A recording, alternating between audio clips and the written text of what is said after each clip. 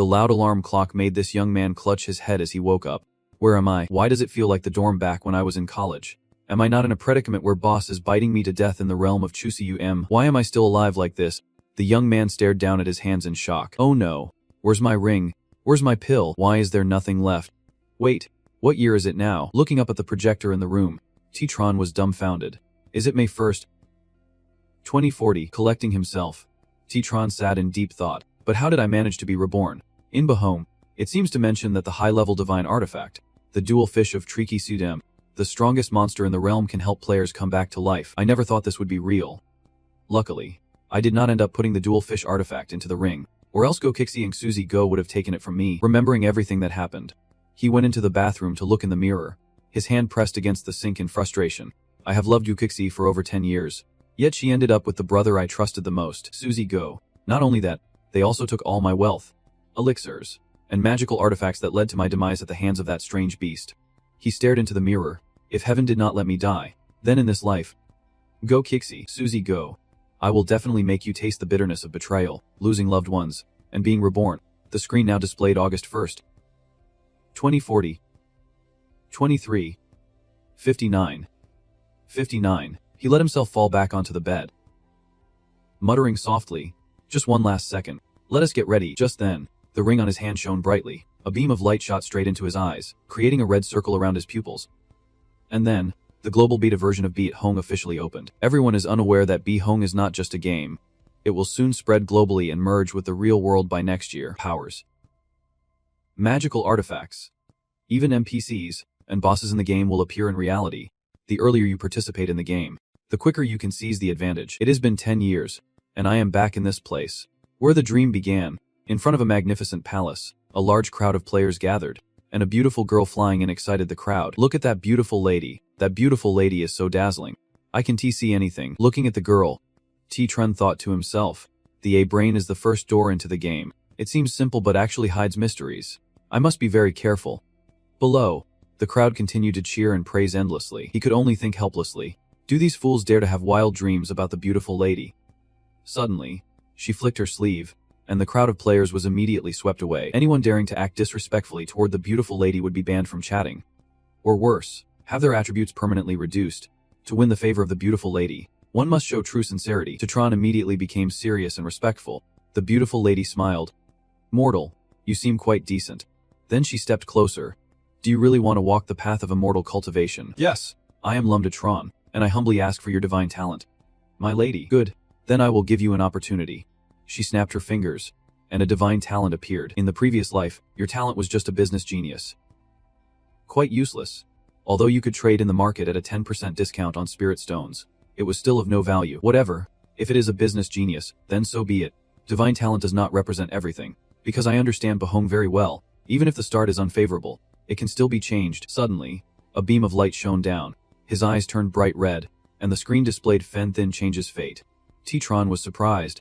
Is it a change of fate for divine talent? After being reborn, even divine talent has changed. This talent is truly unbeatable. However, this talent is not just a blessing. It also carries a lot of dangers. But the bigger the waves, the better the catch. The lady spoke up. "I have granted you the divine talent. Now it is your turn to choose your appearance." On the screen, he began to scroll through the list of appearances. They all looked similar, but the attributes were distinctly different. After a moment of consideration, T-Tron stopped at one appearance. This one, of all. This is the appearance with the highest charm. In the previous life, lacking experience, I thought being a handsome guy would be boring, so I deliberately chose a mischievous look. As a result, I later realized that the higher the beauty score, the easier it was to gain favor from Apez, so that mischievous look affected me a lot. Players with high charm can easily accept tasks that involve flirting, and they might even encounter bisexual nefsies asking for dual cultivation. Without hesitation, T-Tron selected his character's appearance and equipped it. In this life, I must be a charming playboy. The lady continued. Now you can choose your birthplace. A map immediately unfolded, and he silently calculated. These 4 lands surrounded each other, corresponding to the 4 main professions in Bat Hong. He looked at each name appearing on the map, reading and pondering. Vien Inchu was for law cultivation, Nugai Hochu for medicine cultivation, Fmi Tiu for key cultivation, and Hofeng Chu suited body cultivation. His gaze skimmed over the detailed introduction. Based on the foundation, Koi and body cultivation were decided, while law or medicine cultivation was based on spiritual aptitude, and willpower affected NIMP favorability values. As for physical items, there is no need to mention. This time, with all the innate qualities, if I continue practicing law cultivation, I could quickly become the top cultivator in this world. However, law cultivation fits team battles, not solo fights, and can easily lead to being defeated. In my past life, I had experienced a few beatings because I chose law cultivation since Quotshit liked it very much. In this rebirth, I should choose what I like. Finally, he resolutely chose Miziteen, and the map instantly vanished. If I want to be the best this time, I must face Minthmingthamngamton myself. The sword cultivator with the highest damage won't fear this issue at all. In this life, I must become the strongest sword cultivator, master of sword control, enjoying the martial world. Shortly after, the young man was transported to the novice village of Mochianzhou. As soon as he arrived, loud noises filled the air. He smiled, feeling a familiar sensation. There are still many players around. Such nostalgia. At this moment, a crowd gathered around an old man, shouting, "There is an old man here. He must be an MP. Don't he crowd in.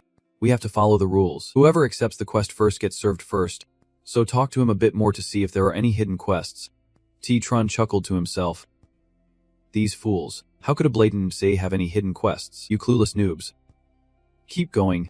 I am off to join the sword sect. On the way, he heard numerous complaints around him and thought, you guys take your time finding your way. Just keep stumbling around, and you will get used to it. Suddenly, a female voice called out to Tetron. Hey, young brother, please wait a moment. He turned to see a beautiful girl approaching. My name is the owner of the tailor shop in this village. Would you like to accept a quest? Sister here can arrange something for you. As soon as the beauty appeared, the crowd immediately buzzed. The Annie leaned closer to him, her voice sweet. My husband has been gone for 5 years. Now I am a widow. If you find the quest too difficult, I can help you a bit, so will you accept my sister's quest? Tutron nervously stared at her ample bosom, thinking to himself, is this the innate charm she is throwing at me? I did not expect an NPC to actively seduce like this. If I take the quest and build a good relationship with this beautiful widow, maybe in a few days we could cultivate together. Just thinking about it is not bad at all. Not like in my past life. Li Yin gently wrapped her arms around Tetron, whispering, little brother, have you thought it over? The young man quickly calculated how he could gain affection points with such a good treatment. If so, he should nurture his feelings in the next quest with the lovely widow. Maybe in a few days, he could cultivate with her.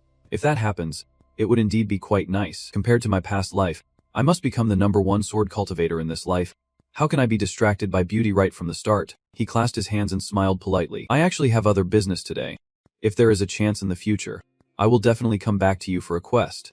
Theanning hesitated a bit but still managed to respond. T-Tron turned to leave, and the crowd whispered in jealousy. We all did not get a quest, yet he just refused. Is it because this widow MP has taken a liking to him? Is this game really set up this way? From behind, Thienzing still called out to him. Remember to accept my quest. Okay, he replied a bit shyly. I will definitely come next time. In his heart, Tetron reminded himself not to waste time on these side quests. He quickened his pace and headed towards another corner of the village. The real opportunity in 10th village is right here. As Tetron prepared to enter, several other players tried to stop him. Brother, do not go in there. It is just the sound of metal clanging. That guy is not saying a word. He might even be deaf. The young man smiled and clasped his hands in thanks. Thank you for the reminder. I am just taking a quick look around. He pushed the door open and stepped inside. In the forge, a blacksmith was focused on hammering iron. The onlookers saw him ignoring their advice and started discussing among themselves. Why do we care? I heard there is a quest at the village gate. Let us hurry there and get some gear. If you listen to advice, you will eat well. What a pity. How can some people not understand this simple truth? Inside, the blacksmith frowned at the piece of iron in front of him. Why is not this weapon taking shape today? Tetron bent down to check the furnace and thought to himself, what a bunch of uneducated fools. This is the most important NPC in Tunanth village. He pulled hard to create more fire. The flames burst forth brilliantly, causing the blacksmith to cheer. Yes, this temperature is still not enough. The fire is too small. The sound of the hammer rang out sharply, and with a sizzling noise, the weapon finally took shape. The blacksmith turned to Tetron with appreciation. Thank you for helping me stoke the fire. My apprentice is not here today, so there is no one to tend to the fire. No wonder it was not hot enough. He pointed behind him. Since you have helped me like this, I will surely reward you. You can choose any weapon here. I will lend it to you for a day, but you must return it to me after 1 day. Tetron felt excited. Completing the quest only granted him the right to use the weapon for a day. Those foolish newbies would surely think it was stingy and be too lazy to continue taking quests. But I am a player who knows what I am doing. The real treasures are still behind. He stepped forward, quickly glanced at the row of swords on the wall, and chose a common iron sword, an ordinary iron sword, with a power level of 3. Then I will take this sword. The blacksmith nodded in satisfaction. All right, If that is the case, if you can help me find 10 poisonous fangs of the bamboo leaf green snake within a day, I will reward you with a special opportunity. Without hesitation, Tron immediately agreed. No problem, I accept this quest. Leaving the forge, he felt a surge of happiness. He was on the right path to becoming a swordsman. As soon as he stepped out holding the weapon, the crowd immediately began whispering about its origin. Tron smirked. Inside, there was a guy who had just broken up with his girlfriend and was very heartbroken, so he would sing him a love song, making sure it was sincere enough to move him. Hearing this, everyone rushed towards the blacksmith's house. Tron felt a bit smug. You all keep singing and dancing over there. The crowd's noise made the blacksmith angry. He slammed his hammer down on the table and shouted, "Get lost." People panicked and rushed outside, suddenly realizing they had been deceived. At that moment, Tron had moved deep into the bamboo bed. From above, a giant python targeted him, diving down like an arrow, mouth wide open with sharp fangs. Undaunted, he shouted, "Green snake, come and face me." The sword in his hand swung up, delivering a fatal blow to it. Blood splattered everywhere, and his cultivation immediately increased by 3 points. With his cultivation raised, he had just started on the path of a sword cultivator and was already in good form. The white snake fell, leaving behind a low-grade pouch made of snake skin. Tron picked it up, puzzled. The drop rate for equipment in the wilderness was usually very low, and he did not expect to get this much gear just from defeating a few small snakes. Maybe it was due to the innate luck he had. The young man casually stuffed the pouch into his belongings. First, no need to think too much. Just keep going and butcher the snakes. He then unleashed a series of deadly attacks, causing the green snakes to panic and flee. Upon leaving the forest, Tron slung a large sack over his shoulder. Mumbling, "I did not expect that aside from the 30 venomous fangs, I also got over 100 poisoned arrows, and so much money too. What a haul this time." He leisurely made his way back to the village to complete the quest. In front of the blacksmith's table, he slammed down 10 venomous fangs. "Big bro, here are the 30 venomous fangs you needed." The worker eagerly picked them up for inspection, smiling with satisfaction. "Oh, this is great." He then handed Tron a letter. "Thank you. Little brother, the quality of these venomous snakes is not bad. This is a gift from me to you." Tron accepted the letter, his eyes lighting up. Indeed, this was the letter, a crucial item for joining the sword sect. The front of the letter clearly stated, "Sword sect recommendation." Tron curiously turned to ask, "Big bro, just out of curiosity, besides me, is there anyone else who received this letter?" "For now, it is just you." He turned to leave, feeling quite pleased with himself. "I really am the first to receive a recommendation letter. The others are still looking for some task like chasing dogs and cats. How would they know? I can't let those clueless ones find out. I need to hurry to the sect and find a master." Soon after, Tron stood in the market, holding up a bow made from snake materials. "Auctioning this off. Highest bidder wins. Come and take a look." Auction for the green snake bow. First round. Anyone willing to bid higher. If I did not need money for a wife, I would not sell it. Everyone quickly jostled into bid. And unexpectedly, a hand shot up, calling out loudly, 50,000. He looked over to see one of the 3 girls approaching. The beautiful lady snapped her fingers confidently. "I can pay cash anytime." Tron smiled. "This price is quite nice." "Really?" Suddenly, another man strolled up, raising his voice. "I bid 60,000. He introduced himself. "Let me introduce myself. I am Viginego, the president of the the Guild." He squinted at Tron, thinking, "This guy just got here and already has gear. He must be something special. I will first show some goodwill, and then pull him in. Sooner or later he will be my right-hand man." The people around could not help but be surprised by the appearance of the strange young man. Tron stepped up and politely introduced himself. "Hello, my name is Lummy Tron." But inside, he thought, what a coincidence to run into him. In his past life, he was among the top 10 on the upper heaven leaderboard. The the Guild kept trying to find people to exploit. After rejecting them, they were recorded by the guild, and they ended up suffering a lot. Truly a case of retribution. Vinny Yunhio chuckled, speaking in a friendly tone. "I have heard that Lum brother sold his gear to Mary. How about this? Whatever you spend on your wedding, I will sponsor you. Consider it making a new friend." Tron skillfully waved his hand. "No need. I just want to sell my gear. I hope you understand." Brung brother. Inside, he thought, I already knew, but had to come up with this pathetic excuse. Vidinio stepped closer, stroking the bow. All right. Lum brother, you managed to get gear right from the start. You must be quite capable. Viniyunto, I admire people like you. Our guild definitely needs a bow like this, so I want to hold back. The auction suddenly heated up as he and the girl kept raising the bids. The girl bid 100,000. He bid 200,000. She bid 250,000. And he bid 275,000. Tron quietly observed. wondering which guild this beauty was from that she did not care about Nunaho's face at all. Should I use her to stand against Vogue-Aho? The girl unexpectedly raised her hand high. 500,000. Nunaho's face darkened. Little sister, I am Nuo of the Ven the Guild. I advise you not to go against me. The people around were confused, not understanding what these two were doing. Spending 500,000 on a starter item. Crazy. How can we understand the world of the rich? This girl dared to challenge the young master of the Ven and the Guild. She must not be an ordinary person. The girl calmly replied, if the price is high, so be it. Each person has their price. So how is that a confrontation? Just because you want this item, does that mean no one else can buy it? Aniho was left speechless, standing stiffly for a long time, while the girl was full of pride in her mind. What does the Vinay and the Guild matter? Compared to me, they're just scraps. Finally, Bavini could not hold back and shouted, alright, fine. I won't buy it anymore. Inside. He cursed. Why did I forget the date when I left the door? To encounter this arrogant thing. I can't be like Bitfi Liu's young master. Spending 500,000 just to buy a starter item, he shouted. Let us go. Just as they turned to leave, Titran suddenly called them back. Brung brother. Please hold on a moment. Huh. Is there anything else? Brother Lam, he smiled calmly. Having heard of the renowned Venantha Corporation for a long time. If Brother Ving is willing to pay 500,000, I will sell you this bow, hoping that you will look out for me in the future. Vidinineho's eyes lit up. Really, he thought to himself, at least this guy knows the score. The Vunivo burst into loud laughter. Alright. If you ever get into trouble, my Venantha Corporation will definitely lend a hand. Give me your account number so I can transfer the money to you right away. Tutitron secretly felt pleased, leaving a good impression for now, making it easier to deceive him later on. The Vin Yoho held the bow in his hands. Laughing triumphantly, hey sis. What are you staring at? I am not even bothered by you. I hope you remember this after today. And of course, I also hope you join our guild. The girl said nothing, just stood frozen. Titran watched her leave, smirking to himself. Ha, spending 500,000 to buy face. Thanks to you I have gained some money. Truly a foolish rich man. Just wait until he uses it a few times. He will realize the bow's power is limited and once it is used up, that is it. The important thing is he will only use this bow for a series of useless beginner missions, taking many detours and wasting a lot of time. But as she was leaving, the girl suddenly turned back, her gaze sharp. Why did you go back on your word? Didn't you say whoever offers the higher price gets it? A guy who looks like a dog, but inside he is a scheming ugly. Tutitraun frowned slightly. It seemed he had annoyed her. If that is the case, he should think of a way to compensate them a bit. Then she shouted, let us go. In the wild boar forest, several girls were efficiently taking down 2 boars each for their heads. At that moment, Titran appeared, his light laughter echoing.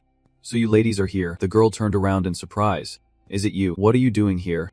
Can we talk privately? It will only take 2 minutes of your time. In the forest, the gentle wind blew, sending dry leaves swirling around the 2 figures standing opposite each other. The girl calmly asked first, what do you want with me? Hurry up and say it. But in her heart, she was calculating. It seemed he and Vinaho were not acquainted for long. He might have been deceived by the appearance of Vinanth the Guild. Lowering her guard a bit was just giving him a chance. Suddenly, Tutran lunged forward, cheerful expression on his face, extending his open hand towards her, his voice full of charm. I have a top secret piece of information for you at a bargain. Just 500,000. This information can help your guild get past those players. The girl was slightly startled by the close distance. Her instinct to guard herself making her lean back a bit, but after hearing what Titran said, she frowned in suspicion. Such important information.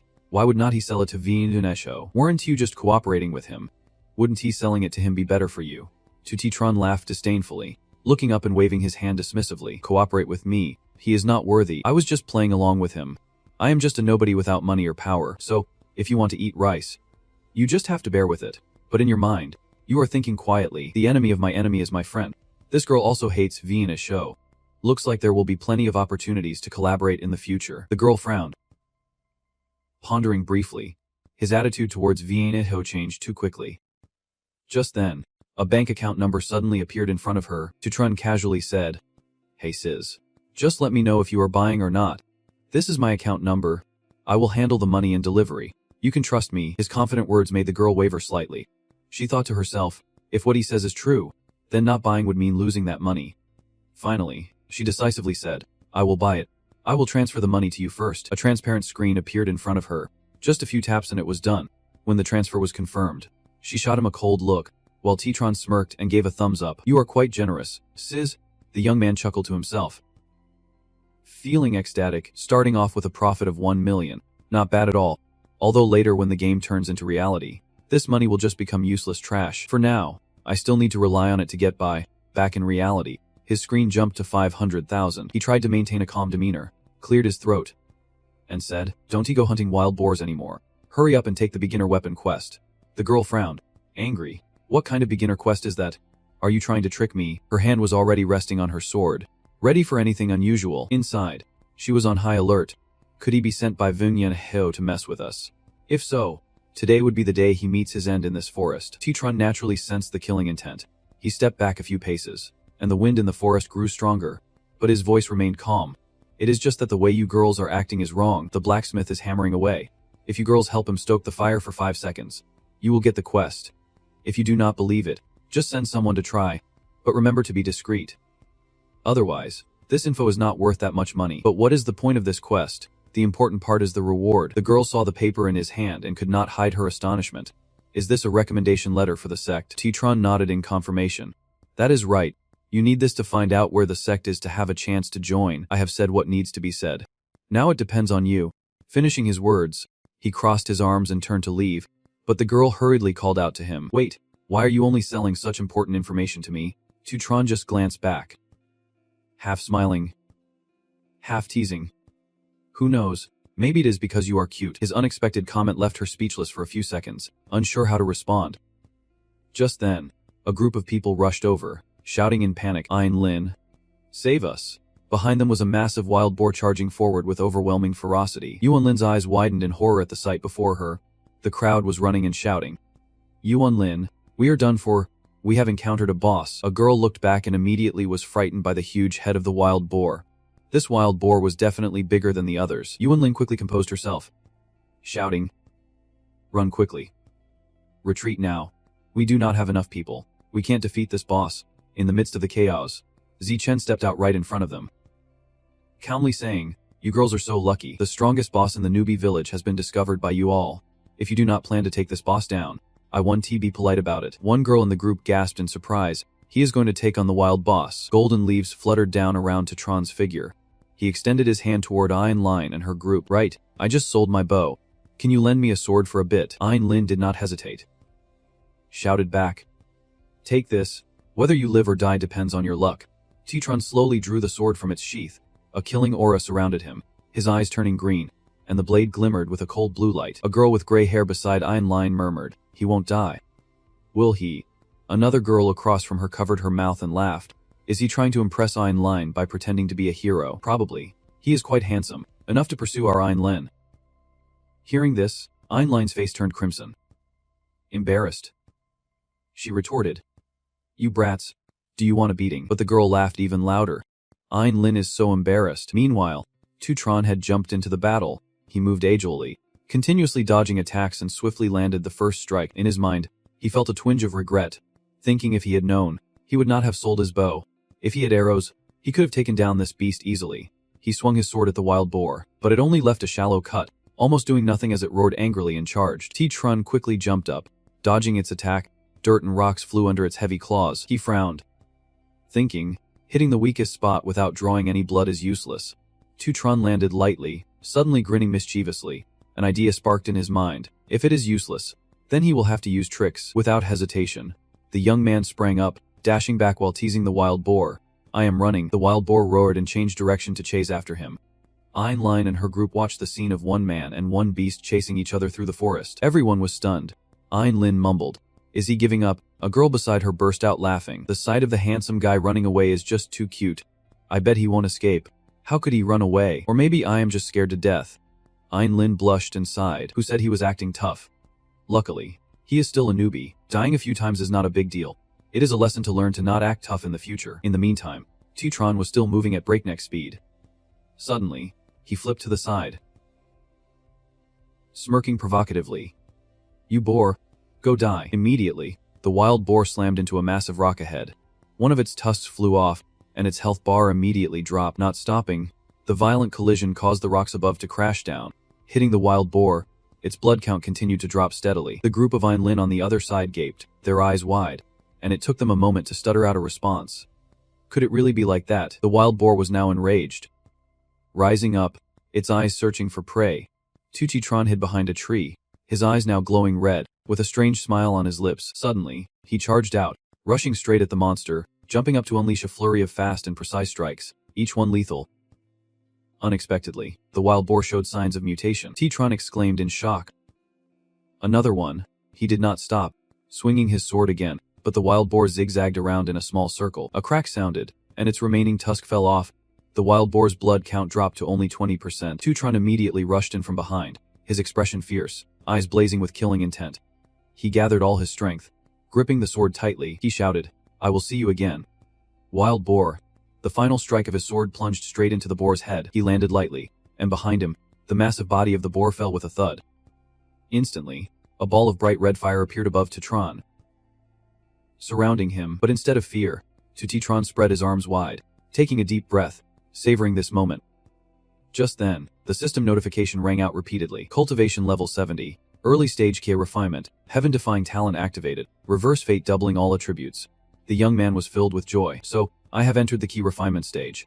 This is the first step on the path to immortality. I have officially become an immortal cultivator. I never expected to level up so quickly, thanks to my good luck in encountering this wild king. The system voice continued, activating the heaven-defying talent, the reward being a random talent. Identifying the random talent. Bloodline enhancement. Increasing blood by 10% with a potential to level up 3 times. T-Tron clenched his fist, joyfully thinking, my blood count has increased, which is extremely beneficial for the early stage. My attributes have already doubled, and now with the blood count increase, it adds another 10%. Compared to other early stage key refinement cultivators with 1000 blood, I have 2000 points. Reverse fate is truly divine. Shortly after, the system voice rang out again. Congratulations to the player for defeating the boss from the newbie village, the 8 Wilds. Do you want to announce it to the whole world or remain anonymous? Hearing this, T-Tron laughed. Anonymous? Why would I do that? Instantly, notifications appeared all over the game world, causing a stir in the player community. Players in various locations buzzed with excitement. The game was just recently released, and someone has already killed a boss. Others began to discuss, who is this T-Tron? Such a powerful player. Which guild is T-Tron part of? They must have used a strategy of overwhelming numbers to achieve this. Perhaps he only got the last hit. Over here, Einlin also saw the notification pop up. Her heart suddenly stirred, so it turns out his name is Lam Tran. The dust around the boss began to clear, revealing a pile of dazzling items in front of him. The Xichvan sword, the Triyu Kwang staff, the H.E. Runny movement set, and countless shiny gold coins. T-Tran thought in amazement. Such a haul of equipment indeed proves his extraordinary luck. But suddenly, a fierce bolt of lightning flashed above, startling him slightly. The system voice immediately followed, explaining his confusion. In 30 minutes, the heavenly tribulation will descend. Please be cautious. Without hesitation, he quickly gathered all the loot, clutching the bag of items as he prepared to leave. Is the side effect of the reversal of fate coming now? When breaking through a realm, it will definitely lead to a heavenly tribulation. If the tribulation fails, his soul will be scattered. I need to hurry to the sect. Only the elders can save me. With that thought, the young man bent down and dashed away. But just a few steps later, Oinline unexpectedly blocked his path. She smiled cheerfully. Let us be friends. If you get any equipment later, you can sell it to us, and I guarantee you a good price. T-Tran quickly replied, okay, just leave your name and ID for her, then slipped away. His voice echoed from afar. Here's my ID. Add me. I have something to do. See you later.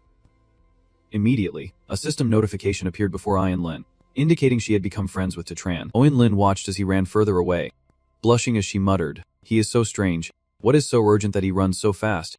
Are we really scarier than the Wild King? At this moment, the sky was filled with increasingly dense bolts of lightning, the blinding light illuminating the space. T-Tran was running while panting. Secretly delighted, finally reached the sect. Please take me in, great elders, and help me withstand this tribulation.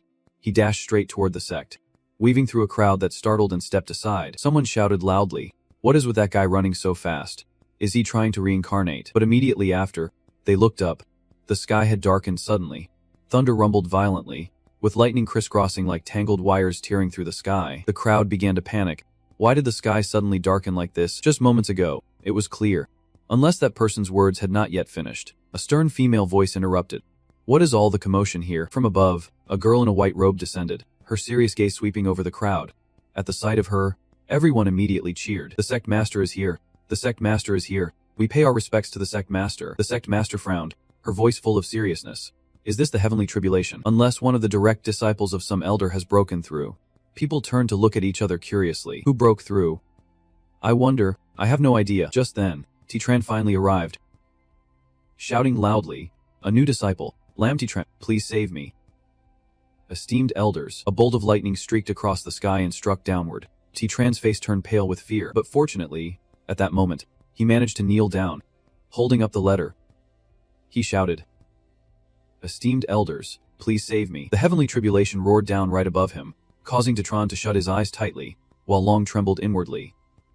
Right now, he basically had no power to withstand the pressure of the heavenly tribulation, only able to rely on the elders to come to his rescue. Just at that moment, as the heavenly lightning was about to strike, an elder quickly raised a magical shield to protect him. T-Tran gasped in astonishment, feeling relieved in his heart. Thank goodness. Just not dying is good enough.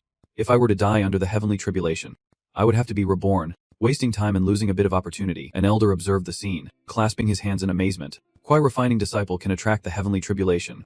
This is the first time I have encountered such a situation. This disciple is truly extraordinary. Nearby, a female elder nodded in astonishment. If this disciple were to become a great elder in the future, his master would surely be proud. Suddenly, someone in the crowd shouted, "What a genius!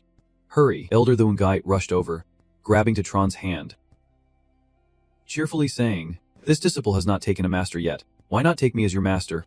I can ensure you have all the resources you need for your training." But as soon as she finished speaking, another elder interrupted. "Elder Thungite, being a female cultivator, this male disciple should be under my guidance." Thungite's face immediately darkened with anger. "Elder Thanting, you have so many disciples already. Do you really want to take mine too?" Elder Thanting could not help but retort, "Elder Thungite, what do you mean?" T-Tran stood in the midst of the contention, feeling quite pleased. Just as he had expected, the sect had great elders to help him withstand the heavenly tribulation. And there were even many elders wanting to take him as their disciple. Not bad at all. However, he still had to keep a low profile, not showing too much excitement, as it could negatively affect the elders' goodwill towards him. Amid the tense argument, a dignified voice suddenly cut through. "It would be best if this new disciple becomes my disciple." The crowd immediately fell silent, looking at each other in shock. What a surprise! Elder Thungite furrowed her brow, thinking to herself that the sect leader actually wanted to take a disciple. Elder Thanteng shared her surprise, wondering if this was a break from tradition. Sect leader Luna Yun stepped forward, her expression serious yet dignified. "T-Tran, are you willing to become my disciple and enter the inner hall for cultivation?" Immediately, the system's voice echoed in his head, reactivating the opportunity of the Thane Din sect. "The current sect leader, Lunafient, wants to accept you as her disciple. Will you accept?" T-Tran was so excited he almost laughed, thinking, "Wait, the sect leader of Thin Din wants to take me as her disciple. Of course, I agree." Without hesitating for another second, he immediately knelt down, clasped his hands, and bowed his head, his voice ringing out clearly. "I am willing to be your disciple, Master." Lun Fiyuan looked pleased. "From today on, you are my only disciple. Lun Fiyant, now, stand up and follow me." T-Tran raised his voice. Understood. In his heart, he could not help but imagine himself hugging Lun Fiyuan's perfect legs. It was just too wonderful. Just entered the sect and already got this huge thigh. The master's legs are smooth, white, and long. Meanwhile, in the inner hall of the Heavenly Sword Sect, the gentle voice of Fei Yen rang out. "The main hall is the most important area of the Heavenly Sword Sect, a tranquil place undisturbed by the outside. From now on, you will practice here, and later I will arrange for a disciple to provide you with the essentials for a new member. She will lead you to your quarters." T-Tran happily clasped his hands. "Yes, Master." Hearing this, Lan Feiyan nodded slightly, and before turning away, she reminded, "Once you understand, come to the main hall to find me." T-Tran immediately bowed his head, respectfully saying, "I will remember, Master." He watched the figure of his master fade away, thinking to himself, "This headmaster is really cold, but that is okay. Things will change over time." An hour later, T-Tran sat on the steps, resting his chin, wondering, why has not the disciple my master arranged for come yet? Forget it, I might as well go find it myself. He walked while observing his surroundings, silently assessing. The inner hall of the Sword Sect felt like a royal palace. Not knowing how many hidden tasks were waiting, in front of him appeared a particularly special palace that made the young man pause, thinking, "This palace is really unique. I should try going in." As he pushed the door open, a loud shout startled him, making him flush. Who is it? Right before him was a young woman undressing, and T-Tran's mind was in a panic. "Is this the master's palace?" He stammered, "Master, I am sorry to disturb you." Immediately, a burst of light flared around the master, sending a beam straight toward him, causing him to fall backward. The master's cold voice rang out as she approached. "Who dares to let you wander into my palace?" T-Tran quickly knelt down, speaking earnestly, "I'm sorry, Master. I have been waiting for the disciple you arranged to arrive, but they have not come yet, so I went to explore this place. I did not mean to intrude on your palace." Inside, he silently cursed. Damn it. What bad luck. Please do not let this affect the master's opinion of me. The master sighed softly, holding a pill, her voice gentler. Forget it. Ignorance is no crime. I won't hold it against you this time. In the future, without my order, you must not enter this place. No exceptions. Saying this, she tossed the pill to him. Tran caught it in surprise. A mysterious quality pill. After taking it, in 5 minutes, all combat attributes increased by 30 points, and in a non-combat state, it can restore 3,000 stamina. He was even more astonished. The headmaster is indeed generous. Casually tossing out a high-quality pill like that. The door closed behind her, and Tran bowed respectfully. Thank you, master. He carefully tucked the pill into his chest, thinking to himself, I should not take it right now, better to save it. Suddenly, he heard footsteps approaching from afar. Tran turned around. Thinking, the guiding disciple my master arranged has finally arrived. Unexpectedly, a light foot landed right in front of him, and a cheerful voice rang out. Little junior brother, hurry up and greet your senior sister. Looking up, you see it is Namkung, the late-stage crystallization disciple of the Heavenly Performance Sword Sect. Tran immediately bows. Speaking respectfully. Junior brother, Tran pays respects to you. Senior sister, Namkung smiles proudly. Well, junior brother knows his manners. My name is Namkung, with late-stage crystallization cultivation. If anything happens in the future, I will take care of it for you. A system notification appeared. Namkung gained 10 affection points. Current affection level is seen as an enemy. You still maintain your manners. But can T help thinking? Just met and the affection already skyrocketed. This game really does rely on appearances. Tran smiled and continued. I never expected senior sister to be not only beautiful but also have such high cultivation. I am truly in awe. Namkung covered her mouth and giggled. I never expected you, little junior brother, to be so flattering. You cleverly followed up. There is a saying, cultivation must be profound, not just about appearances. Then you leaned closer and whispered. Every effort daily can't compare to just flattering someone. Right, Namkung burst into laughter. Ha! The system notification grants 5 affection points. Current total is 15. Tran smiled. Thinking, the affection is rising so quickly. Compared to Master Lun Fiyen, this senior sister Namkung is really much more approachable. You know that the level of liking between players and IPCs directly affects the activation of hidden missions and opportunities. From just meeting to being inseparable, a mischievous thought crossed your mind. If the affinity with an opposite-sex FC reaches the level of mutual affection, physical intimacy could be possible until the bond is forged. After opening the female prison, the image of you and Namkung being intimate flashed through your mind, causing you to remind yourself, although it is very hard to increase affection for MPEVs, in your past life many players were infatuated with NPCs but ended up with nothing good. Suddenly, you coughed up blood. Cough, cough, cough. Namkung exclaimed in panic. Junior brother, what is wrong? When were you injured? Tran quickly thought. With internal injuries like this, without medicine, it would be very hard to recover in half an hour. Although your injuries have nothing to do with this little senior sister, her affection for you is not low. So you might as well take advantage of this to see what rewards you can get. The young man stood up, shaking his head, trying to appear calm. It is fine. I just wanted to explore a bit before you arrived, but accidentally wandered into the master's quarters and got injured by my master. Namkung blushed. Self-blaming. So it is because of me. Everyone blames me. Indeed.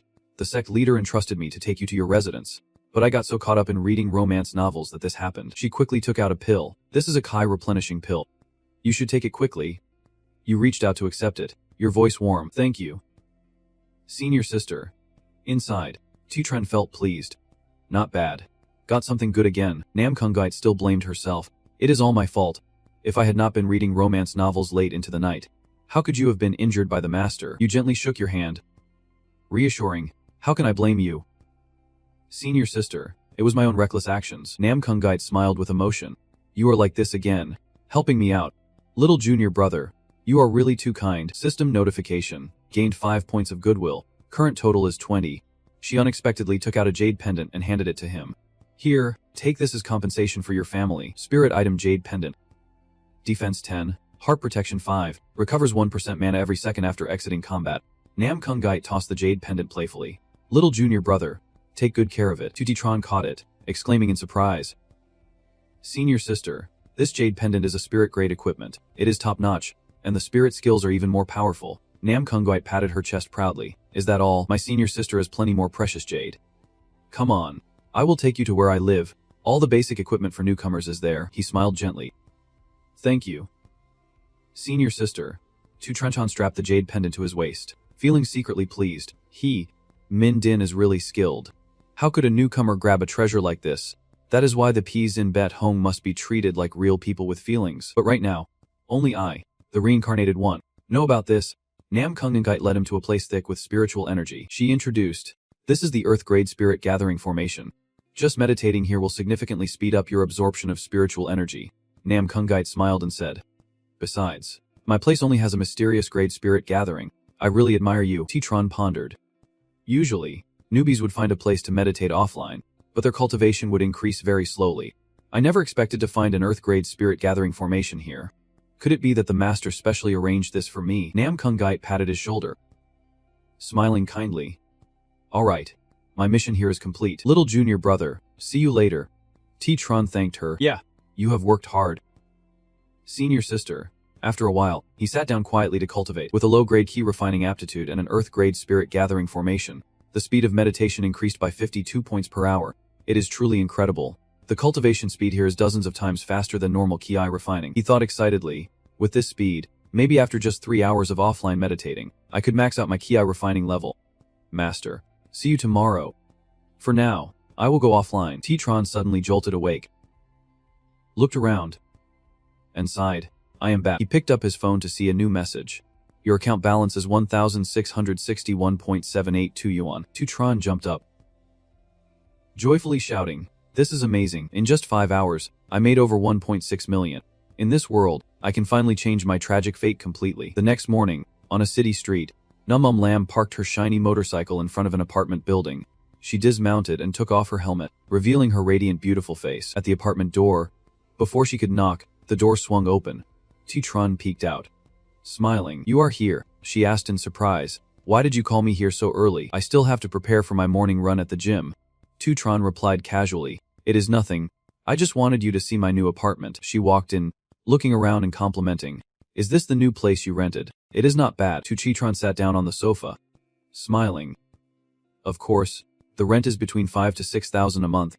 Lam smirked. "Little lemon tea. You really know how to enjoy life." Then she walked around to the back of the sofa, raising an eyebrow and asked, "You spent this much on my gym membership fee?" Titron laughed and answered nonchalantly, "What else could I do? Anyway, I can't afford to pay it back, so I might as well spend it quickly so you won't have to worry." Before he could finish, Lam lunged forward, grabbing his collar, spun him around, and pushed him down onto the sofa, angrily squeezing his neck and shouting, "What did you say? You are such a heartless jerk. How dare you spend my gym money like this?" Titron was gasping for breath, unable to speak. She tightened her grip around his neck with one hand and raised her fist with the other. "Alright, let us see how I can turn you into a punching bag." Titron, struggling beneath her, stammered, Lam, wait a second." Suddenly the atmosphere fell silent as the tension rose. Lam's, her face turning red as she was about to hit him. The two slowly sat up, silent. The atmosphere suddenly turned somber and then unexpectedly, Lam shouted, her face flushed, "Titron, do you dare to take advantage of me?" Titron raised his hands defensively, panicking, "I am not broke, do not talk nonsense." Suddenly, a knock came from outside. The gaming chair you ordered has been delivered. Please open the door." Titron sighed in relief and called out, "Wait a moment," then turned to Lam. He sulked, "I earned some money in the game, so I bought you a gaming chair. You go use it first, or I will just return it." Hearing that, Lam immediately changed her tone, smiling, "No, please do not. You bought it already. How could I return it?" Both sat on the sofa, watching the installation staff busy at work. Titron casually joked, "Is a gaming chair enough to cover the gym money I owe you? I do not think it will fit in the school dorm. If I put it in your house, your dad might break it. So I placed it here to give you another room." After hearing that, Lam immediately ran over to the gaming chair. Her eyes brightened. "Let us do that. This is the latest gaming chair.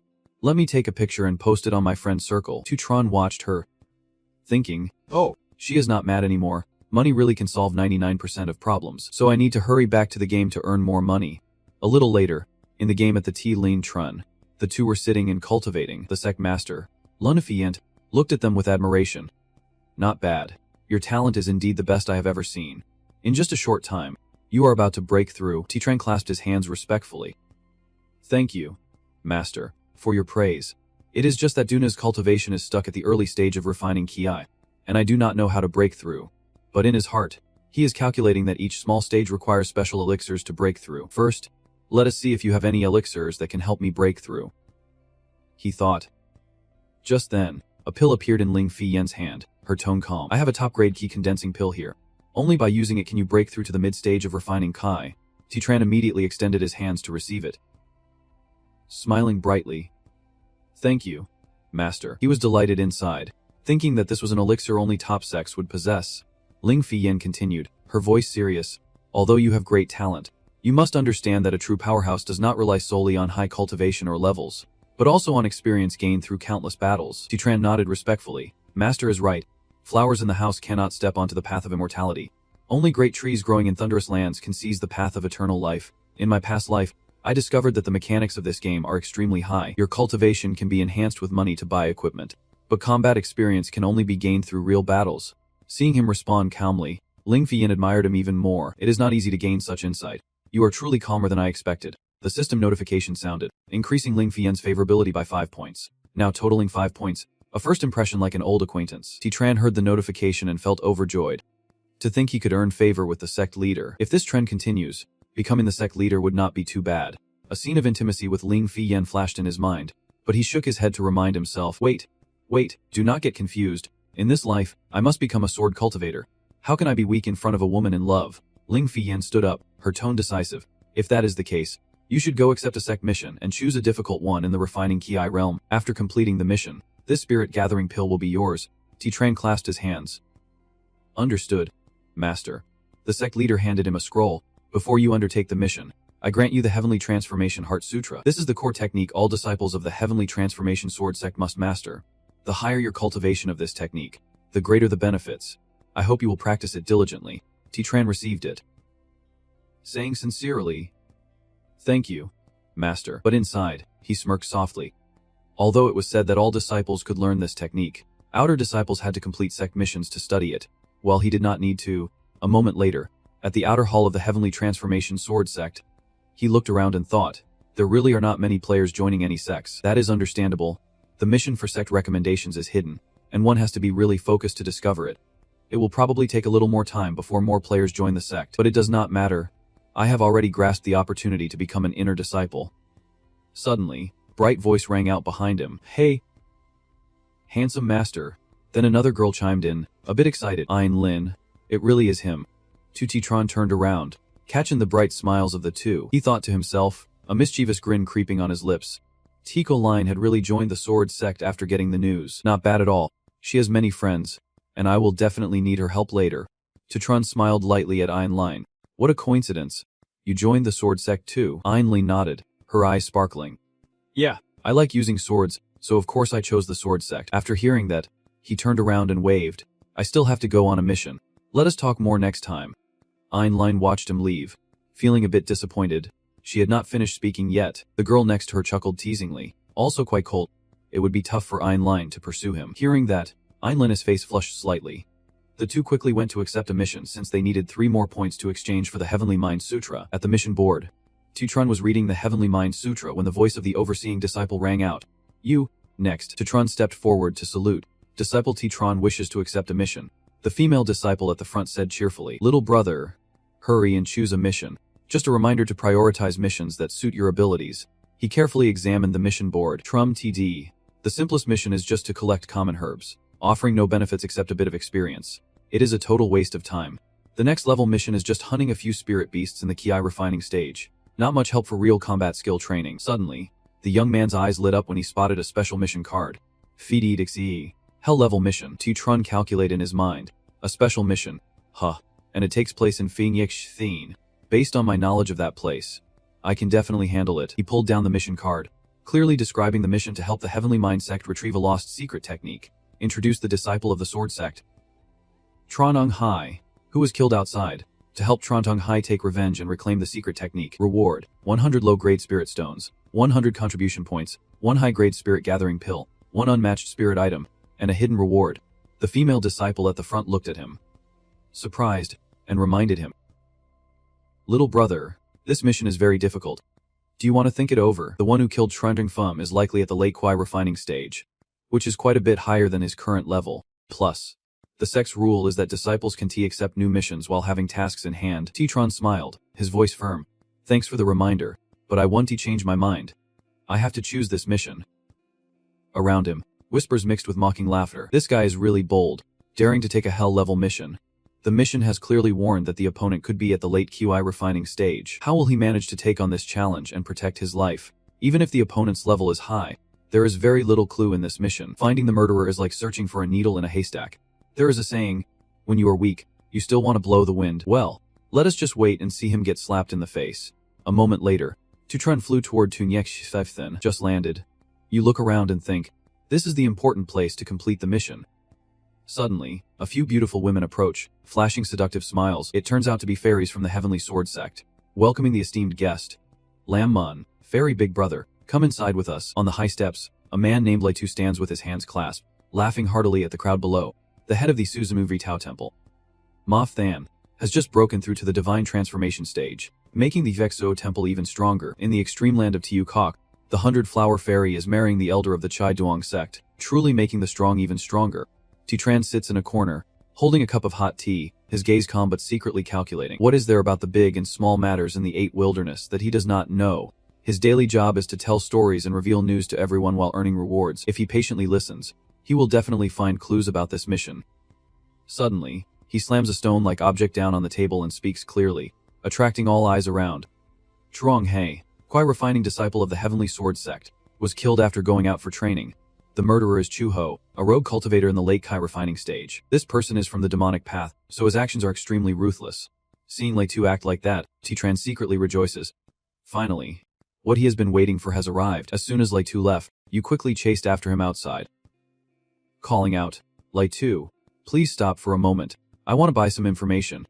In your mind, you quickly calculate that most new players would rush to the scene as soon as they got a hint. But I am different. I know how this game works. If I want specific clues, I need to shell out some cash. Hearing the call, Lei Tu turned around, his eyes flashing with cunning, but he still smiled and asked, you want to buy information? No problem, as long as you pay up. Lei Tu, we'll answer everything. Without hesitation, Tran tossed him a silver pouch and asked directly, where is that Chuo? Lei Tu took it, smirking as he said, Chuho is quite lustful. He often appears in the Lukuho area of Phoenix Melody City. You can go there to find him. But there is one very important piece of information about him, which will require 5 more spirit stones to see if you are willing to part with them. Tran smiled comfortably. It is a small matter. Lei Tu nodded and continued. Lei, look at this brother here, with his kind face. So I will remind you, although Chuho is just a late-stage Kai refining rogue cultivator, he has an older brother named Chu Then. This person is already a foundation establishment cultivator, so you must be careful. In Phoenix Melody City, the Thungayat building is filled with laughter and chatter. Hey there. Come here. So annoying. Drink another cup. Hey, finish this drink and then you can come into my room. Outside the building, a few charming girls send Chuho off. Young Master Chu, please come again next time. We will definitely wait for that day. Chuho, drunk and giggling, swayed and said, sure, wait obediently for young Master Chu. Next time, each of you needs to line up for me. From a hidden corner, Tran stood with his arms crossed behind a large pillar, his gaze sharp and cold. The target has appeared. Under the gentle moonlight and cool breeze, Chuo stumbled through the forest, suddenly alert and looking around. Who is there? Tran charged forward, his voice icy as he spoke. It is you who came to take your life. Chuho immediately drew his sword, standing in a defensive posture while sneering. So it is just a kid in the early stages of Kwai refinement. You are just a disciple of the Heavenly Transformation Sword sect, and you dare to come find me for revenge. He roared and lunged at him. I see you are tired of living. But Tran calmly dodged, making Chuho even angrier as he spun his sword wildly, his body whirling like a tornado. In an instant, Tran countered with a lethal strike that sent him flying back. Chu Hio fell to the ground, panic on his face. No way. You are just a Kai refiner. How can you have such strength? Tran chuckled lightly, his tone dismissive. It is not that I am too strong, but rather that you are too weak. He thought to himself, after finishing the Heavenly Transformation Heart Sutra, all my combat attributes increased by 5%. This is no joke. Chuo gritted his teeth and shouted, wildly swinging his blade, charging at Tran, but he immediately unleashed the spirit shield. Thinking it was a good time to test the spirit-gathering jade pendant that senior sister Nam Kung Guide had gifted him. A brilliant sphere of light surrounded him, sharp green rays shooting out like small daggers. Tran marveled at how effective this spirit shield was. Chuo panted heavily, panicking but still grinning. I can't believe you have so many treasures. Looks like you have been spoiled in your sect. Huh. Hand everything over. And I might spare your life. Tutitron smirked slightly, his tone calm yet sharp. You want me to hand over my stuff? Who gave you the courage to say that? As soon as he finished speaking, Chu lunged forward, wildly swinging his sword, each slash aimed straight at Tutron. Tutron quickly dodged, flicker of suspicion crossing Chuhyo's mind. Why is this happening? This should not be possible. I can keep being pushed back like this. If this continues, I will be killed. He hastily retreated, maintaining a safe distance. But Tutron was quicker, darting in like a flash of lightning, delivering a single sword strike straight to Chuhyo. Chuhu's eyes widened in panic.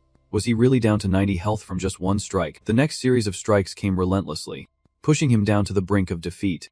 Tutron struck while sneering internally. It is no wonder he can't match me, for a late-stage key refiner to be this weak. In the early stage of ki refinement, am so much stronger. Finally, with one last sword strike, he rendered Chuhu incapable of resistance. He pointed the tip of his sword at him, his voice steady but powerful. You pathetic chicken. Hand over the secret techniques of the heavenly transformation sword sect now. Chuho trembled in fear, kneeling and rummaging. Elder, it was due to my ignorance. I admit defeat. I admit defeat. I will return everything to you now. Suddenly, a flash of purple light flickered behind Tutron. Sensing an ambush, he instinctively leaned to the side to avoid it. Boom. A powerful slash cut through the ground, leaving a long trail. Chuhu's voice rang out joyfully. Brother, you are here. Hurry and save me. I am being hunted. Chuhyo looked at Chu Then and then turned to Tutron with a smirk. You are so unlucky to run into my big brother. I will make you pay back the wounds you gave me 100-fold. Tutron calmly observed the newcomer, silently assessing his brother.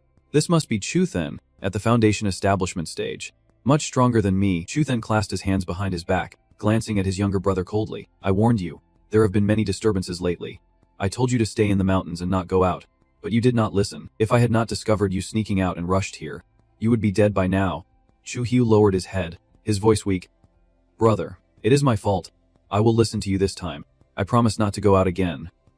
But first, help me get revenge on the one who hurt me badly. Chu Then slowly turned to Tutron, his gaze dark. Hand over your spirit shield, and I might consider giving you a quick death. If not, I will make your life worse than death. Hearing this, Tutron could not help but laugh, his whole body shaking slightly. Chuo quickly said, Wait, brother, just give me a moment to finish this recovery pill, then I will help you. But before he could swallow it, he suddenly screamed as Tutron landed a finishing blow to his heart, taking away 300 health points. A shadow darted past, and before he knew it, Tutron had lunged forward, gripping his neck and lifting him up. Chuho trembled and whispered, Big brother. Chu then gritted his teeth in anger. You, Tutron maintained a calm expression, his voice laced with sarcasm. It seems your little brother does not know that villains often die from talking too much. Besides, my goal is to kill both of you and take the spoils from both. He pointed his sword at Chu Then, a cold smile forming on his lips. Now it is your turn, Chu Then.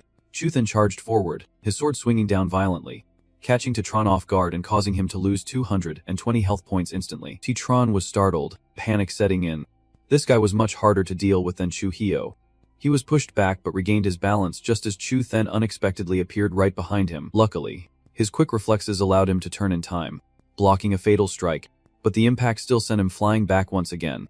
In the tense atmosphere, Tutron squinted at his opponent, his mind racing. Although his speed was faster than mine, my experience was greater. Being able to anticipate and defend in the face of a great enemy was an advantage. Chu Then charged again, filled with humiliation, silently cursing himself. I am a Foundation establishment cultivator, yet I can't even take down a mere rookie in Kli refinement. This is truly a disgrace. The blade gleamed with a cold light as he executed the soul-cutting slash, striking with all his murderous intent. Tutron quickly raised his sword to block, but still lost 300 health points from the collision. I just hurriedly used the spirit shield, and now there is still 10 minutes left to cool down. Without it, this strike would not even break the shield. Luckily, there is only 10 seconds left for the cooldown, so I will use it to create some chaos first. Immediately, Tutron's figure began to move nimbly, his speed increasing until his afterimages flickered all over the battlefield. Chu then smirked slightly, raising an eyebrow in challenge, daring to compare speed with me. You are still lacking a lot. He then activated the shadow clone technique, his body splitting into 3 figures, surrounding Tutron. A sinister laugh echoed. Let us see where you can run to. Amidst the illusionary encirclement, Tutron remained calm, his eyes quickly scanning each silhouette, analyzing every detail in his mind. In his previous life, he had dealt with this kind of cloning technique before. At first glance, the real body and the illusion seemed identical, but upon closer inspection, there were differences. Only Chu Then's eyes held true spirit, while the 2 clones had dull, soulless gazes. Finding this point would allow him to control the situation in one move. As soon as he recognized this, He wasted no time and charged straight at the real body, his sword striking true and dealing 55 damage. The system immediately notified him, activating the armor-breaking effect, lasting for 5 seconds. Tutron smiled lightly, his eyes glinting with cold sharpness. Armor-breaking is indeed a great effect, halving the opponent's defense. Now he had to act quickly. Let us charge forward for victory. He continued to unleash his moves, the sword light flashing, and the next strike caused Chuthen to spit out blood, inflicting an additional 100 damage. Chuthen howled in rage, suddenly unleashing all his strength, a violent force sending Tutron flying away. Chuthen gritted his teeth and lunged forward, roaring in fury. Old wolf. Do you think I am a sick cat? His sword continued to execute the moon slicing technique, each sharp strike coming down like a storm. Tutron put all his effort into defense.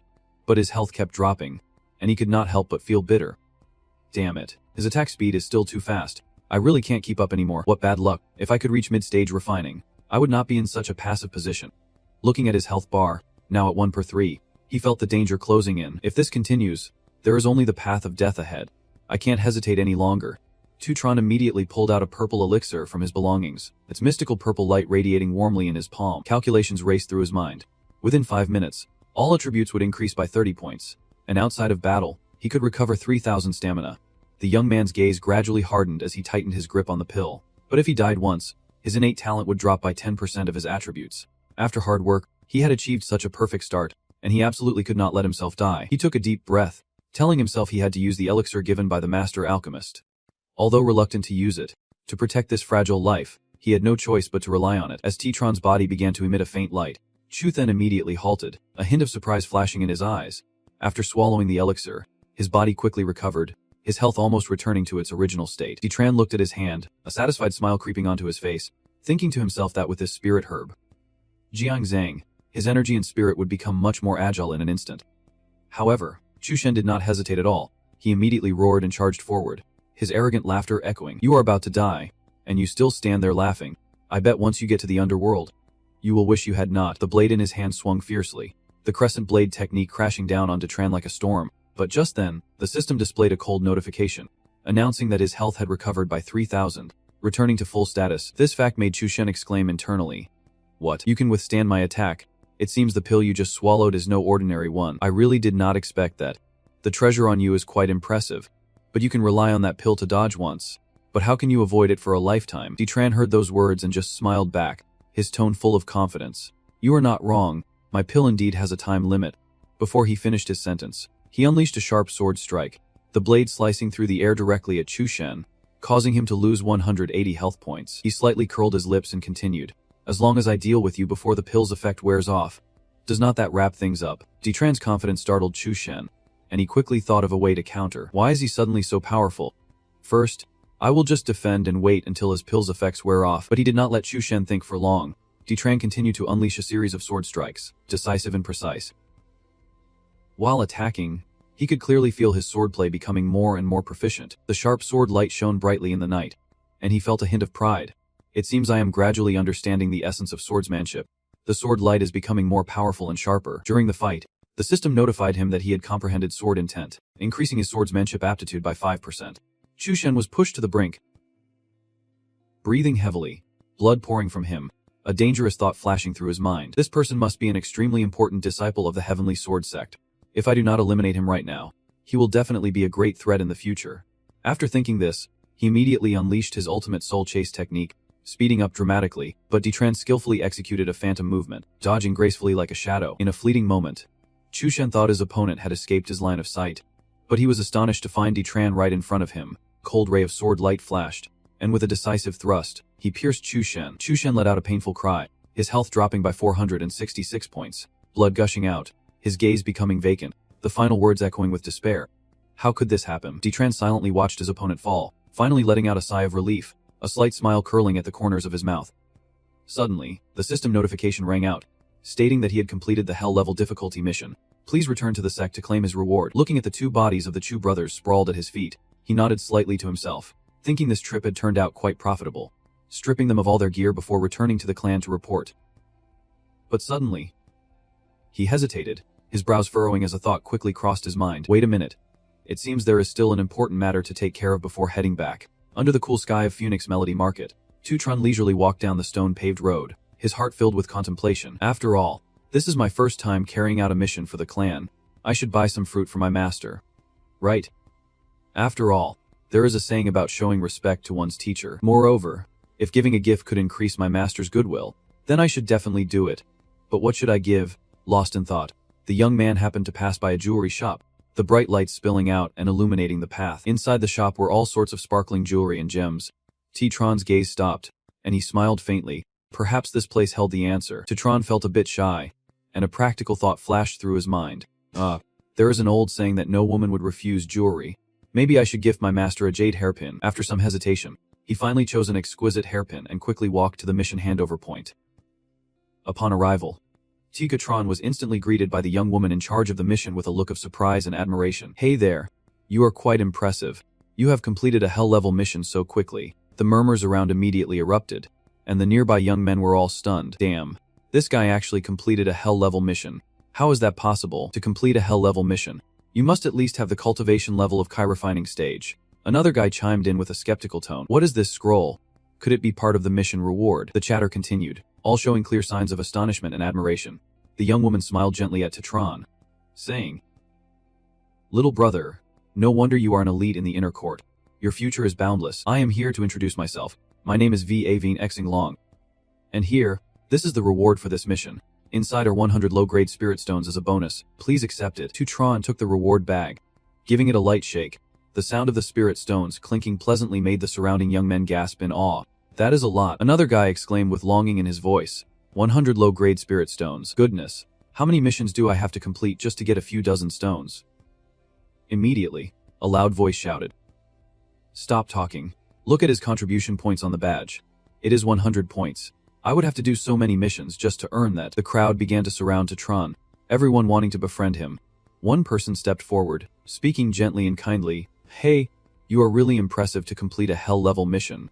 What is your current cultivation level? Are you taking in disciples? Right after, another man chimed in,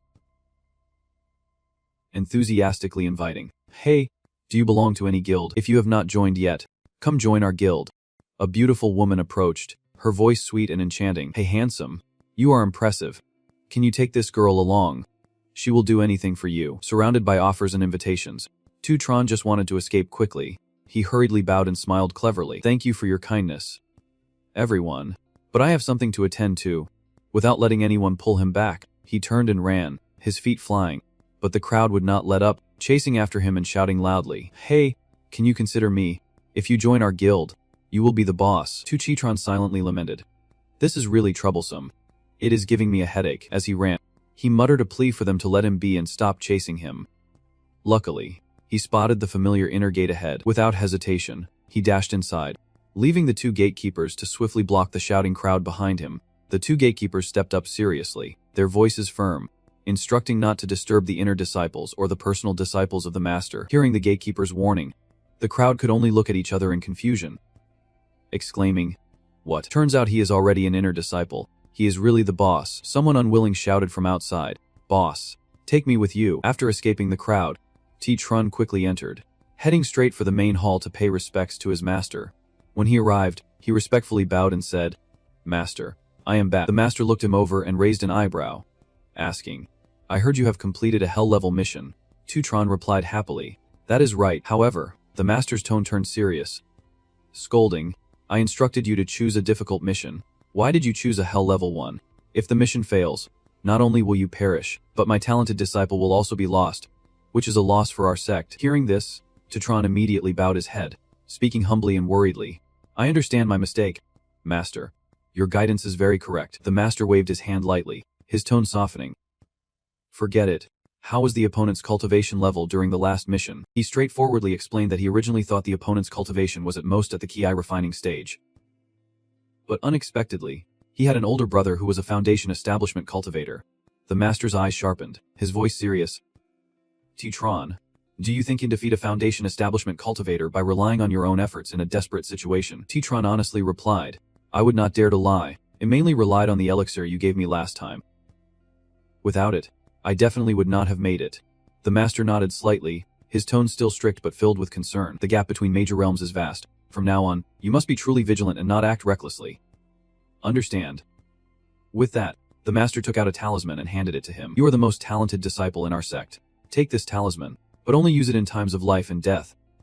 Otherwise, do not use it casually. Understood. Receiving the talisman, Tron could not hide his excitement. Thank you, Master. He felt overwhelming joy inside. With the sect leader as his backing, what was there to fear? He had to hold on to this support tightly. The Master continued to take out exquisite elixirs, speaking gently yet with authority. And here is the top-grade key-gathering pill that I promised you. Since you completed the Hell-level task, I will grant you another key-gathering pill. I hope you can break through successfully. Tron accepted the reward, bowing deeply in gratitude. Thank you for your support, Master. I will not let you down. The Master nodded lightly. What you lack now is swordsmanship. It is in the scriptures of our sect. You can go exchange for it. Before he could finish, Tron softly interrupted. Master, wait a moment. The Master turned, his expression serious but with a hint of curiosity. Is there something else? Tron carefully took out the hairpin he had prepared beforehand, lifting it with both hands, his voice hesitant yet sincere. Disciple wants to give Master a small gift, but it is not enough to buy a precious spirit needle. I could only buy this common hairpin. I wonder if Master will like it. After a long silence admiring the hairpin, the Master finally spoke softly, his tone calm yet tinged with deep emotion. Tron, just focus on your training. There is no need for such formality. Tron bowed in thanks, his tone full of respect. Please rest assured, Master. Then he quietly left the main hall, his mind still occupied with thoughts. Oh, Master is really too cold, even saying he does not like receiving gifts, but still accepted it. Just as he pondered life, the system notified him that Lun Fai Yin's favorability had increased by 5, bringing the total to 10. Just thinking about that moment made him feel elated. The favorability of the Master towards him has increased. It should be like that, the young man thought to himself, unable to hide his pride. It turns out the Master is only cold on the outside. The path of relying on others has taken another step forward. Perhaps when in a good mood, everything around seems more beautiful. But suddenly, a loud explosion shattered the quiet space. Tron frowned slightly, wondering, what was that noise? He quickly approached the sound, only to find dust and smoke everywhere, mixed with coughing sounds. From within the haze, Elder Thin Than was brushing off dust, coughing and muttering in annoyance. Another failure. Why is this convergence pill harder to refine than the celestial essence pill? I refuse to believe it. People began to crowd around, gathering densely. As the smoke gradually cleared, Elder Thin Than looked up at everyone and spoke in a deep, resonant voice. I am the leader among the 12 elders of the sword sect, named Ting King. Right now, I am refining pills and urgently need a type of medicinal herb. Is there anyone willing to go out for me to find it? Upon hearing this, the disciples below immediately shook their heads vigorously, each one quickly waving their hands to refuse. One person whispered decisively that it was a hell-level mission. And besides, going to the Herbal Valley would cost spirit stones too. Another person chimed in, forget it. This mission is not only difficult but also costly. Taking on this kind of mission is not worth it at all. Forget this trip. I do not want to die before I even start. In a scene where everyone was avoiding the task, Zichen stepped out from a distance, bowed respectfully, and his voice rang clear amidst the crowd. Greetings, Elder. I am Zichen and I am willing to help you find the Suyin grass. His words immediately caused a stir among the crowd. Astonished gazes turned towards him, and whispers began to spread everywhere. What? Is this person seriously accepting this mission with his eyes closed? Elder Qin King pondered for a moment and then could not help but laugh. Isn't he the disciple that young Lady Ling just accepted? Meanwhile, Zichen bowed his head, his eyes gleaming with pride. He knew very well that this old man was the most formidable alchemy master of the sword sect. This was a golden opportunity to build a relationship with such a significant figure. How could he let it slip away? He had to seize it. The night at the Herbal Valley was enveloped in a mysterious and eerie atmosphere. Zichen quietly walked along the path, his eyes cautiously observing the surroundings, whispering to himself, based on experiences from his past life, this type of medicinal spirit boss usually appeared where herbs grew. It must be nearby. Just then, a loud noise suddenly rang out. Looking up, he saw a huge skeletal eagle, its white bones flapping violently, knocking several people away. The players were struggling to hold on, and the situation was chaotic. Watching that scene, Zichen smirked quietly. Found it, but it seems to be hunted by someone else. I will let them fight it out first and then look for an opportunity. But as expected, despite having more than 10 people surrounding it, the skeletal eagle still arrogantly flapped its wings, throwing everyone away, and its health was still over half. He patiently observed and smiled. These newbie players are too weak. Besides, judging by their appearance, they are definitely going to be wiped out by the spirit boss. It is best to discuss with them first before the boss comes out. Without hesitation, he walked straight towards them. As soon as he appeared, a sharp-eyed girl with black hair immediately exclaimed, Sister Yuan Ling, is not that the handsome expert? Shortly after, Tugon Lin and a short-haired girl landed from the air. Zichen maintained a calm expression and proactively spoke. Everyone. I have an urgent task with this medicinal hawk. Could you let me take this, boss? He thought to himself.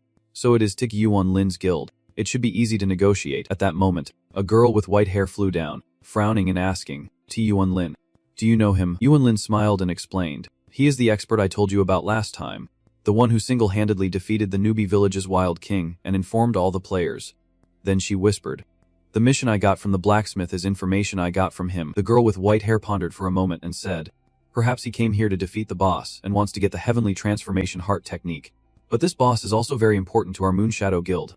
Even if he is a friend, we can't let him have it. Yuan Lin nodded slightly, her voice growing serious. Alright, let me go talk to him. Then Yuan Lin approached Zichen, her tone slightly apologetic but still firm. Lord Lamb, I am really sorry. This hawk is a task our boss needs. Could you wait until tomorrow for it to respond? Zichen faintly smirked, giving a knowing smile. Just as I thought. I guess you would not easily give it up.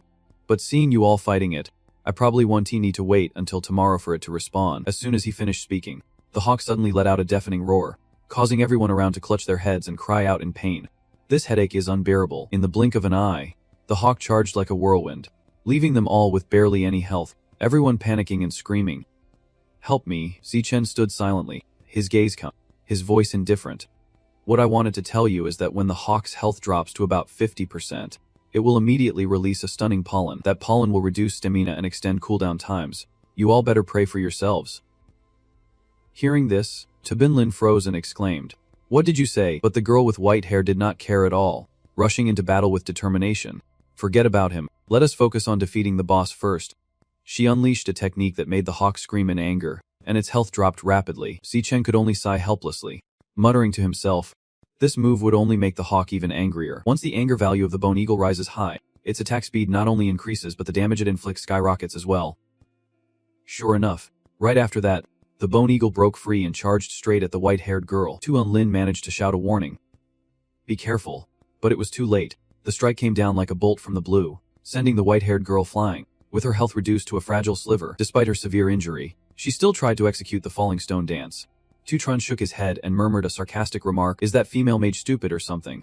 The white-haired girl immediately turned to glare at him, but he paid no mind, calmly continuing with a voice full of confidence and clarity. I can teach you how to deal with this bone eagle, but if it drops the common spirit grass, you have to hand it over to me. How does that sound? Hearing that condition, both quickly agreed. Fine. Just show us. The white-haired girl immediately flew towards them. Tutron wasted no time, seriously instructing her. Since her resentment towards the bone eagle was quite high, she should not use the falling stone dance to provoke it anymore. Look at your health bar. There is hardly anything left. When it recovers from those falling rocks, it could knock you out in a heartbeat. As he spoke, he took the girl's hand, adjusting her grip on the staff and aiming it precisely at the bone eagle. His tone was calm but decisive. The falling stone dance is not meant to be used this way. It should be combined with Earth Spirit's strike to maximize the damage. Her strike recovers quickly, so use that first. The white-haired girl followed his instructions, delivering a precise blow that made the bone eagle scream in pain. Tutron nodded slightly, praising her. Great job. Just like that. You need to control from a distance and let your teammates deal the damage. At this point, Ein Lin kept flying around, attacking the bone eagle skillfully. The white-haired girl smiled happily and said, so that is how it is? Thank you for the guidance. But just as the atmosphere became more pleasant, a loud noise echoed from afar. The Bloodthirst Guild appeared, a fierce crowd rushing in. Tutron merely glanced over, his gaze calm. The leader of the group shouted threateningly, this boss is ours. Stop what you are doing and come out, or do not blame us for being rude. Ein Lin's face paled slightly with worry as she whispered, Boss, the Bloodthirst Guild is the guild of those online players. We currently do not have enough manpower here. What should we do now? But the white-haired girl hesitated not at all, her eyes blazing with determination. Then we just fight them. If we give in to them this time, we will have to keep giving in from now on. Even if we lose this time, we must make the Moonshadow Guild renowned. At the very least, we can't lose face in terms of momentum. Ein Lin nodded in agreement immediately. Understood. But in the midst of this tense situation, both girls glanced over at Tutron. They both understood well that the Bone Eagle was almost defeated. If they let this go to focus on the guild war now, it would really be a shame. Tutron immediately understood that look, and calmly said, his tone decisive yet skillful, I can help everyone deal with this eagle spirit, but after we finish, besides the spirit grass, I will also get to choose one piece of equipment that drops from the boss. What do you all think about this? The white-haired girl asked doubtfully. Are you serious about that? Ein Lin quickly chimed in. If that is the case, I will leave a few people with you to help deal with the eagle spirit. But Titran just shook his head slightly, his tone calm yet confident, tinged with a bit of pride. No need. You all just focus on the guild battle. I can handle the eagle spirit by myself. Both girls could only look at him in silence, not having the chance to react when the leader of the Blood Slaughter Guild burst into laughter, his voice full of disdain. How ridiculous. Just one person dares to claim he can kill the eagle spirit of the mystical climate. Truly, a madman often dreams big. Brothers, let us charge in together and teach this insignificant guild a lesson. Following the orders, the Blood Slaughter members rushed into attack, while Tui and Lin and her guild members quickly countered, blocking them. The sounds of metal clashing and explosions echoed throughout the once peaceful Duck Cock, turning it chaotic, as a Blood Slaughter member sneered mockingly amid the battle. In this place, Duck Cock, only those who rely on their fighting skills can survive. You young ladies have come to the wrong place. He laughed heartily while the others continued to taunt. Just think about it. A bunch of girls charging into DC Kausi to pull off some stunts. Exactly. Would not it be better for you to stay in the newbie village? But it is all right. Let me escort you back to the newbie village. Greedy, disdainful glints flickered in the eyes of the blood killers. The leader seized the opportunity to humiliate his opponents. Dare to confront our blood killers. This is the consequence. Today is just a small lesson for a trivial guild like yours. But just then, one of them suddenly pointed to the sky, exclaiming, "Boss. It seems like there is a notification for the first kill." He looked up at the system announcement board, his expression changing. What is that supposed to mean? Everyone stared up at the sky, where bright letters had just appeared. Congratulations to player Titran for completing the first kill of the key refining boss in Butt Home. The player received a reward of 400 reputation points, 2 and 8 charm points, and 1 achievement medal. The atmosphere around them froze, with murmurs rising everywhere. The bone eagle was taken down. Titran turned around calmly, his voice chilling everyone around him. "2 online. I have defeated the bone eagle. Come over and let us split the loot." The young man turned, glancing at the blood killers with a smirk of triumph. The leader of the blood killers shouted angrily, pointing his finger, "Dare to steal my boss? Looks like he is asking for death." This kid managed to kill the boss solo at an early stage, which means he will definitely become a huge threat later. Let us take him down immediately, then steal his gear to disrupt his leveling pace. If we can take him out, there will be a big reward. One of them immediately rushed forward, shouting proudly, "I am coming." That guy charged in with a move that was all the rage. To be honest, I am of a fighter. One of my punches is equivalent to 2 years of power. Let us see how you handle this. But in an instant, Titran deftly dodged to the side, leaving his opponent stunned, exclaiming. He dodged. Without hesitation, he swung his sword for a fatal strike, piercing the enemy's heart and causing him to lose 545 health. A confident thought flashed in his mind. In his previous life, he would have been a top-tier mage, encountering countless ambushes. Against such weak martial arts, how could he possibly take a hit? The guy's eyes widened, stammering in shock. How could his reaction be so fast? This is impossible. But he did not have time to question it further, as with one more strike, Titran swiftly ended it, cutting straight into his throat, dealing a fatal blow that took 455 health, and he collapsed immediately, turning into a stone in an instant. The other 3 panicked, screaming in terror one after another. This can't be happening. How is that kid's damage so high? He did not even bother using skills. Another one trembled, denying reality. I do not believe it. Is this guy cheating? How could this be cheating? I have read enough, so do not try to fool me. The killing intent radiating from Titran was strong, his voice deep yet threatening. Just because I do not like to cause trouble does not mean I am afraid of it. I do not care about your guild wars. But if you mess with me, you better be careful. The opponents immediately charged in, one of them shouting loudly to rally his teammates. That kid is too arrogant. Let us all 4 go together. He is just a mid-tier weapon master. There is no need to be afraid of him. Let us work together. Titran let out a soft huff, completely unfazed. As soon as he finished speaking, he swung his sword, his body darting forward like a flash of lightning. The group did not even have time to react before they were all sent flying, their health draining in an instant. The young man stood in the middle of the battlefield, his cold gaze sweeping over a group of mixed enemies. Watching the enemies turn to stone right before him, he calmly added, "So, is there anyone else who dares to come up?" The leader of the Blood Slaughter Guild was now genuinely worried but still shouted defiantly, "Brothers, quickly on away. Sooner or later we will settle the score with him. It is all over." The white-haired girl stepped forward, her tone sincere. "Thank you so much, Master Lam." He simply waved his hand, his tone nonchalant. "No need to thank me. It is just a small matter. Nothing to mention. By the way, I have already dealt with the Spirit Bone Eagle. All the dropped equipment is right here. According to the rules, the Spirit Herb belongs to me, and I can also choose one more item. Is that okay?" Tu Unlane finally reacted, exclaiming in surprise. 6 items dropped at once. What kind of ridiculous drop rate is this? The white-haired girl also widened her eyes, unable to hide her astonishment. I have never seen so many items drop from a monster before. Lum, you killed the bone eagle from the start. We do not have the right to take these items. All of these items should belong to you. But T-Tron shook his head, refusing firmly. Don't say that. We agreed before. The body of the bone eagle was taken down by you guys first. It is really not right for me to steal your prey. I just want to pick one item for the contribution. Einlein and the white-haired girl leaned in to whisper for a moment before Einlein immediately transferred the money. A notification sounded in his ear. Your card ending in 7758 has received 5 million yuan. The current balance is 5,207,827.35 yuan. Tutron was secretly amazed. 5 million just transferred to me without a blink. This woman is really rich. Just as he was about to turn away, the white-haired girl reached out to stop him, her sparkling eyes and gentle tone. Master. Please wait. Let me introduce myself. I am Jiang Lex, the president of the Moon Shadow Guild. She extended her soft hand, and T-Tron gently took it and replied with a smile. I am Lum Tron.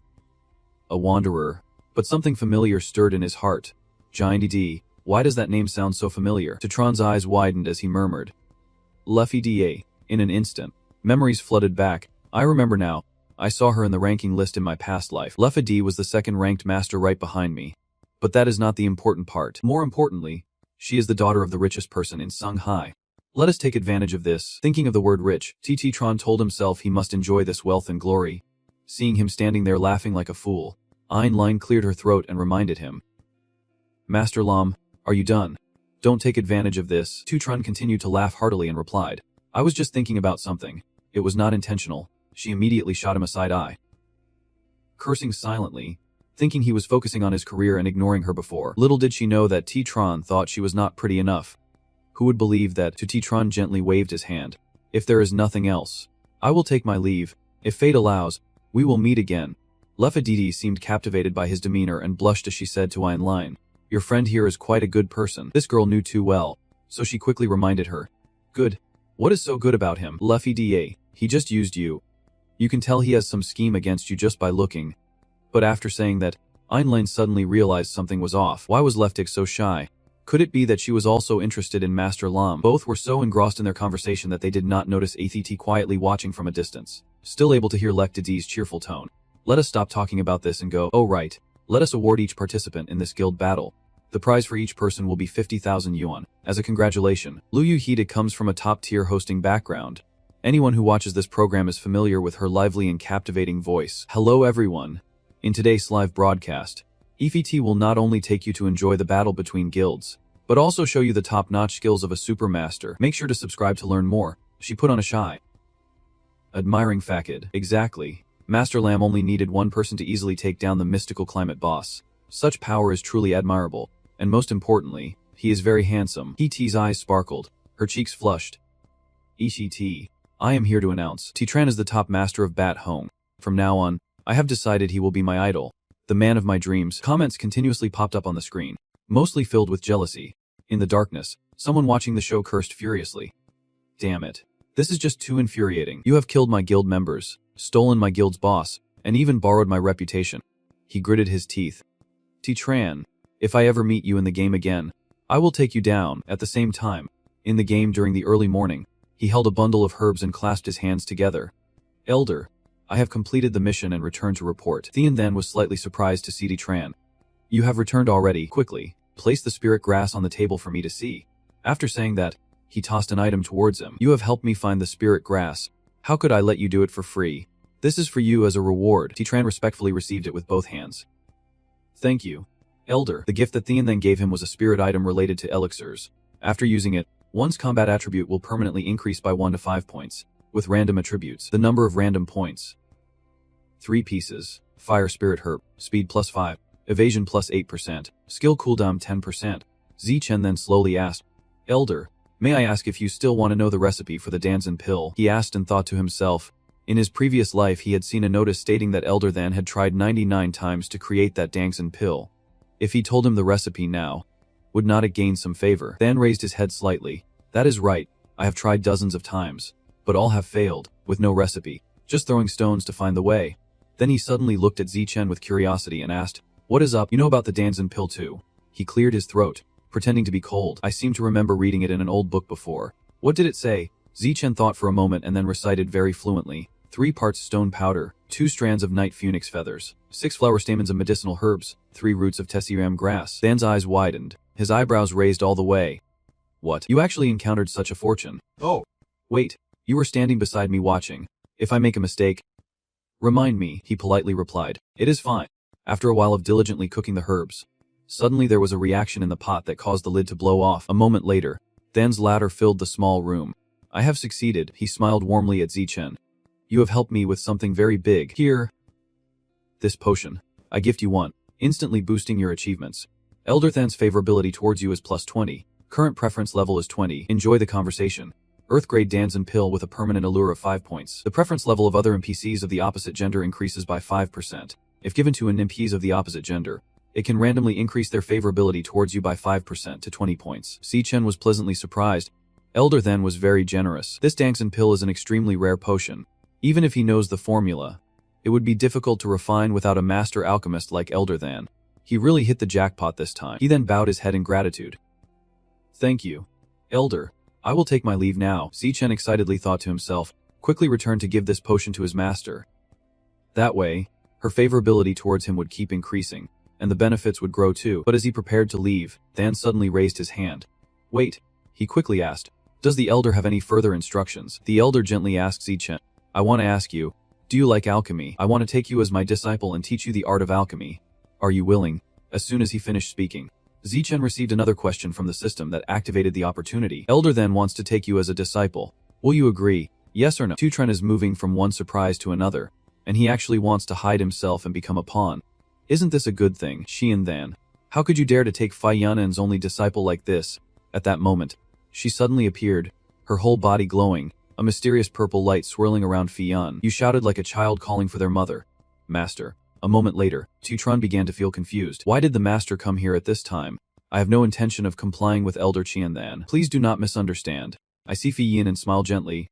The sect has misunderstood. I never intended to take your disciple. It is just that your disciple is quite talented in alchemy. I really cherish him, so I just want to teach him alchemy. She did not make it difficult for me. I humbly replied. So that is how it is, then Fei Yin has misunderstood. You stood by. Relieved. Master should not be angry. I told you, she seems like a cold fairy. Just looking at her makes you know her mood is extremely stable. After a while, she spoke again. However, Fei Yin felt that the apprentice had a greater talent for cultivation. What the sword sect lacks the most is not an alchemist, but powerful celestial beings. Xian Than. What do you say? But Xian Than does not need to worry. If my disciple's level rises a little more, I will let him honor you as his master, she said while casting a mesmerizing glance at Tutron, making you jump in surprise, your lips trembling in fear. Did the master use such a look to deceive me? Is she angry? No way. If she is this angry, how can she let me pay respects to Elder Qian Than as my master in the future? He smiled brightly and gently advised. All right, then let us make it a firm promise. I am going back to alchemy now. You two can do as you wish. As Qian Than turned away, Fei Yin coldly ordered Tutron, come back to the sword pavilion with me. I have something to discuss with you. You could only clasp your hands and respond with one word. Clear. Even though your mind was extremely uneasy, this tone from the master seemed a bit unfriendly. Perhaps she wanted to settle the score with me. Once back at the sword pavilion, Fei Yin could not help but ask directly. It seems you are not satisfied with your master. Huh.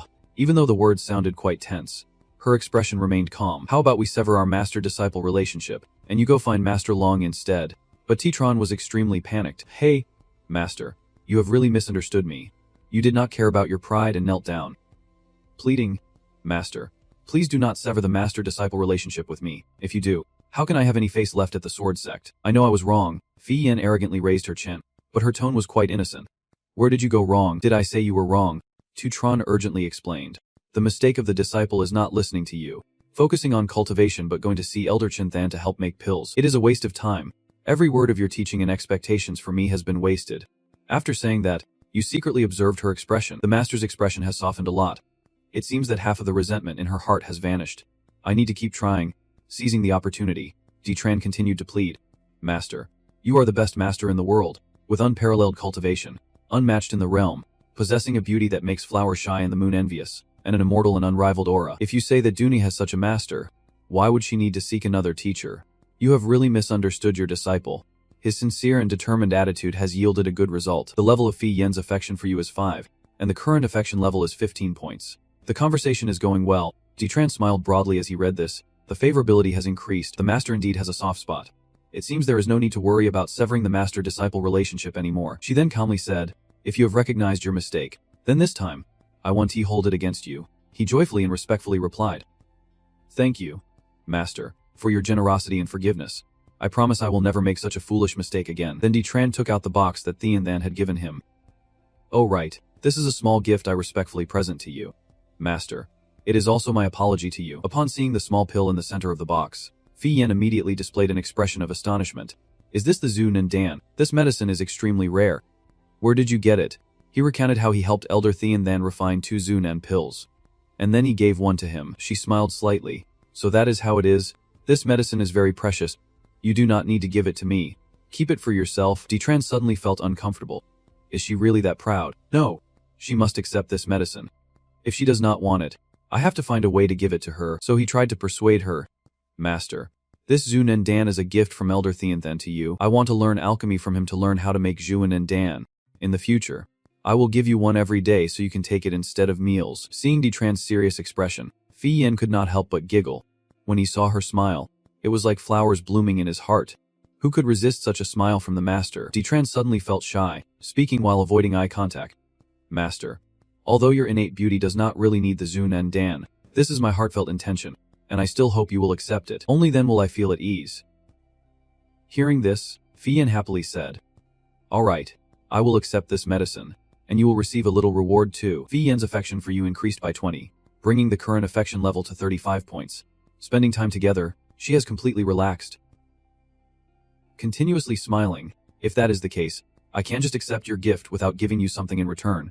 I remember there is a secret martial arts technique in my cultivation realm that is very suitable for you. I will get it for you. Detran thought to himself with delight.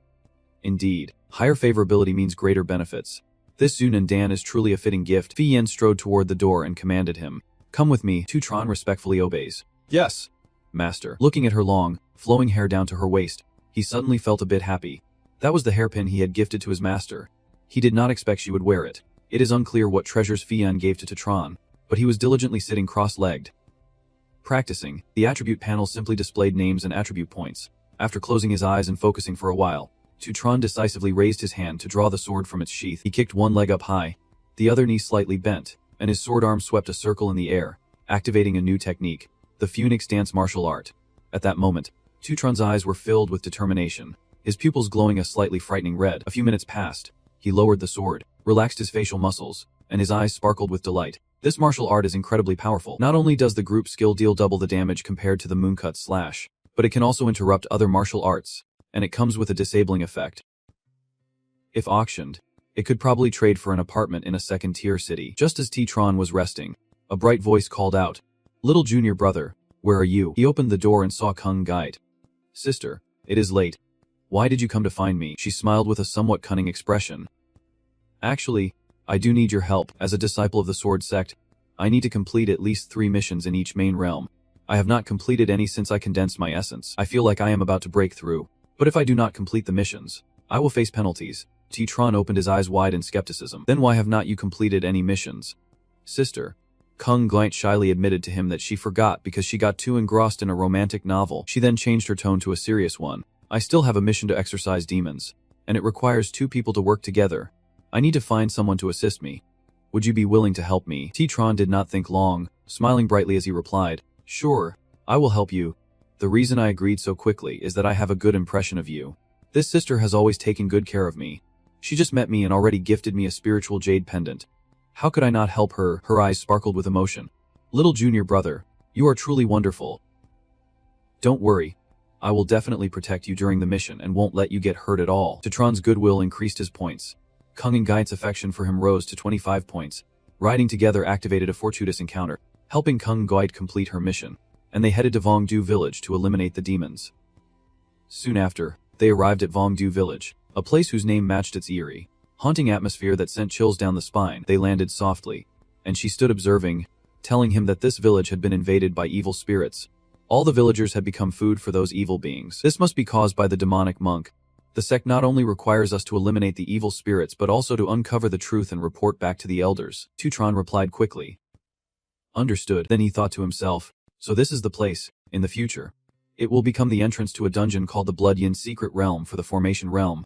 I have been here so many times in my previous life. Kung and Guite led T-Tron to a house. She pushed the door open and prepared to enter. Both stepped inside and stood under a tree. Suddenly, the well in the wide courtyard emitted a blue light.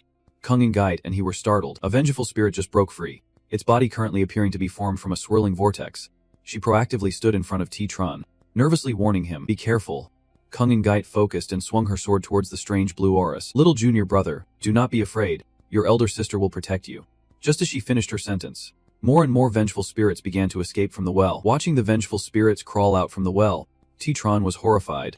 This ancient well harbored countless souls. A single spirit in the Kia refining realm is not scary. But if there are hundreds, the difficulty of the battle will be entirely different. Kung and Guite appeared cautious, observing that it seemed the entire village's populace had been turned into spirits by the demonic monks inside their homes. How could such a tragic thing happen? Today, I must eradicate the demonic guardian Dao. Seeing her charge straight towards the ancient well without hesitation, he hurriedly followed. Elder sister, I am here to help you. Kung and Guite executed the Moonflower sword technique. Then she and T-Tron combined their swords, using Heavenly Light Slash and Moonbone Slash to attack the formless vengeful spirits. Kung and Guite declared fiercely, demonic outsider, you have killed countless. Today I must take your life. Go down and reunite with all the villagers who died tragically in this village.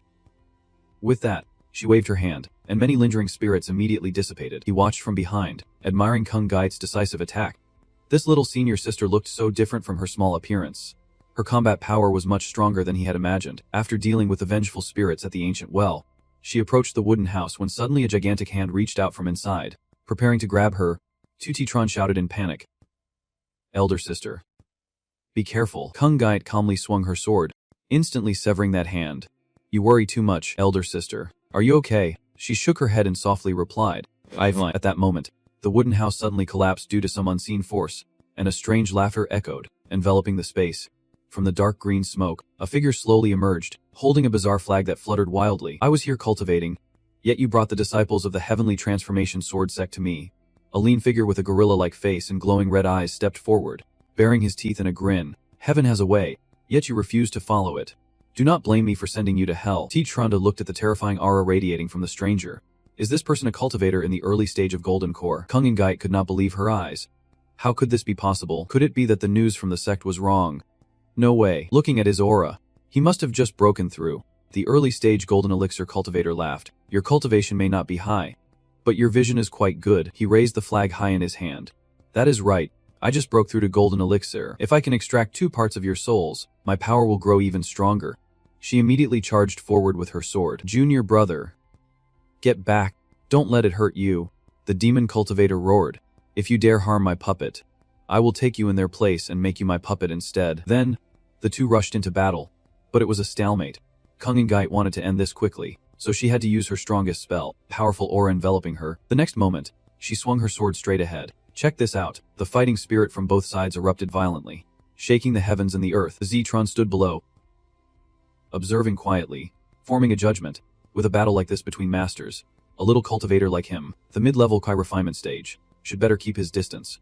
If he was not careful, he would end up resurrecting back at the newbie village. Realizing he could not gain the upper hand, he quietly calculated. This girl was indeed hard to deal with, so he had to call for help.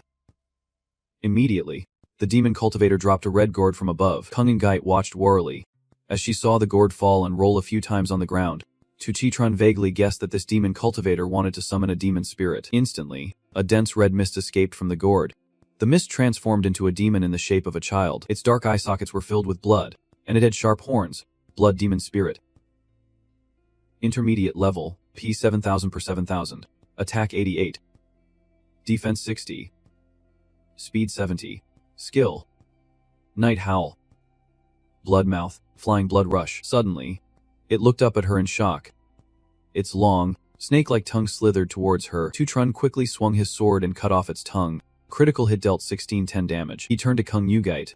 Sister, you can focus on dealing with the demon cultivator. Let me handle this demon spirit. Blocked. The demon screamed wildly, its dark eye sockets oozing blood, its voice a screech of curses. I will eat your heart, devour your organs, and consume your whole body. As it lunged forward, T-Tron immediately used the moon slice to strike several times through the bloodhorn's body, dealing a critical hit of 1260 damage.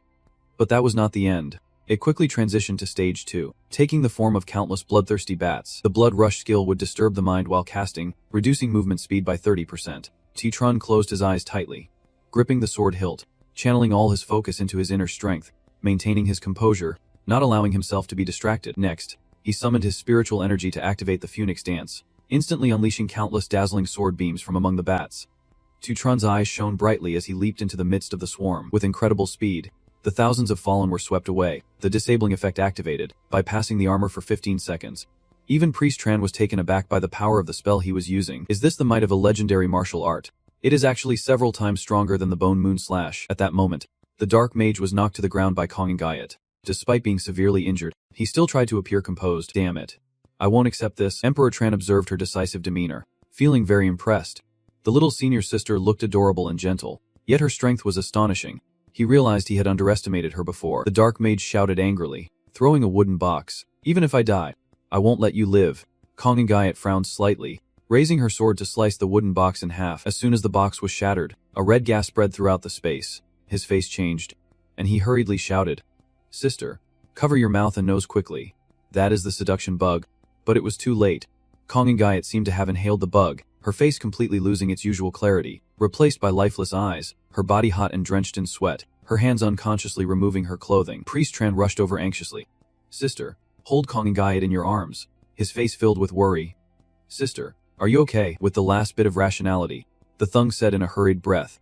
"Little junior brother, do not look at me." Emperor Tran closed his eyes and exhaled. "All right, I won't look," he thought to himself. The seduction bug is a type of insect that stimulates human desires. Perhaps it was the first time Sister encountered such a sinister trick, so she did not anticipate it and fell for it. At that moment, Kongangayat felt increasingly restless, her gaze and actions towards Priest Tran becoming more heated than before. "Little junior brother." Then the system continuously announced that her affection for him was skyrocketing. Affection level 20, 52 points of mutual understanding. Kongangayat's affection for you increased by 20. Current affection level 72 points. A harmonious couple. Kongangayat's affection for you increased by 20. Current affection level 92 points. Together through life and death. Seeing the affection level rise to 92 in just a few seconds, Priest Tran swallowed hard, thinking that the sudden spike in affection was unbelievable. Unfortunately, this unexpected affection was not real. It was merely caused by the bug's charm. She could not stand it anymore, trembling and pleading. "Junior brother, I am really uncomfortable.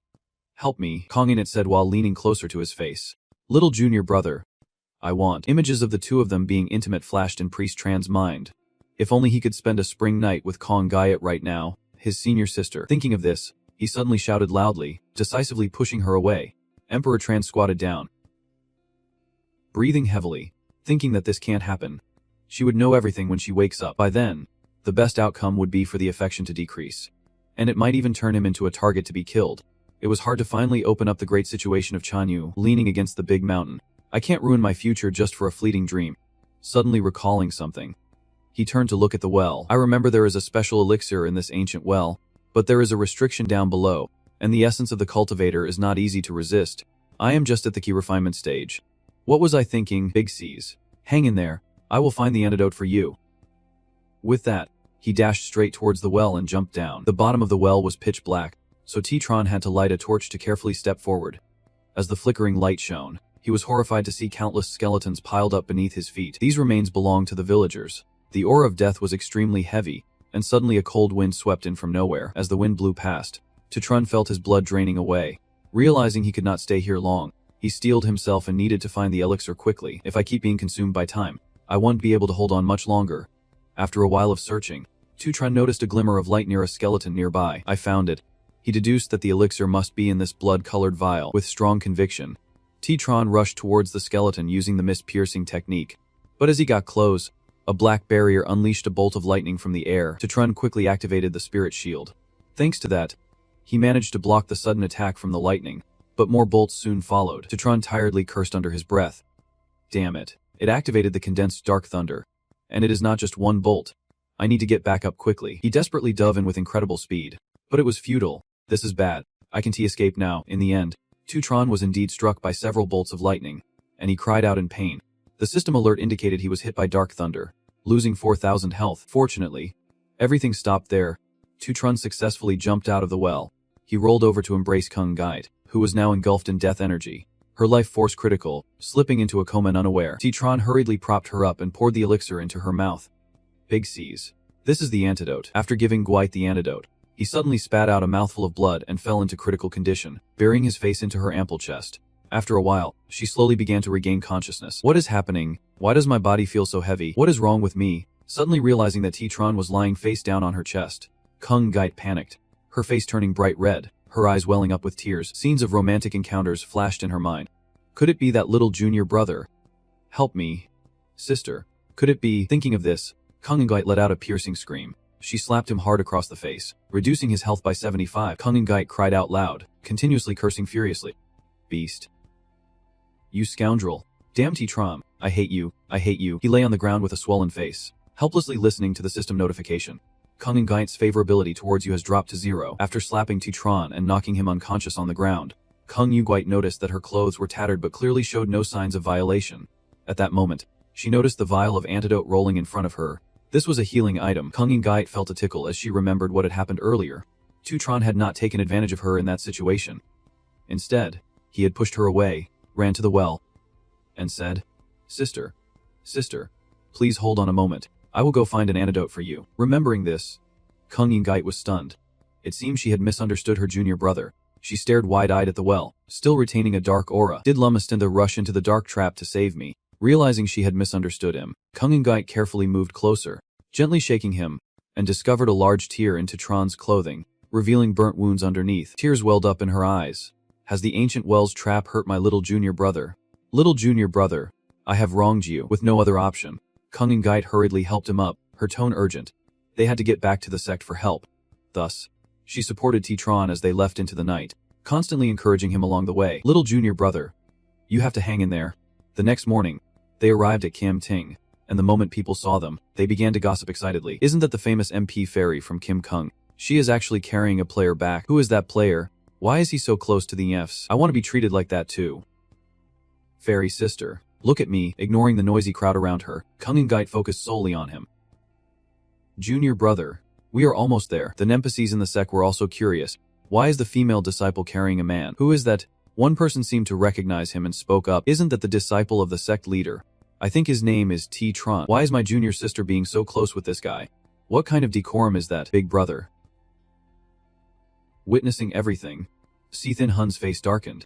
Gritting his teeth and clenching his fists behind Tron, she stopped crying and hugged him, flying straight towards the inner hall. Soon after, Tron opened his eyes and heard someone's voice. You are awake. Looking at the scene before him and the faint silhouette in the distance, he could not help but feel confused. Where am I? I have no idea how long I have been asleep. Seeing Thin Gian approach with a powerful aura, Tron silently speculated that this person truly has a strong presence.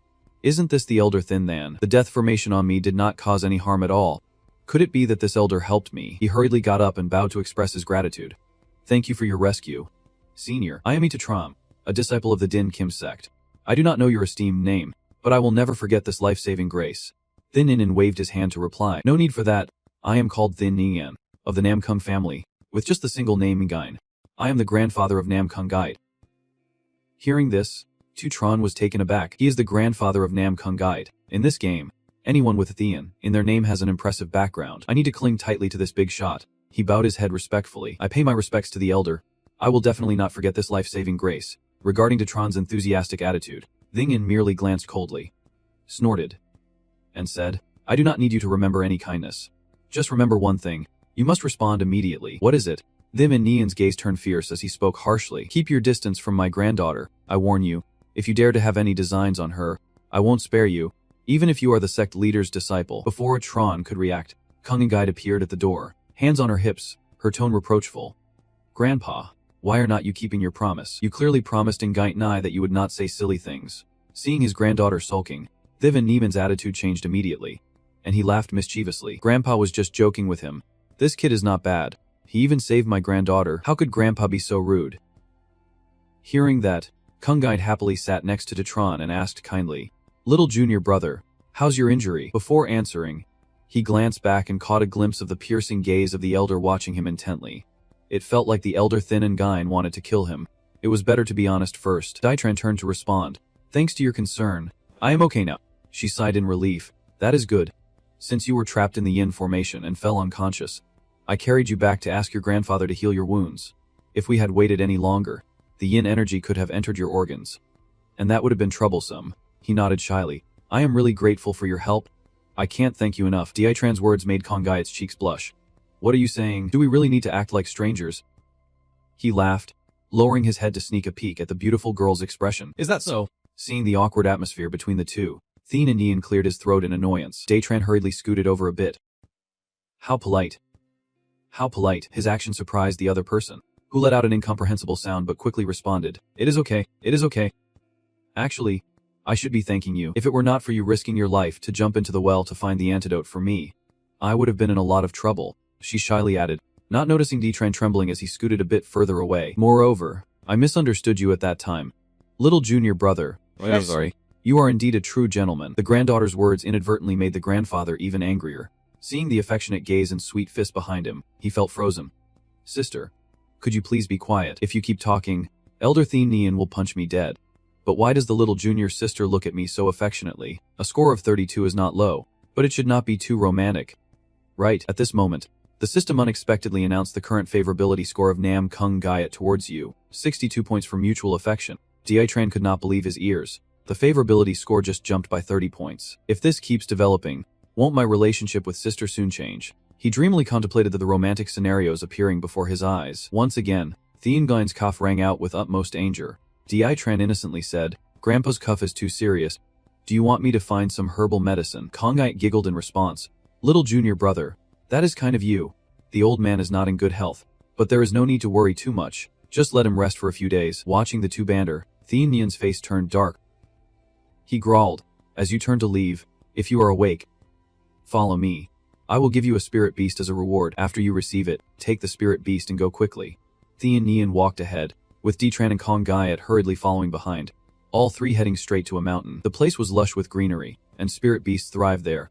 Watching the spirit beasts alternately branch out above, he silently admired. I never expected Elder Thien Gaian to have such a treasure trove.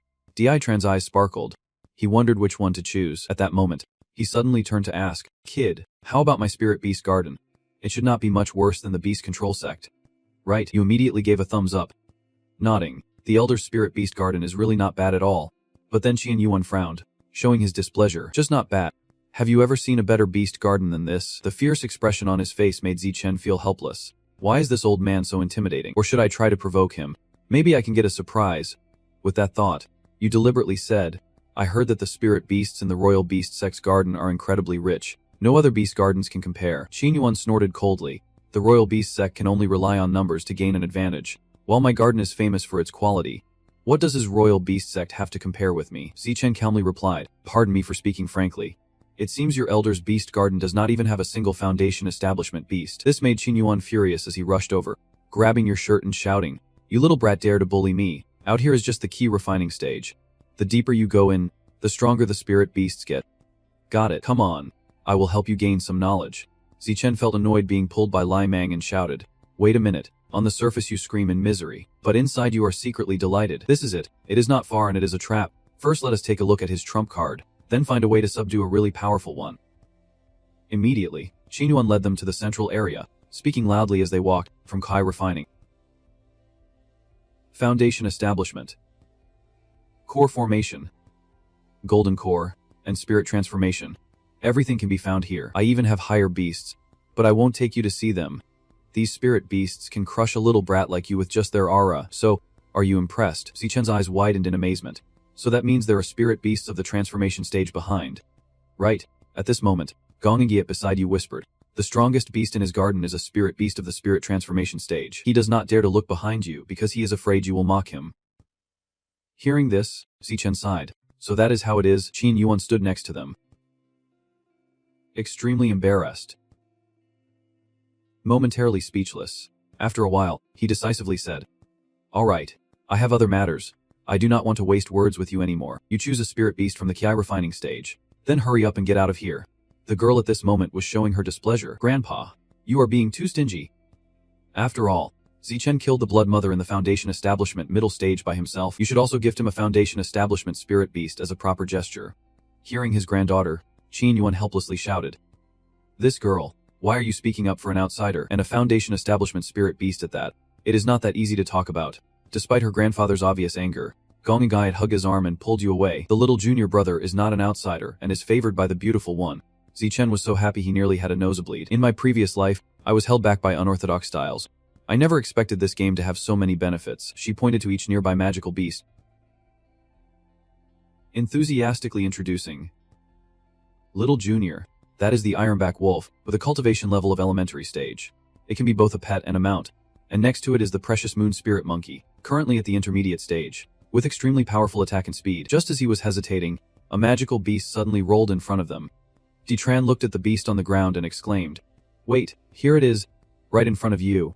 A small, adorable creature with a black and white fur like a panda. Looking up gently, "This one is the real steel beast."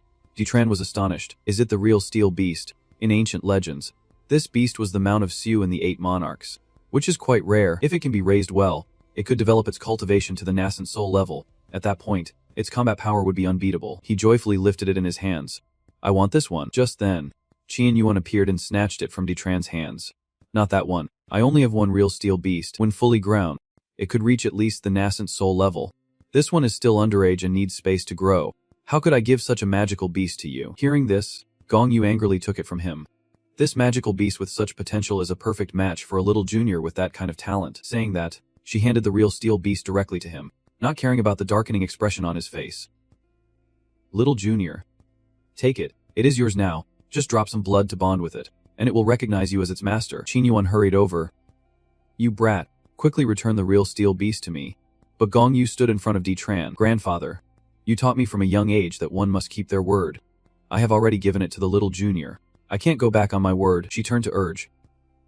"Little junior, you should drop blood to bond with it quickly." Knowing he could not hesitate, he bit his finger to let blood flow. Gong Yu continued to guide. "After you prick your finger, place it on its head. Then feel the emotional fluctuations of the real steel beast and connect with it spiritually." Pressed by Detran on the forehead, the real steel beast let out a soft cry. Only after everything was done did she smugly say to Qian Yuan, "Grandfather, my little brother has pricked his blood now. There is no point in regretting it.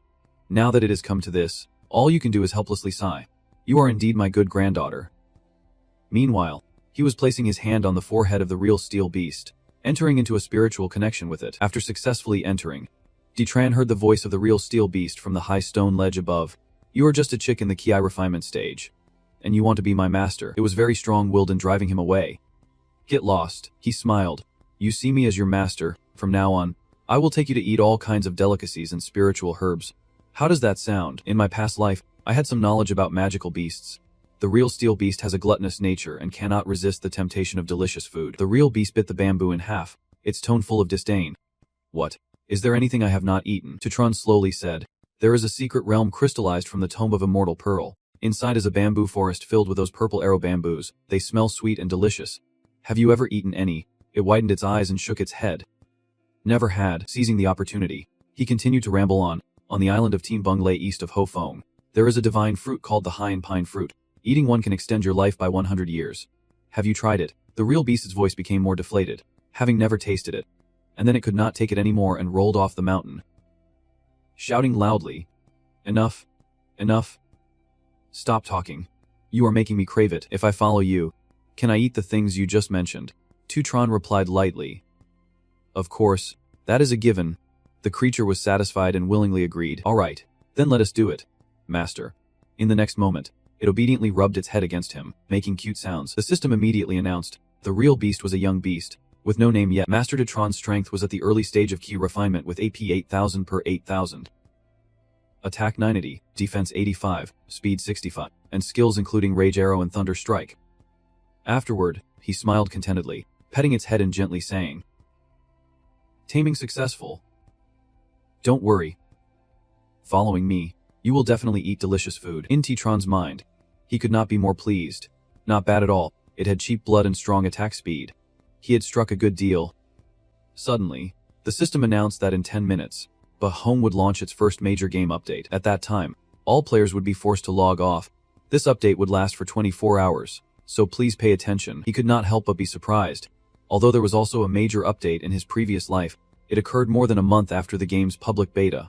Why is this one happening so quickly? Could it be that the integration time between the game and reality has progressed more than before? Tetron stepped forward and said to Chi Ying-Gait, "Junior sister, Thank you for today. The junior brother expressed great gratitude. But I have to go back to focus on training. I will come visit you in a few days. After saying that, he thought to himself, do not overthink it right now. He could not delay his offline time. He must return to the back courtyard of the Sword Pavilion to log off and accumulate experience. Hearing Tigatron say he had to leave, she reluctantly held his hand. Junior brother, are you really leaving? Alright, you go rest first, and in a few days, I will come find you. T-Tron nodded. Sure. Back in the real world, his phone just happened to ring. T-Tron picked it up to check and saw a message from Sequothutite. Little Tron, in a few days it is my sister's birthday, and my colleagues at the hospital want me to be a guest. At that moment, her image suddenly flooded his mind. It is you. Thutite. T-Tron recalled the events that happened on that rainy day years ago. Thutite was 3 years older than him. In terms of family relations, she was his cousin. However, despite being cousins, the relationship between their families had long surpassed 5 generations. In name, we are cousins. When we were young, Tite often came to my house to play because she wore braces and was always bullied by the naughty kids. The kids back then would use heavy teasing against her, a monster with a mouth full of metal braces, calling her names and telling her to go die. Whenever someone bullied Tite, I would step in to help. Are you guys bullying Tite again? As long as I am here, no one can pick on her. Every time this happened, I would be surrounded and beaten up by the group. They would also hurl insults at me. It is you again, you damn dog, meddling in other people's business. Do you want to die? Beat him up, smash him to bits, and every time, she could only helplessly sit there, calling my name with tears streaming down her face. Little Tron. Even though I ended up getting beaten black and blue each time, Tite quickly forgot her sadness and laughed instead. Because of that, I did not worry much, and I even said that this made our relationship very close. She had liked to cling to me since we were kids, and I benefited a lot from her. As I grew older, even though we did not live in the same city, Tite would still call me occasionally. After my parents passed away, she became my beacon during those dark days. One day, I accidentally read what Tite had written in her diary. October. Little Tron's birthday is coming up. I plan to give him a pair of shoes. I wonder if he will like them.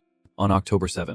I have known Little Tron for a long time, and I find myself liking him more and more. What would happen if Little Tron knew I liked him? He had never thought about this situation. I thought Tite saw me as a little brother, but it was not until I accidentally saw her diary that I realized her feelings for me. But in my past life, I was obsessed with purity and did not pay attention to Tite. When I heard from her again, she was already married. Moreover, not long after getting married, Tite suddenly fell into depression and self-destructed. That day, I went to Beijing alone, filled with countless thoughts. Looking back now, it seems Tite started to drift away from me after this birthday, so I could not miss her birthday this time, and I could not let Tite follow the same path as in her past life. After that, I went to the hospital where she worked. I walked while observing my surroundings. Tite seemed to be working in gynecology. Suddenly, a stretcher was pushed in. The medical staff in front shouted to clear the way. Everyone, get out of the way. Beside the stretcher, a young girl urgently called out, Dad, Dad. Wake up. Do not scare me like this. This beautiful girl is the president of the Haivan Group. Duong Fame. Duong Wine, who was panic-stricken and flustered. Director Trenthan, you must save my old man. As being passed by, T-Tren quickly jabbed his finger into the middle of the father's chest, thinking that the pharmacology knowledge he learned in Bethong finally had its use. If not, my old man won't he last another hour. Soon after, Yu's father slowly opened his eyes, groaning in pain. She exclaimed joyfully, Dad, are you awake? Are you okay? Awake, seeing the bizarre scene unfold. The doctor stood there, astonished, looking at Titron. What exactly did you do? But then recalling the urgent situation, the doctor quickly told his colleague, forget about that. If he is awake, there is a greater chance of saving him. Hurry and take him to the treatment room. Outside, she frantically grabbed Titron's hand. Little doctor, you must have a way to save my dad. Right, as long as you agree to save my father, our family will pay any price. Titron thought helplessly. Only the elixir in the wild bowl could cure this terminal illness. Unless waiting for the game to merge, he cautiously told Lonij, I just helped open his acupuncture points. This can only slow down the death. The specific condition still depends on the surgeon's operation, but the surgery won't be easy. After all, your dad is facing a major disaster. The illness has penetrated deep into his bones, and if lucky, he might live for another month. Hearing these words, her eyes welled up, and she seemed about to collapse. A moment later, Bolani bowed her head, tears streaming down her cheeks. Slowly, her voice trembled. Can I borrow your shoulder to lean on? Without waiting for Titron's reply, Lana buried her face in his chest. Crying uncontrollably, with nothing else to do, Titron could only silently support her and listen to her sobs. He could only say that this old man was born in the wrong era. Just like his own parents, If they were still alive by the time he became a god in the game, he would find a way to save them. After a while, Lon choked up and pulled away from T-Tron's shirt. I am so sorry. I have ruined your clothes. He gently replied. Don't worry about it. It is fine. It is just something I bought on the street. Not worth much. If you are okay now, I will take my leave. During this time, spend more time with your dad. Don't let yourself regret it later. Just as T-Tron was about to leave, he suddenly heard Load call him back. Wait, next. I will give you this bank card. This card contains a bit of my goodwill. It does not have a password. Also, this business card is mine. If you ever face any difficulties in the future, just call me anytime. I will do my best to help you. Without hesitation, T-Tron reached out to take it. Then I won to be polite. If there is anything, I will come find you. Inside, he could not help but marvel. She really is a wealthy woman. Before turning to leave, Lo said, Little divine doctor, then it is a deal. T-Tron watched her figure fade down the hallway, wondering, do I look that small? But I do not look that young anymore, do I? After that, he headed towards the obstetrics department. It took a while earlier. Sister Thutite probably has not finished work yet. Right. Then T-Tron ran towards a girl, her face glowing brightly. Sister Thutite. Hearing her name, she turned around with rosy cheeks. Tron. He could not hide his emotion, choked up as he called her sister. Then he rushed to embrace Thutite tightly. I missed you so much. His reaction surprised her greatly, leaving her speechless. Tron. After their reunion at the hospital, Thutite led T-Tron to her place, looking at the old, messy apartment as if no one lived there. He questioned. Sister, do you live here? This place is about to be cleared out. Huh. You are brave to rent such a dangerous floor. She felt a bit embarrassed and just smiled in response.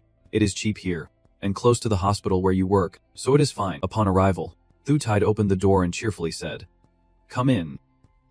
Little Tran, go take a shower and relax a bit. I will make something delicious for you. T-Tron nodded, then looked around, thinking that in her previous life, Thutite occasionally transferred money to him, and he had not realized how poor her living environment was. She could have lived better. Thinking of this, he could not help but feel a pang of sadness. Sensing T-Tron's gaze on her, she, wearing an apron, turned back to ask worriedly, What is wrong? Didn't you bring any clothes to shower with? There are some in the wardrobe. Just go get them. He scratched his head and laughed. Got it. I will rest a bit first. T-Tron walked over to open the wardrobe and discovered a lot of brand new men's clothes inside. He was surprised, wondering why there were so many men's clothes. Thutite laughed and replied, These were bought out of boredom when I went shopping. I thought they would look great on you, planning to bring them over during the holidays. I did not expect you to come here. Try them on to see if they fit. T-Tron held the clothes in his hands, feeling emotional as he said, With a sister like you, what more could a brother ask for? He had just finished showering when the food was already prepared and ready. She was setting the dining table while saying, All right, let us eat. T-Tron pulled out a chair and sat down. When he glanced over the dining table, he immediately understood his sister's intentions. All his favorite dishes were there. At that moment, Thutite suddenly picked up her phone and said, By the way, your college expenses are not too high. Right? Do you have enough money? These past 2 days, I have transferred a little to you after getting my salary. Hearing this, he quickly held her hand to stop her. T-Tron firmly insisted, Sis, I am not short on money. I have money now. But Thutite does not believe me as a college student can have money and wants to trick her. Seriously? Just wait.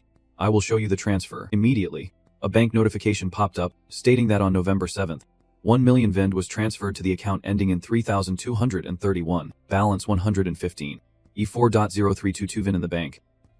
She gasped. Little Tran, where did you get this much money? You did not join a money laundering syndicate. Did you? He nonchalantly took a bite of food. This money was all earned from the game. It is from a treasure hunt. Thutite still could not believe the truth before her eyes. I heard before that people could make money from treasure hunts, but I did not expect it to be this much. T-Tron decisively declared, So from now on, you do not have to work hard anymore. Before it was you supporting me, now it is my turn to support you. Hearing this, she showed her disagreement. Who needs you to support me? That is your hard-earned money. You should give it back to me. He looked unhappy, putting down his chopsticks and standing up. Sis, do you see me as an outsider? With that attitude, I might as well go home now. Thutite hurriedly tried to soothe him. Of course not. Why would I see you as an outsider? T-Tron then suggested. Then just accept the money. She reluctantly agreed. All right, I will keep it for you for now. He finally sat down, picked up a piece of meat for Thutite. Here. Take this. Don't be so polite with me in the future. After finishing dinner, it was already dark outside. While they were cleaning up the dishes, she took the initiative to say, I will handle this. You go to the bedroom. T-Tron heard this and immediately asked, Sister, I see there is only one bed in the room. Are we going to sleep together? Deep down, he was really happy. Realizing that in the past life he never noticed how generous Sister Thu Tite was, she felt shy and replied, "Kid, what are you thinking? You can sleep in the bed, and I will take the sofa." Right. This arrangement made Tron disagree and suggest, "Sister Thu Tite, let me sleep on the sofa." However, she stubbornly pushed him into the room, insisting that if he was told to go, he should just go. With him being so tall, how could he listen and sleep on the sofa? He would sleep in the bed, with no other choice. Tron could only comply. But he lay there for a long time and could not fall asleep at all, suddenly noticing a familiar fragrance. Tron felt a bit flustered. The blanket and pillow still carried a faint scent of Sister Thu Tite. Remembering something important, he stepped out to the living room to find her. "Oh right, Sis, I have something to tell you." Thu Tite, who was sleeping, sat up when she heard Tron call her, rubbing her eyes and asking, "What is it? Why are not you sleeping at this hour?" He did not speak right away but sat down next to her. Looking thoughtful, after a moment, Tron slowly said, "Can you resign?" Thu Tite was taken aback and countered, "Why do you suddenly want me to resign? Don't tell me you want to support me. I do not need you to support me." He seriously expressed that he meant for her to change jobs. "You work in the capital. It is too far from me. When I miss you, you are not by my side. And if something happens, I can't get to you right away."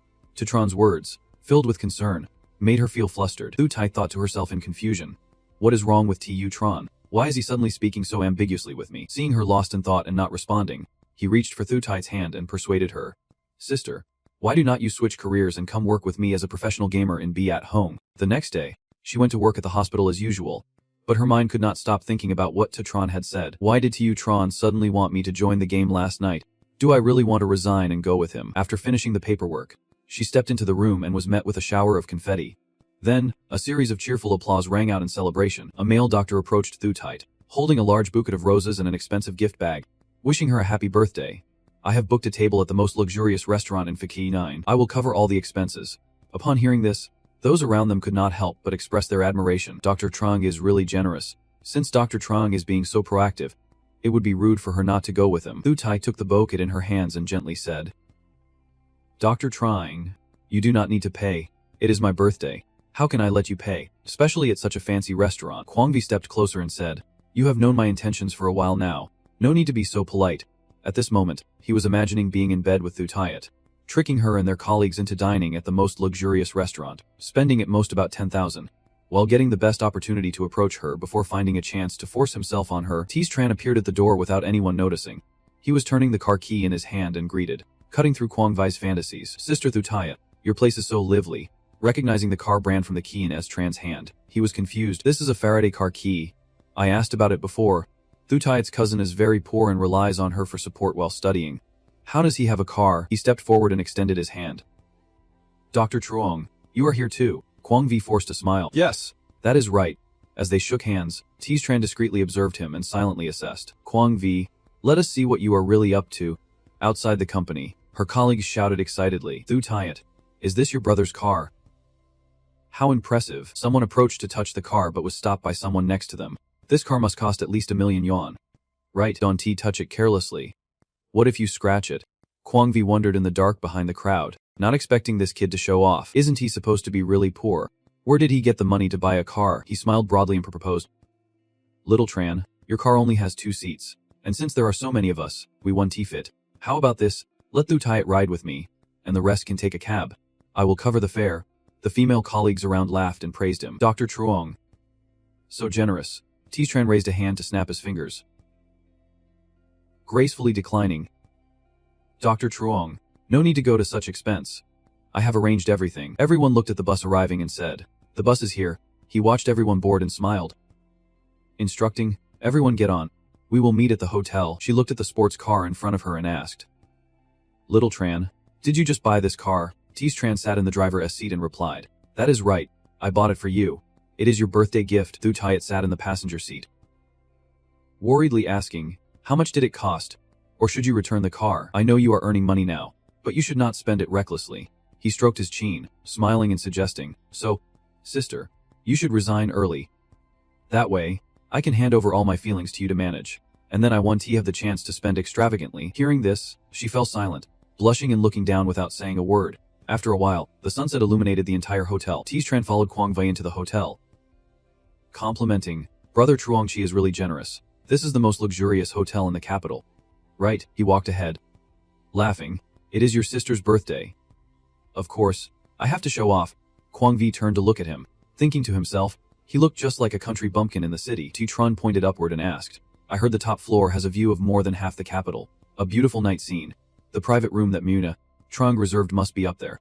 Right. His figure in front suddenly stiffened, and Kwang Vi's face turned rigid as he nodded in agreement. Oh, yes. Of course. Let us go up together. He thought to himself that he figured the second floor would be enough. It was just over 10,000 yuan. If they switched to the top floor, it would be at least 10 times that. In his mind, he envisioned that scene, pressing the elevator button decisively. Forget it. If it is for winning over Thu Tite, I might as well spend it. After all, I can make her pay me back sooner or later. At the dining table, a female colleague praised, this is definitely the most luxurious hotel in the capital. It is really delicious. Thu Tite, we owe you one. She laughed shyly and said, Really? Thu Tite glanced at Kwang Vi thoughtfully. How much do we owe her? Trunny and Tin this time. I can't let it go. I will find a chance to pay him back later. Tron took his hand, smiling, and said, Dra. Trajing, my sister often mentions you to me, saying you are humble and polite, treating everyone kindly and happily helping others. Kwang Vi laughed at this and humbly replied, Not at all. We are colleagues. Helping each other is just what we should do. He raised his hand to scratch his chin, feigning curiosity and asked, But I heard your sister say your family is poor, with not much savings. How can you afford such a flashy car? Tron calmly replied, I rented it. He picked up his glass of wine, sighed, and said, Today is Thu Tite's birthday. I want to save face a bit. He thought to himself, he is already inquiring about my background, not even joking with him first. Kwang Vi laughed and waved his hand. It is okay. Little brother, it is normal for young people to want to save face. I understand. He silently cursed. Turns out he is just a show-off. I thought he had some deep connections. Then he raised his hand and called for the waiter to bring more wine. A female server brought in a bottle of red wine and glasses. She bent down, holding the bottle softly. Here you go. Let me pour you some wine. Kwang Vi looked at the wine being poured into the glass. This is the type he had stored at the hotel before. Little Tron, give it a taste. It is really good. He smiled faintly. Originally he did not want to drink, but today is Thu Tite's birthday. He bit the bullet and brought the wine. Just as Tron was about to raise it to drink, he suddenly realized something was off. No, the wine is tampered with. It has drugs in it. If it were not for my frequent use of anesthetics for catching wild animals, I would not have detected it. He slammed the glass down on the table. Right. Trajing, I only rented the car for half a day. I have to return it now, or else I will be charged for breaching the contract later. Tron stood up and walked outside, smiling and waving. Later, please give my sister a ride home. Kwang Vi smiled brightly and assured. Don't worry. Little Tron, just leave your sister to me. He stared at him thoughtfully. Finally, the fox showed its tail. For now, I will hold off on exposing him and wait to make him pay later. She saw Tron leaving, called out to Tron in confusion. Just then, Kwang Vi stood up, raised his glass high, laughing. Come on, let us toast. Toast. Toast. Happy birthday Thu Tite. She blushed upon seeing this. Smiling brightly, after a long while, he stood still watching everyone at the table fall down, muttering to himself, Oh no, it seems I drank too much. I am feeling dizzy. Me too. This kind of alcohol hits later. I need to sleep for a bit. I can't drink anymore. Old Jang, let us continue. He looked at Thu Tite, her face down on the table, chuckling softly. Finally, I have waited for this day. Thu Tite, feeling Kwang Vi hug her, opened her eyes and stammered, Dra. Zhang. What do you want to do? He carried Thu Tite away, saying, Of course, to have some fun. Let us go. Which room should we go to? She immediately struggled, saying, Let me go. Next, Thu Tite was thrown hard onto the bed. She let out a cry of pain. Don't, please do not. Kwang Vi held up his phone with one hand, pulling her shirt up with the other and said, Thu Tite, I spent a lot of money throwing you a birthday party tonight. You have to repay me. Right? She kept struggling, yelling, Let me go. Let go. His eyes widened, his face fierce. Wait until I sleep with you. Recording video and taking pictures? A shy person like you would not even dare to call the police. Kwang Vi laughed loudly, adding, By then, you will have to marry me, and I can have my fun with you. Thu Tite was crying, pleading, Let me go. Please. Just then, Tron kicked the door open, shouting, Let my sister go. He was startled and turned to look back, thinking in shock, Why is he back? Then he rushed forward, kicking Kwang Vi away. Everyone heard the noise, quickly rushing over. What is going on? It seems someone is coming. The staff looked in shock and asked, Sir, what is happening? Tron punched Kwang Vi hard in the face. You like humiliating people. Huh. You dare to bully my sister. Huh. Then he landed another strong punch right in his face. Next, Tron stood up, delivering a strong kick to Kwang V's lower body. He pointed at him, turned to the staff and said, "I suspect this crazy man injected Maithe into the wine. Please help me collect evidence." The crowd looked at each other in shock. Stammering, Maithe, is this really happening? Tron picked up his phone, looked at Kwang V and questioned.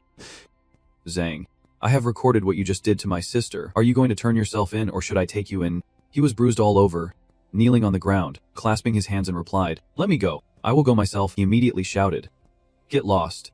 Tron stood still watching Kwang V leave bent over, on the bed, Thu tight curled up, tears streaming down her face. He walked over, bent down, and picked her up. Thu tight buried her face into Tron's chest, crying and thanking him. Taiyu Tron. Thank you. You smiled softly and said, "Sis, I should be the one thanking you. You have always taken care of me, and now that I am grown, it is time to repay you." A few days later, Tron turned the doorknob and walked in.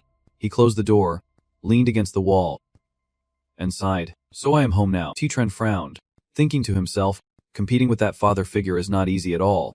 Remembering back to the airport, he told her, "Sis, take care of yourself." Thu tight reached out to pat Tron's head and smiled. "What are you saying?" "Little Tron, you need to take good care of yourself. After I finish my current work, I will come find you." "Okay." He threw his backpack down hard, calculating in his mind that although he did not want to leave Sis Thu tight, he had already completed half a day of the Be Home update. Tron sat down in the virtual reality machine, grabbed the helmet, and thought he needed to hurry back. He could not let anyone catch up to his progress. He lay back in the chair and gently put on the helmet, and darkness suddenly lit up with a loading message. A beam of blue light appeared and entered Tron's body in the game. As soon as he opened his eyes, notification sounds rang out. Breakthrough in key refinement stage. All basic attributes increased by 10 points. Vitality 1000. Mana 1000. Tron exhaled, thinking, not bad. The game update really helped me progress a lot. Now I'm already at key refinement stage. He looked at his fingers and remembered. Oh right. I was in such a rush that I still have not had the chance to see the equipment dropped from that blood eagle. Tron waved his hand, and immediately, the items in his bag appeared in front of him. The screen displayed the introduction of the spirit item, K Lilia, with a mana power of 15, focus, and 600 mana, along with the skill, Tiny Shield. Tiny Shield instantly connects with teammates within a 20-meter range and restores 100 health points per second for 20 seconds. This skill will be interrupted if attacked. Spirit Skill. Blood Echo can reduce the movement effects of enemies within 300 meters by 30%, and decrease the attack speed of pulling skills by 10%. Last for 15 seconds, requiring a foundation of 30 points or more. Only for players of the cultivation system. The Celestial Burial Bone originally was a normal spiritual beast skeleton, but after being buried in sand and absorbing the essence of electric energy, after 100 years, the bones became as hard as iron and the head became a stone, with attributes of Strength 4, Defense 3, Focus, Speed 5, and Vitality 1%, effective when breaking through to the foundation stage. This item can significantly enhance the attributes of the cultivator. Tron snapped his fingers, and the items disappeared, thinking these 3 items are not bad at all. They are all things I need, if I want to further improve my cultivation and enter the foundation stage. With my heaven-defying talent, I only have one path to choose, which is the Celestial Path to Foundation. Conditions for obtaining the Celestial Path to Foundation flashed in his mind, but the requirements are very strict. Not only do you need these 3 kinds of treasures, but you also need to find 6 spirit pearls with different condensed attributes. Tron stood up and walked forward, making a decision. Although I am not yet at the foundation stage, I need to start preparing the materials for it right away. His gaze was fixed on the nearby real beasts. Tron bent down and sat, patting it to urge. Come on, let us go. Let us get to work. This bear. The cute beast rolled on the ground, ignoring all claims, saying it was hungry and could not move. Tron stood straight, arms crossed, scolding, "You just ate not long ago, and now you are saying you are hungry. You are really something." It pointed at him, asking back, "What did you promise me in the beginning? It was not supposed to be like this." Tron crossed his arms and looked away, saying, "Really? Did I say that? Don't talk nonsense." The cute beast's face darkened, frowning. "Really? Did I say that? Don't talk nonsense."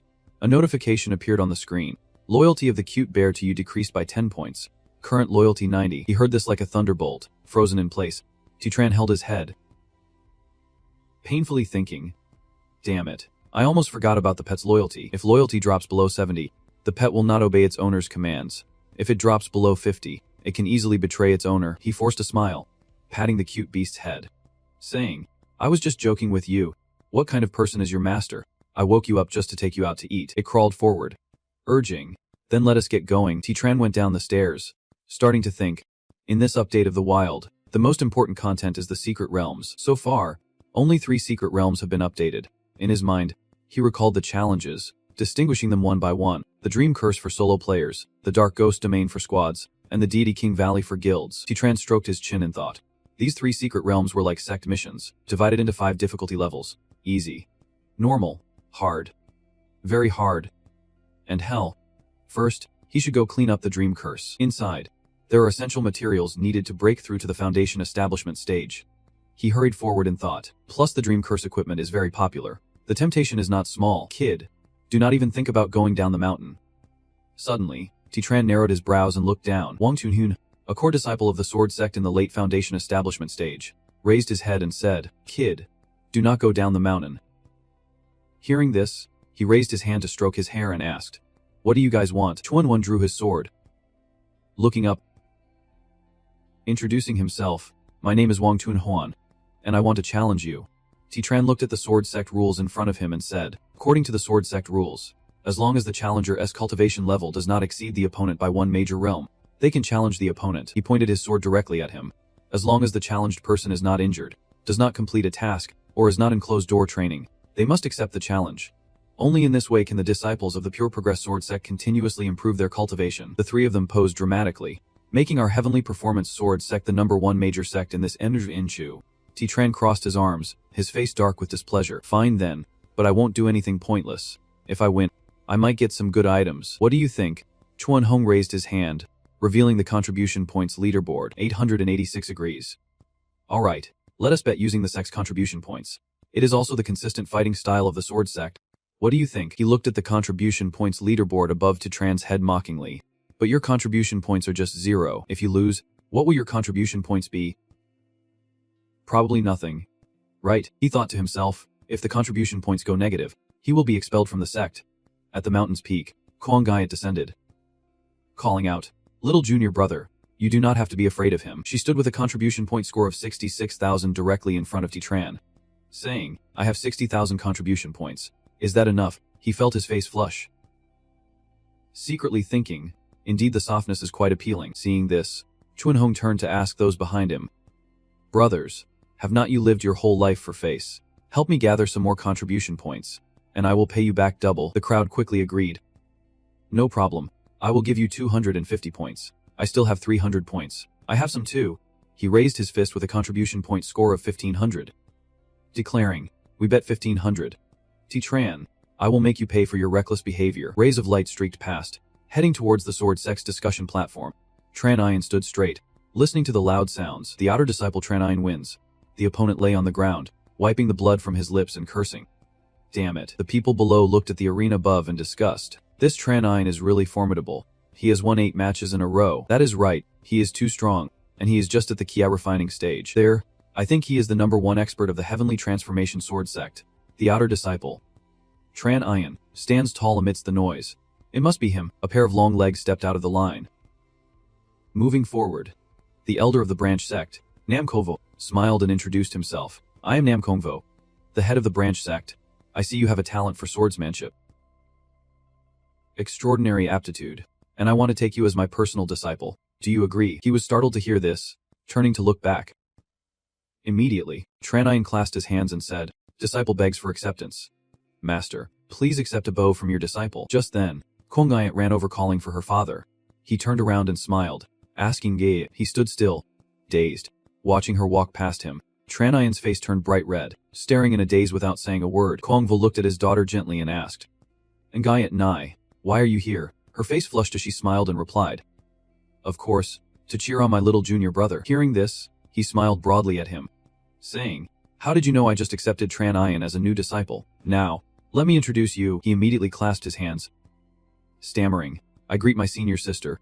Kuang Gaiet pointed over there playfully. "Dad, you got it wrong. I am talking about him. I mean this junior brother Lam." Tran stood on the stage, startled as he looked over at the dark faces of Kung Vi and Tran Ian, silently wondering why he felt such hostility in their gazes. He frowned at them, letting out a cold huff, not knowing what tricks this kid used to charm and Gaiet Nai in such a short time. With a new disciple in hand, he needed to see what this guy was really capable of. He raised his sword, radiating light, and said, "So it is you, Mrs. 8. I have heard a lot about you. Tron Ein. Wish to receive your guidance today." Tron scratched his nose nonchalantly and coldly refused. "Sorry, I am not free," he thought to himself, remembering that in his past life, this person was the #1 sword cultivator. Then he raised his hand, pointing behind him and said, "It is because I have already accepted his challenge." Tron Ein gasped, exclaiming, "You want to fight against a late-stage Foundation establishment?" He was shocked, thinking, "Is not that the Foundation establishment King Tun Hong?" Kung Vi also spoke up, "If his cultivation is higher than yours, you could just refuse." Tun Hong remained silent, pondering. Indeed, the sword sect had a rule that someone with lower cultivation could refuse a challenge from someone of higher cultivation. I had intentionally kept this from Tron because I was afraid he would refuse me, but now that he knows, it seems this won't work out.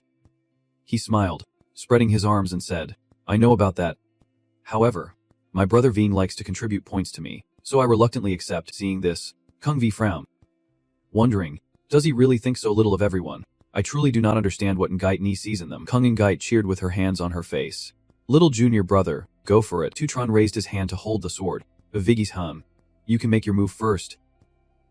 Tun Hong, glowing with purple light, drew his sword and replied, "So you are that confident, huh?" Then today, Bavung Tun Hong dashed forward, swinging his sword and shouting, "I am here for your guidance." Just as Tun Hong struck down, Tron's figure vanished. He widened his eyes, thinking, has he disappeared? Tron appeared behind Tun Hong, smiling and saying, "Not bad speed, but still a step too slow." His eyes glowed red as he struck down fiercely. Tron swung his sword, hitting Tun Hong's back. Tun Hong turned to look behind him, crying out in pain, then quickly turned to retreat. His whole body radiated purple light as he raised his sword, thinking he had been careless earlier. Let us see how he handles this next move. The system's voice rang out, P1600. Sword Cultivator V Tun Hong. Late Stage Foundation Establishment. Vitality 7,400 per 9,000. Powerful purple sword energy surged toward Tron. He also raised his sword, using Crescent Moon Slash. Tun Hong's sword collided with Tron's. Then, he forcefully swung his sword upward, knocking Tun Hong's sword out of his hand. Immediately after, Tun Hong was sent flying by Tron. The surrounding disciples looked up in shock. Mouths agape, he flew far away, crashing hard onto the ground. Looking at Tun Hong lying on the ground, a voice announced, "The winner is Tron."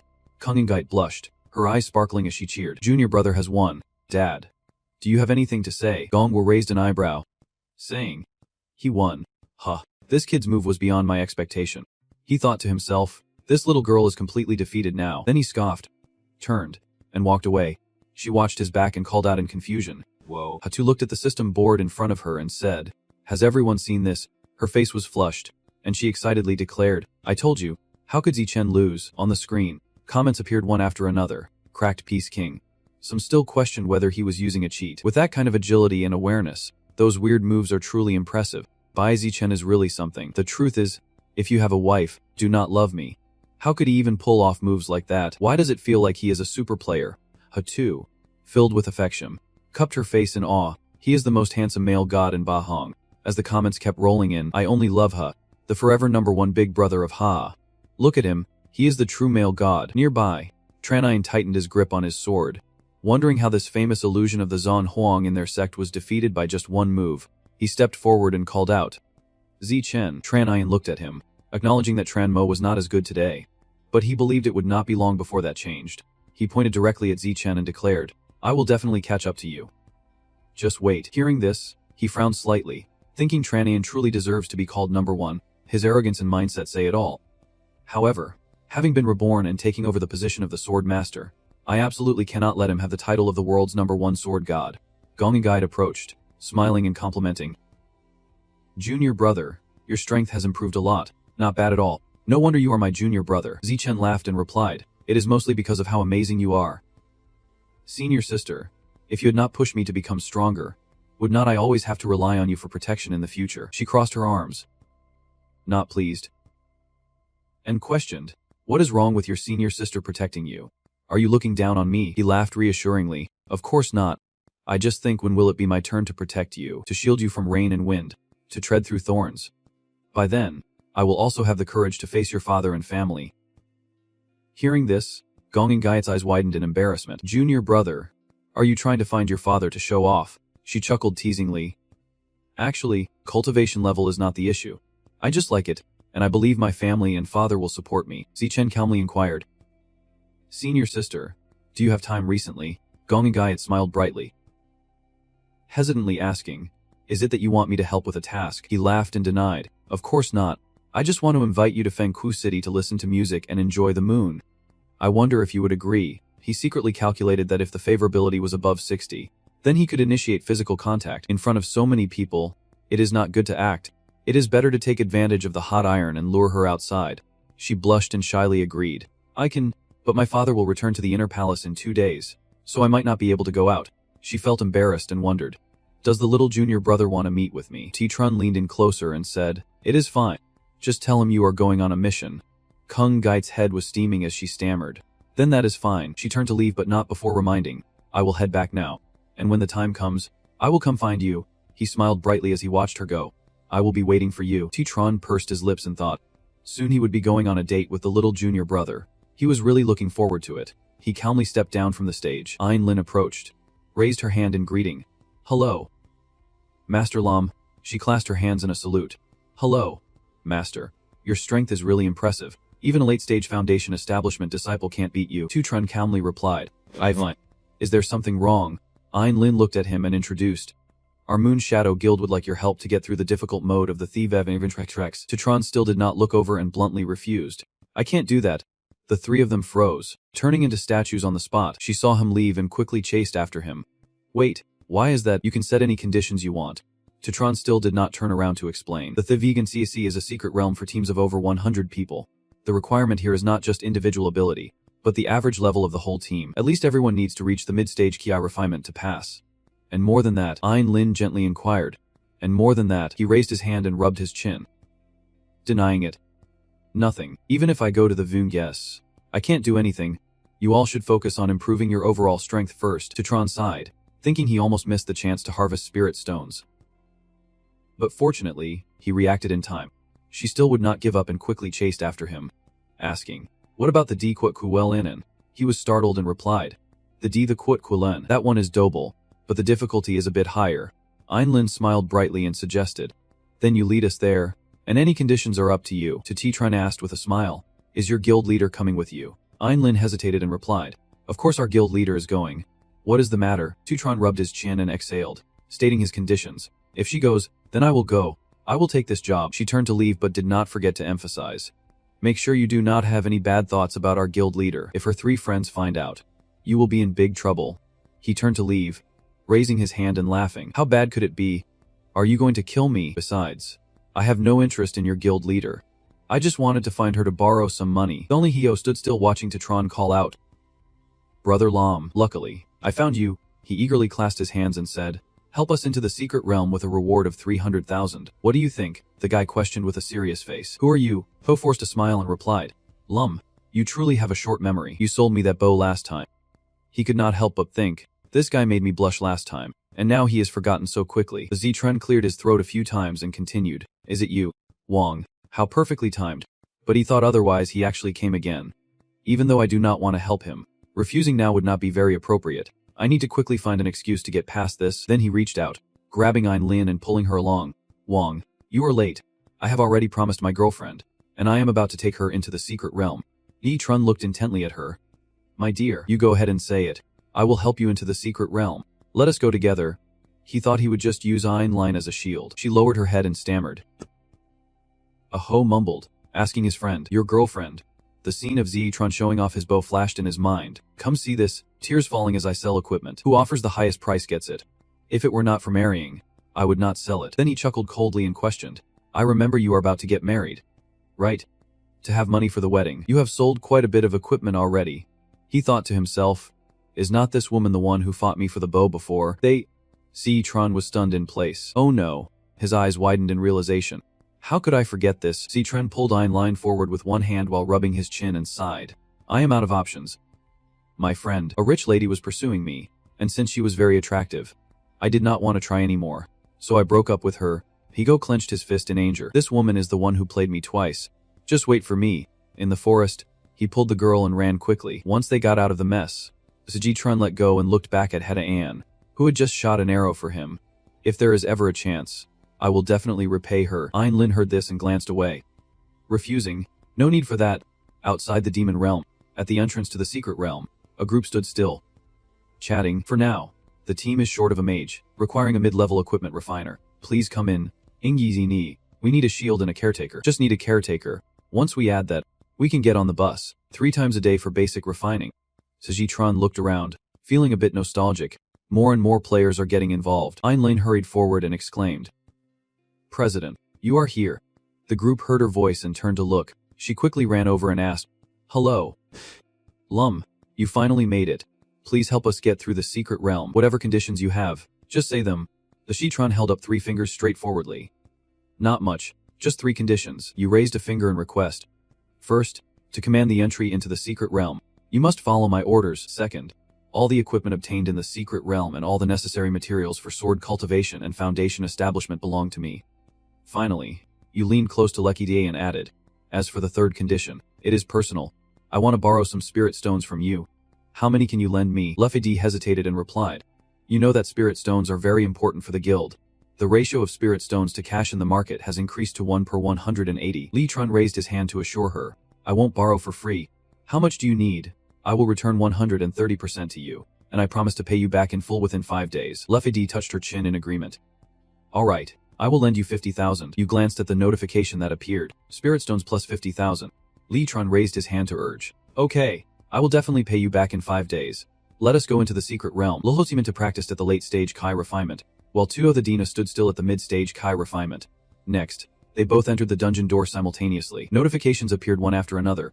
The Venanth Guild's difficulty level, progress 52%. Trechinggite Studios difficulty level, progress 50%. Tinvin Studios difficulty level, progress 49%. The Extreme Guild's difficulty level, progress 47%. The Niguite Indian Guild's Hell Mode, progress 0%. Einling gasped, unable to believe it. Wait, is this Hell Mode? Why did we end up in Hell level like this? 2 of the Dian asked. Scared. Master Lam, did you choose wrong? Iji turned around to explain. Actually, the Nightquake demonic realm is not difficult. The challenge lies in tight coordination and strategic rotations. As long as we solve these 2 issues, we can smoothly pass through the secret realm. Next, you led the way, saying, just follow me and do not get lost. I guarantee you will get through. The Z-Tren glanced back, thinking that he was not too familiar with this secret realm, but it was just right for him to find some gear. The group suddenly stopped to look at a small house right in front of them. Outside the house, a lantern swayed in the wind. She cried in fear, Sizine Lean, this place is too scary. I am afraid I will see terrifying things. She gently stroked Tuthodena's hand to comfort her. What are you afraid of? We are here. After all, those things you see in the movies are just fake. Suddenly, she turned around in confusion when she heard Lukha calling. Ein Lin, she pointed to the ground and said, There is a human hand under your feet. Ein Lin's face turned pale as she froze in shock. After a moment, she jumped up and screamed. President, you are so mean. That is just awful. Luffy D covered her mouth and laughed. Have you seen how she screams? Just then, Luffy D's group was startled by a strange sound. From within the fog, a Tumkeeper emerged with a cane. He had one eye missing and bared his teeth as he stared at the group.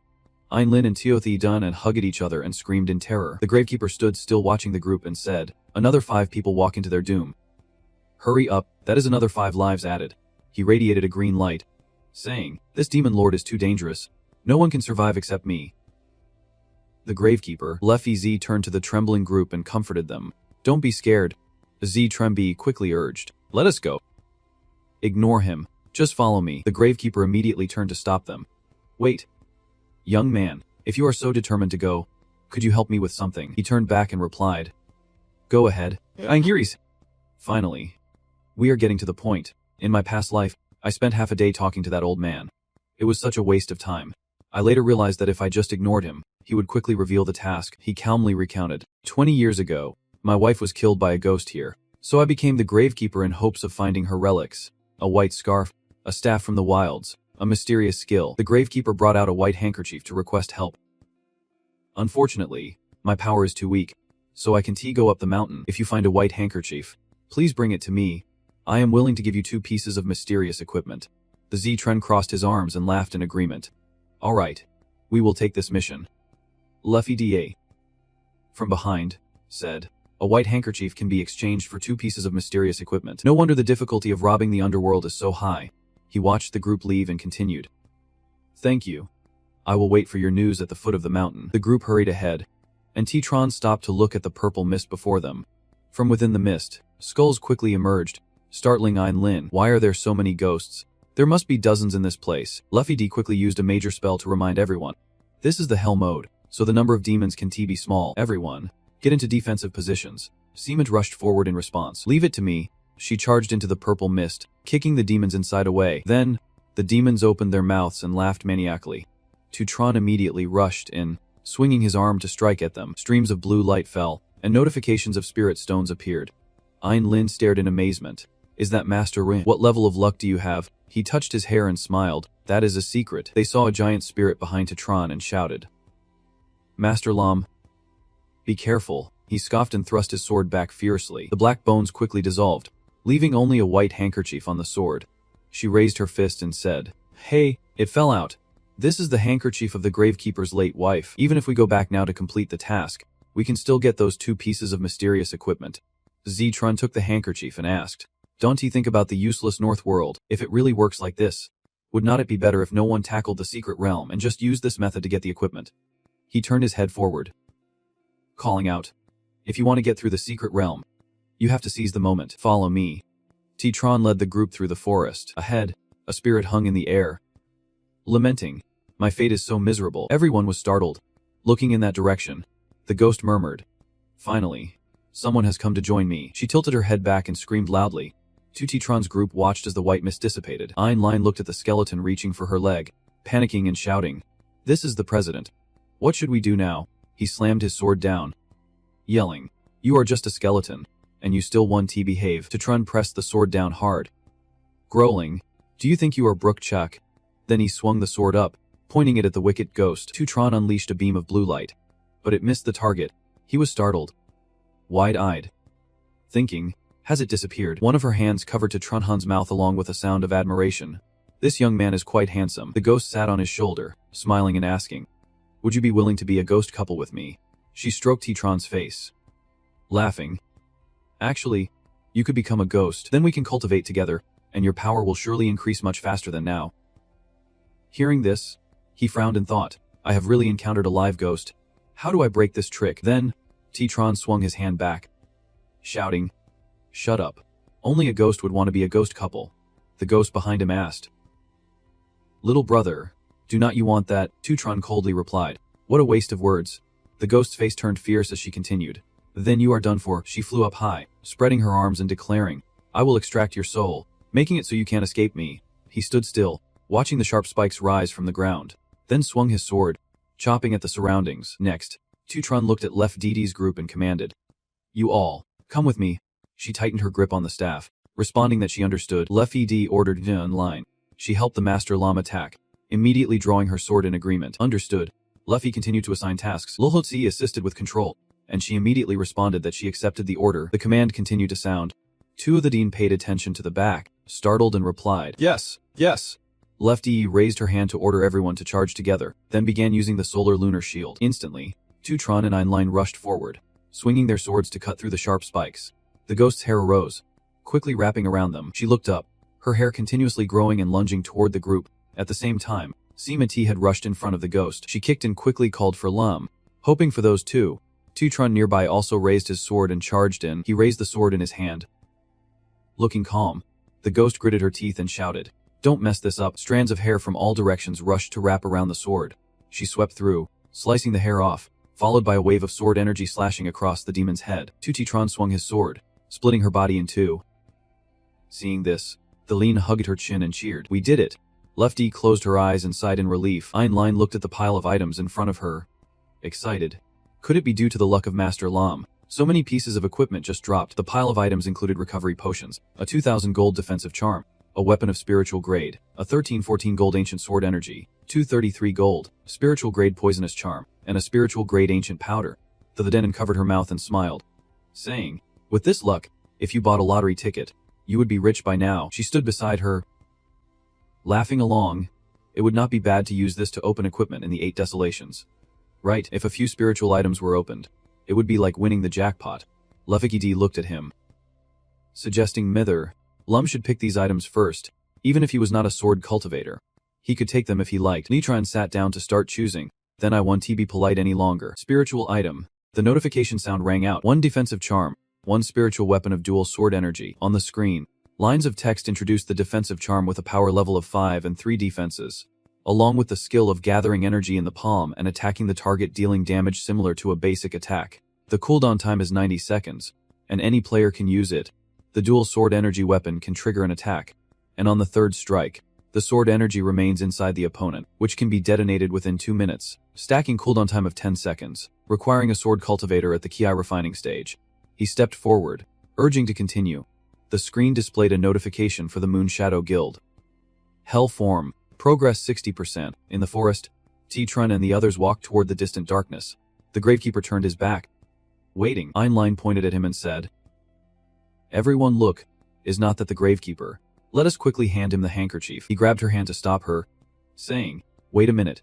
T-Trun's face was dark as he reminded her, "Going over there is like handing over your life." Einlein turned back, puzzled, and asked, "What do you mean?" He calmly replied, "Don't you find it strange?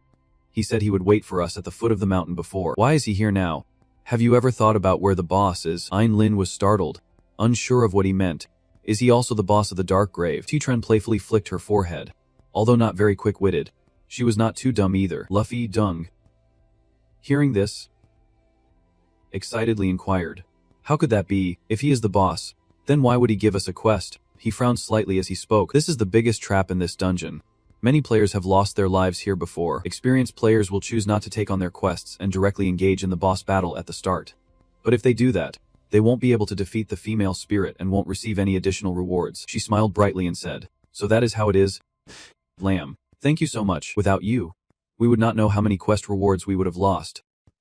Just then, the Gravekeeper turned back and laughed ominously. He raised his hand and demanded, "Have you all arrived? Have you found the relic of my late wife yet? If you have found it, hand it over to me." The Gravekeeper's hand reached out in promise, "And then I will give you 2 pieces of legendary treasures." A wave of sword energy appeared, slicing toward him. Emperor Tran struck out with his sword, urging everyone to take action. Along with that, Hub decreased by 240. He turned his head to glance back, recalling how he was tricked by this guy in his past life. And it took several rounds of fighting to get through this secret realm. In this life, there is no way I am making the same mistake as before. The Gravekeeper stood silently, with no sound, and from the wound, a hand emerged. The Demon King tore through the layers and pushed himself up off the ground. He opened his mouth wide and shouted, "I am the Demon King, sentencing you all to death." The Demon King raised his staff, and the skull on it opened its mouth to spew out dark energy, which transformed into black crows rushing forward. Einlin looked at the swarm of crows in shock. "What is that?" T-Trun raised his sword and struck at them, then turned back to HLN. "The D-Nen, quickly use your skill to disperse those crows." She immediately summoned a blue umbrella. The one threw the umbrella high into the sky. T-Trinchen shouted down, "You all deal with the crows, and I will handle the boss." He then tightened his grip on the sword and charged toward the Demon King. The corner of T-Trun's mouth slightly curled. No one understands better than him that magical cultivation fears close combat the most. He swung the sword, using the sword energy to strike at him. The Demon King looked up, opened his mouth wide to scream, and a notification appeared on the screen. The Undead Demon King. Boss level. Strength, late stage foundation establishment. 10,760 per 11,000. Attack 118. Defense 102. Speed 100. Spirit shield 10. Will 10. Group skill chaotic dance. Dark mist body technique. Demon dog contract. And extinguish demonic energy. Immediately after, his figure transformed into a red mist and disappeared. T-Trun turned his head and saw the dark mist gathering behind him. He called out to Left D and the others, taking advantage of this moment to rush in together. Instantly, T-Trun raised his sword high, gently caressing it, saying, "Thivo-wo, you swing your staff and use the earthly fire guardian, and see me, tighten your fist to gather energy for a powerful strike." Einlin gripped her sword tightly, using the great flame slash. Everyone attacked the Demon King simultaneously, causing him to fall. The Demon King knelt down, supporting himself on the ground. Groaning, T-Trun pointed his sword straight to the sky, summoning the Phoenix Dance. He looked up at the flashes of light above. Waves of sword energy simultaneously stabbed down, and the system sound rang out, activating the silent state. Dealt 840 damage. He smiled, gripping the real steel beast, pulling it out and saying, "Little bear, I am leaving you to handle things next." T-Trun forcefully threw it over, telling it to smash the boss and then he would take it to eat bamboo shoots. The group around Ai-Lin watched the creature fly by, excitedly praising it. "That bear is so cute, I want one too." This must be the creature on the list of favored beasts. I never would have guessed it belonged to Master Lam. It landed on the ground, facing the Demon King and roared, then part of his body vanished. Next, the The creature gently descended to the ground. As it landed, a blue stone tablet appeared behind it. The people around eyed line approached, reaching out to pinch its face as the creature teased. "You are really amazing. So cute. Come here, let me pet you." Over there, T-Tron stood still with his arms crossed, staring at the stone tablet in front of him. He covered his face with his hand, unable to hold back a curse. "Oh my gosh," T-Tron thought. It actually dropped a cultivation equipment. On the ground were various pieces of equipment. Mysterious level, Shadow Burial Staff. Mysterious skills, Demon Kai Eradication, Demon Dog Contract. Recovery Potions. Endurance Potions. Heavenly Treasures. Black Essence. Mysterious Artifacts, Shadow Burial Treasures. He bent down to pick up the Black Essence, deciding to leave. Just this alone would be enough. Even if he had to dig for treasures in the sand, he could find 2 heavenly treasures. Just one more piece and he would have all 6 types of spiritual energy.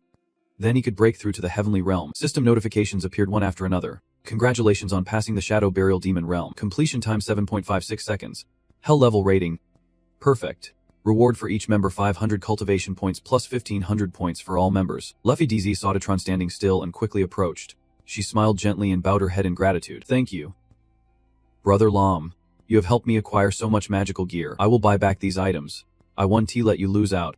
He raised the black essence in his hand, smiling in refusal. "No need. I already said before, these items belong to you. Besides, I won't lose out either." Luffy D widened her eyes and thought, "Is that black essence?" Tron turned around and smiled goodbye. "If there is nothing else, I will head home." He raised his hand, advising, "You girls should leave this place soon too. You girls are the first guild to pass this level." Einlein ran over and shouted, "Leader." T-Tron's voice is echoing, "If you do not leave now, the players stuck at the gate will block you and ask for your experience." Seeing this, Einlein said, "Master Lam is leaving so quickly. I have not even had a chance to thank him." Luffy D replied with a smile, "It is okay. There will be other opportunities. In another place." T-Tron leaned against a tree and called out, "Brother Ving, are you there?" He looked around, deciding he needed to trick Vikino Ho one more time. He appeared on the screen, asking, "Brother Lam, you called me on video in Fonke City. It is bustling here." Inside the inn, only Ho looked over, puzzled, and asked, "Brother Lam, why did you call me here?" Tron replied, "Isn't it that I came here specifically to apologize to you?" He smiled and waved his hand in inquiry. "What is with that? Life is precious, but love is worth even more. But if you and that girl succeed, would not that mean I contributed to a beautiful couple?" You picked up the teapot to pour tea. Saying that, but it did not help Vong at all. I felt uneasy inside. Uho chimed it. "That is a big issue. My friend, finding a wife is the most important thing." He had a big smile on his face, lifting his teacup to gauge the mood. "But if my friend has helped Ngayat and get through this hurdle, then if you have time, please assist our wand the guild once." Oh noticed Tron staring intensely below and asked seriously, "What is wrong?" "Lam brother, is something bothering you?" He sighed and lamented. "Vong, it is not that I do not want to help. It is mainly because my girlfriend does not agree to let me help you." Who said the 2 guilds are fighting fiercely. So if I could help everyone, that would be great. He scratched his head and muttered, "Sorry, Sister Ian leaned from the guild. I promise to compensate everyone later." He heard this and silently cursed. That woman is indeed wicked, always using the Ngayat and guild to fight against him. Then T-Tron immediately set his teacup on the table and suggested, "Brother Vong, how about this?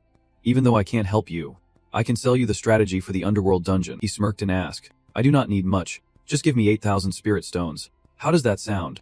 Oko jumped up in shock, exclaiming, 8,000 spirit stones. "All right. Lam brother, you are truly generous. Let me transfer them to you right away." He was sweating profusely, clutching his chest, thinking that his entire guild combined would not even have 8,000 stones. If this goes through, they will be wiped out. Forget it. If I can raise a child, I can catch a wolf. If I do not spend spirit stones, I won't get the means to complete the dungeon. Tron raised his hand and began to write down the answer. "Brother Vong, wait a moment.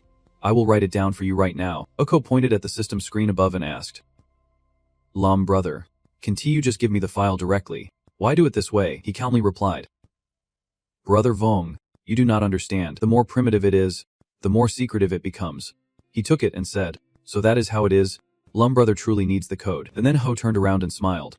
"Thanks. My brother, I am off to challenge the underworld dungeon at hell level now." Tron sat quietly in his chair, clasped his hands, and smiled, saying, "Take care, Brother Vong." He saw this and smiled faintly, thinking he is still as confident as in his previous life, believing everything will be fine with guidance.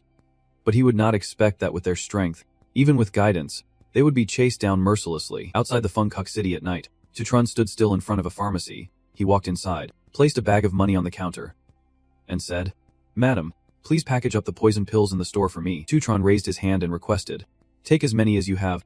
I will take them all." The pharmacy owner laughed, holding a book, and reminded him, "The poison pills in my store are not cheap." She jumped down from the medicine shelf. He saw the owner open the bag and asked, "Is this enough?" Zitron leaned against the counter, laughing, and added, "If it is not enough, I will add more money." She calmly replied, "It is enough." The pharmacy owner approached him, praising him. "Little brother, you really have a talent for finding spirit stones." She came closer with a smile and suggested, "How about you open a shop with me?" The pharmacy owner lay on the counter and laughed, saying, "This shop, I am giving it to you." Tutron stared blankly at her figure, pondering that he seemed to always find a way to unlock different gameplay styles. Then, he turned and walked toward the door, rejecting her. "Sorry, boss. My mind is not here." The Shitren closed his eyes, blushing and silently reflecting. Confused thoughts. He did not want confused thoughts. He wanted to be a sword cultivator. His eyes lit up, his whole body filled with fighting spirit. Just then, the pharmacy owner came over and playfully patted Tutron on the back. "All right then, let me go pack some poison pills for you." "Little brother, wait for me." He blushed, watching her figure walk away, lost in thought. "I regret it now. Is it too late?" The pharmacy owner leaned against the door, teasing him. "Little brother, come back when you have time." Tutron responded with a bright smile. "Definitely. For sure." He walked down the road, calculating that this time he had stocked up over 200,000 poison pills, and next time he would make a fortune from them. The other players still did not know that this type of poison was the key to clearing the tomb of the Poison King. The Seedigyun picked up a vial and examined it, thinking that without this vial, if he got poisoned, he would not be able to pass the trial. "By then, I will sell the medicine in my hands at a high price. That way, I can make some money." He stepped out of the city gate, deciding that while his cultivation was sufficient, he still needed to find a place to gather materials before advancing to the 6th realm of spiritual energy. After a while, in a place rich in spiritual energy, Tech VM, Tutron descended from the sky to the ground. He felt his blood constantly depleting and thought to himself, "This place has the most fire spiritual energy." Just then, a red scorpion shot up from the ground in front of Tutron. Suddenly, it lunged at him. Tutron raised his sword, smoothly gliding past it and sending away. The red scorpion's eyes widened as it fell from above, then it immediately jumped up and scurried away. Seeing this, he immediately chased after it and shouted, "Where do you think you are running?" Tutron threw his sword with force, stabbing the red scorpion. It was struck and flew backward a distance. When he got closer, he saw fragments of fire spiritual energy. One piece of spirit stone. One piece of spirit stone. Tutron picked it up, mumbling to himself, "What a pity, the quality of the fire spirit stone is too low." The screen displayed an introduction. Fire spiritual energy fragments, containing a small amount of fire spiritual energy. Collect 50 pieces to form a complete fire spiritual energy. In the end, he could only murmur, "Forget it. I will just collect them for now. I can sell them for money later." Tutron tightly gripped his sword, looking at the cliff in front of him, contemplating that if he wanted a higher purity, he still had to come to this place. Then you raised your hand to your mouth and shouted, "The Firefox King inside, come out and accept your death." The dark red tails flared up, and the Firefox 3 tails charged out from within, angrily questioned, "You bastard, who are you calling a Firefox King?" The screen displayed a message, "Firefox 3 tails monster. Boss level, QI training stage, up 4,500 per 4,500. Attack 60, defense 55, speed 75. Skill, Flame Tail Deception. Wind Claw. Tail Strike." Tutron raised his sword and exclaimed, "I never expected that little Firefox you grew up to become a fox spirit." The Firefox swung its hand, using Flame Tail Deception, sending 2 streams of fire at him.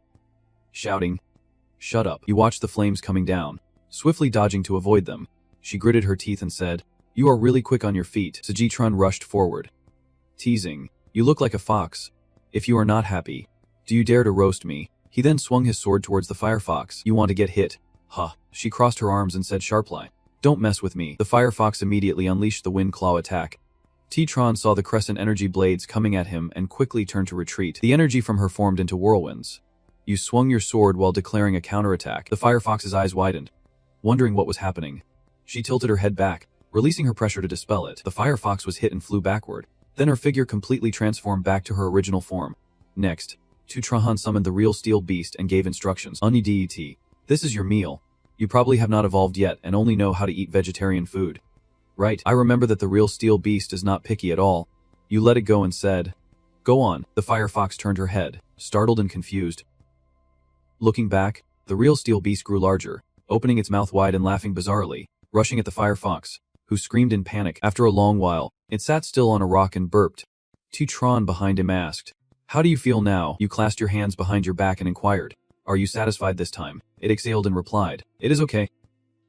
But generally, it has been a while since I have eaten meat, so this is not enough." Tron bent down on one knee, looking at the fire spirit in his hand and said, "This is pretty good. The fire spirit energy with 100% purity smells really nice."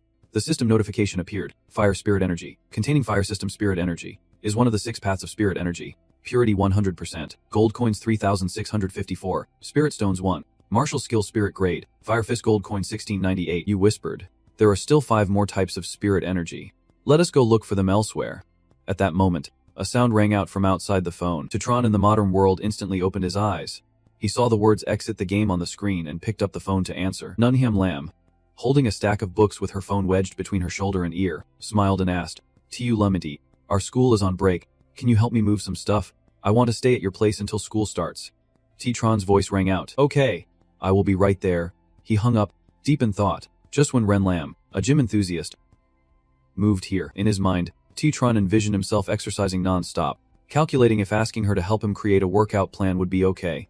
He had to work hard to improve his physical condition as much as possible in the next 5 years. He looked at himself in the mirror and muttered that in a few years, the world would completely change. There would be no peace, and humanity would enter an era of war. Tron walked out of the room with his hands in his pockets, saying that peaceful life would no longer exist. Upon arrival, Renlam stood next to her suitcase, waving hello. "Why are you so slow? I can't wait to get back and play games in my cabin." Tron quickly ran over, puzzled. "So fast. Aren't you still at school?" She calmly replied, "Yes. I came here because it is really close." Renlam left her suitcase and said with a smile, "You are in charge of my luggage." He cheered inwardly. "Be home. Here I come." Tron smiled faintly, watching her figure leave, but suddenly he stiffened in place. Tron, his face dark, looked at the suitcase filled with workout gear and thought, "What kind of toy is this?" He picked up the suitcase and asked, "Have you talked to your parents yet? They won't come to take you back, right?" Ren Lam replied calmly, "No. I told them I am traveling with a friend. That friend of mine will help me cover this up." Tron crossed his arms and complained, "If your parents find out, I can take the responsibility for that." She put on her helmet and lay back on the chair, interrupting, "Stop being so slow. Little lamb, tell me quickly how to play this game." Tron scoffed and introduced, "First, you need to verify your real name. Then log into the game and choose a class based on your interests, selecting from 4 main classes: Kuai Cultivator, Body Cultivator, Medical Cultivator, and Magic Cultivator." The screen displayed a login message. Ren Lam immediately exclaimed, and then a welcoming voice rang out. "Welcome to Beat Home. Please enter your character, Ed." She looked puzzled and asked, "Is this the beginning of creating a character?" A message appeared. Character creation. Choose face. Choose body shape. Choose physique. Choose attributes. Ren Lam looked at the figure on the screen and inquired, "So this is what is called the character model, right?" Her avatar appeared in the game, saying, "This is how it looks." She gently landed on the ground, and then a fairy appeared before Ren Lam, smiling and saying, "Mortal, I will guide you on the path of cultivation." Her eyes sparkled with admiration. "The fairy is so beautiful." She extended her hand, saying, "Please accept the blessing." Her figure immediately floated in the air, and lines of text appeared. "Congratulations, you have received the innate talent." Immovable King. Lam looked at her hands, questioning, "The Immobile King, huh?" The girl released a scroll and said, "You can now choose your birthplace." She stared thoughtfully at the scroll. Birthplace. Tron appeared, arms crossed, introducing, "Choose your birthplace based on your profession. Vina Nen Island is the most suitable for cultivating magic. Wallenguide Ho Island is best for medical practitioners. Vien Island is for Kai cultivation, and Hofeng Island is suitable for physical cultivation." Lam turned to call for Tu Lamemt. She walked closer, reaching out to touch his chin in admiration. "Tu Lamenti, your costume looks great." Tron smiled lightly in thanks. "You are too kind. So what innate talent have you received?" Next, Lam waved her hand, saying, "Look here." The screen shows the details. Immobile King. Immobile King. Basic points allocated. Each time you level up, attack and defense increase by 5 points. The damage from physical skills will be 10%, and physical quality is 20%. Tron jumped in shock. exclaiming, "This is a European-type character. This look truly feels like a talent created for physical cultivation." Nunham Lam, hearing this, pointed decisively at a spot. "Then I choose physical cultivation." He recalled that in his past life, only 2 people had the immobile king talent, and their ranks on the heavenly ranking were not low. He did not expect this girl Naim Lam to have such a smooth start. Not bad. Promising. After finishing, she turned to ask, "What is next, or should we go straight to the newbie village to take on a mission?" Tutron raised his hand to stop her. "Not so fast. First you come with me to Fiancase City, sell some items, exchange for spirit stones. Then I can buy you some gear." In Fiancase City, the sound of deliveries echoed continuously. "Come on. Let us take a look." Tutron led a Nam Lam to the Butch Throwe Evam, where they heard someone shout, "We have top-quality spirit medicine here." The 2 looked at each other in confusion, wondering why they could not find any poison in any pharmacy. "How can we go for the poison test if we can't afford it? Is it just a game mechanic from the north?" "This is just the early stage of the game. There are very few alchemists, and it is basically impossible to self-create poison." Tutron covered his mouth with his hand, coughed lightly, and inquired, "Gentlemen, I just happen to have some poison. 8 spirit stones per vial. What do you all think?" He thought happily. If successful, would not he make 16 times the profit on this shipment? The 2 looked at each other, exchanging glances. Soon after, a crowd rushed over shouting, "Someone's selling poison." "Really? Finally. We can buy poison now. Boss, give me a vial." "Me too." Titran raised the poison and laughed. "Everyone, do not rush. Line up.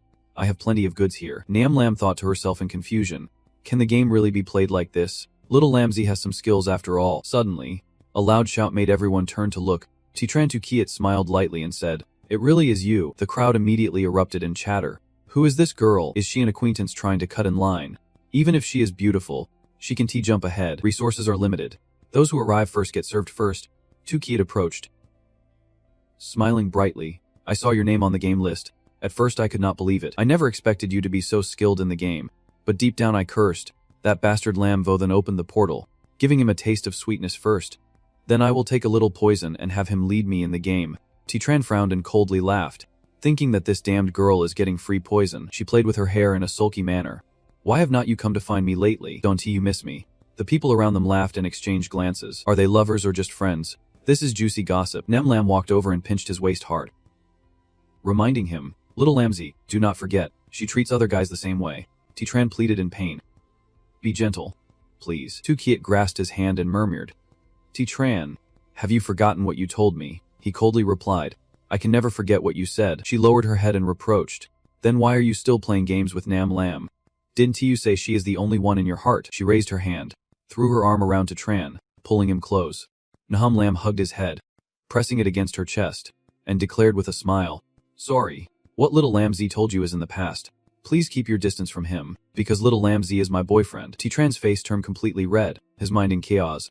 Tukiat frowned and yelled, "Nahum Lam, I know your dad is the principal, but let me tell you, I am not afraid of you. Titran and I have not broken up. He is my boyfriend. Just so you know," he calmly replied, "but we have already ended things." Tukiat was taken aback. "Titran, why?" He laughed and retorted, "Why? Can't you figure out what is going on in your head?" Titran's expression darkened as he questioned. "When you were dating me, you were flirting with Agata Kai every day, and even eating the candy he had. Do you think I do not know what is going on?" Tukiat pretended to be sad and stammered, "Titran, it is all a misunderstanding. Let me explain." Then, he immediately raised a photo, with this photo as evidence. "What else can you explain?" The crowd immediately started discussing. "Turns out it is a father-daughter situation." Titran grabbed Num Lam's shoulder and announced, "Right. Let me reiterate. I am not her boyfriend. I am her precious fiancé. We are getting married soon." Niam Lam snorted coldly. Satisfied now, Little Lamsey, this guy is quite something. She raised her hand and laughed, telling Taki to go wherever she wants and not to obstruct us from making money anymore. Hearing this, she rushed over. Sweating profusely, the crowd behind threw objects, and Taki shouted, "That is right. Hurry up and leave. Get lost. Do not interfere with our shopping." She frowned, threatening, "All right then. Titran. Nunham Lam, you 2 idiots. I will remember this, and you will see." That night, Titran looked at the pile of money on the ground and said, "One bag of money is 100 spirit stones." He sat down on the ground and sighed. "The harvest is decent, but it took a whole day. If this continues, the efficiency will be too low." Titran turned to Nem Lam, handing him a bag of spirit stones with instructions. Use these spirit stones to buy some equipment. Then head to Ho Fengchu to complete the beginner's mission. Just do as I say. Do not take any messy quests in the beginner village. Go straight to the guild leader. That is where the real opportunities are. She asked. Confused. What about you? Tutitron stood up, leaning on his hands. Laughing loudly, of course. I will find a more effective way to make money. You just wait and become a wealthy lady. Alone. Tutron walked into the forest, quietly calculating that if the entire Mfangchoto was controlled by the Timlong royal family, with his reputation, he could probably buy a piece of land to open a pharmacy. He imagined his future, knowing that in the next 5 years, property prices in Bihong would far exceed those in the real world. If he started now, he would not suffer losses or inflated prices. From above, a wolf noticed Tutron's approaching figure. It stared at him. Growling, Tutron glanced over and gasped. He brandished his sword and shouted, You wolf, are you here to give me treasure? The wolf radiated a red glow and lunged at him. Tutron thrust his sword straight into it. He fell to the ground, the wolf's body collapsing behind him. Suddenly, a cry for help rang out. Help! Tutron looked over in confusion, and a notification appeared on the screen. Opportunity activated. The princess of the Timlong royal family is asking for your help. Will you accept? Inglimo ran out from the forest, desperately calling, Help me, please. With tears in her eyes, Sini Yuremov of the Timlong royal family pleaded. Esteemed friend, I am the princess of the Timlong royal family. Can you go to Fiji and Kugif then to inform my father? Tell him that the one who tried to kill me is from Hunzin, and he will surely reward you. Hearing this, Tikatron frowned in thought, recalling a story in Bat Hong about a grand princess of the Timlong royal family who was targeted by a demonic sect while out and met a tragic end at the hands of a demon. He put his hands on his hips, looking at her, and asked breathlessly, Why is a royal princess like you here in the middle of the night? Ingam sobbed as she recounted. On the way, we were ambushed by the demon clan. In the chaos, my guard and I got separated, and I just ran. Then, Tutron held his sword in front of her, saying it was enough. He looked at the demon clan in the distance and shouted, You demons are bold to chase the Timlong princess. I see you are tired of living. They immediately laughed loudly, mocking him. You arrogant brat. Do you know who we are? If you want to be a hero, then today will be your last day. Tutron raised a talisman, gathering purple energy to provoke them. Then come at me. He pinched the paper between his fingers, raising it high. A flash of purple light burst from Tutron's fingers. The demon clan's eyes widened in surprise. This moment is when Fiyen appears coldly questioning, Who dares to harm my disciple? He pointed his sword at them, saying, Master, it is them. All of them are demonic cultivators. They want to take the life of my disciple. And they even say they will make you lose your only disciple, so no one will care for you in your old age, leaving you to be alone for life. The demons were startled, looking at him with doubt. She immediately reached out to strike, saying, Dare to harm my disciple, then you all shall go to hell. They were hit by the purple light from Fi Yen and gradually disappeared, screaming in pain. Damn it. Damn. Heavenly Sword Sect. Dutran gave a thumbs up, smiling in praise. Master is amazing. Master is powerful. Master is the most beautiful. Then she immediately turned to question. Disciple, why are you here? It has been a long time since you returned to the sect. Do not you want to go back? He scratched his head and replied, How dare I? I plan to go to the Hidden Dragon royal family to buy a piece of land. If I open a shop and make money, I can also give you more fruit. Master. Fi Yen pinched a talisman between her fingers, instructing, If that is the case, hurry back. Take this original spirit talisman. If anything happens, just find me. Dutran took it and replied, Thank you, Master. Once I finish my tasks, I will return quickly.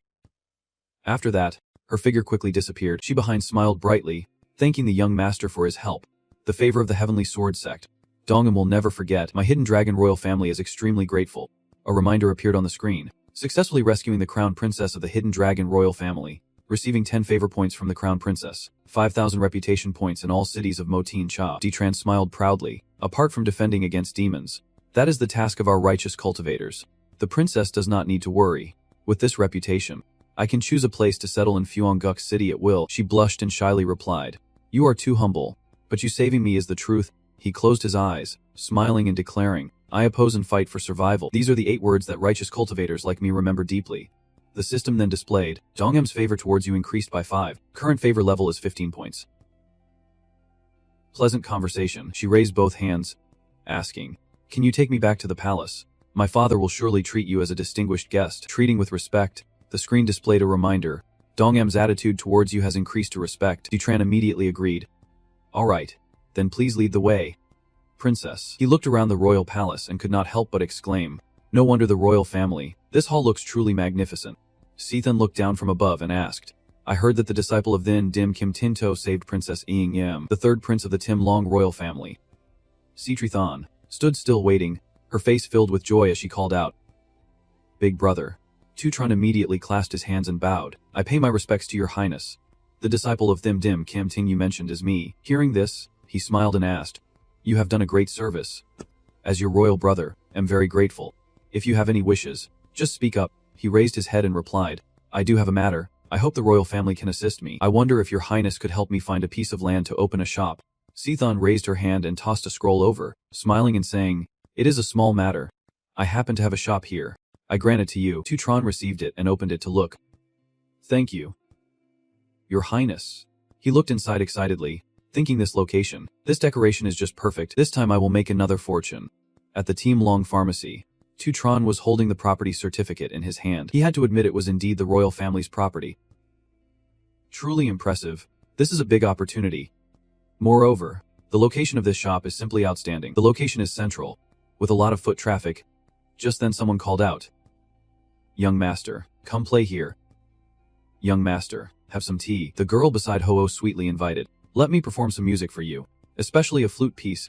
Tutron immediately put on a flirtatious expression, right next to Lu Thuengait, so he deliberately winked and flirted. The young ladies by Lokyu Thuengait were in a flurry. The young master is so handsome, so charming, come over quickly. Gripping the ample curves in his hands made Tutron feel excited. He had to develop seriously. DC Nipi Lum a pharmaceutical tycoon with a market value of 100 trillion. In a few years, this shop could be worth as much as a large enterprise with a market value in the hundreds of billions. After that, he coldly walked into a tavern. The three servants immediately greeted him respectfully. Welcoming the treasury master, the gentleman spoke up.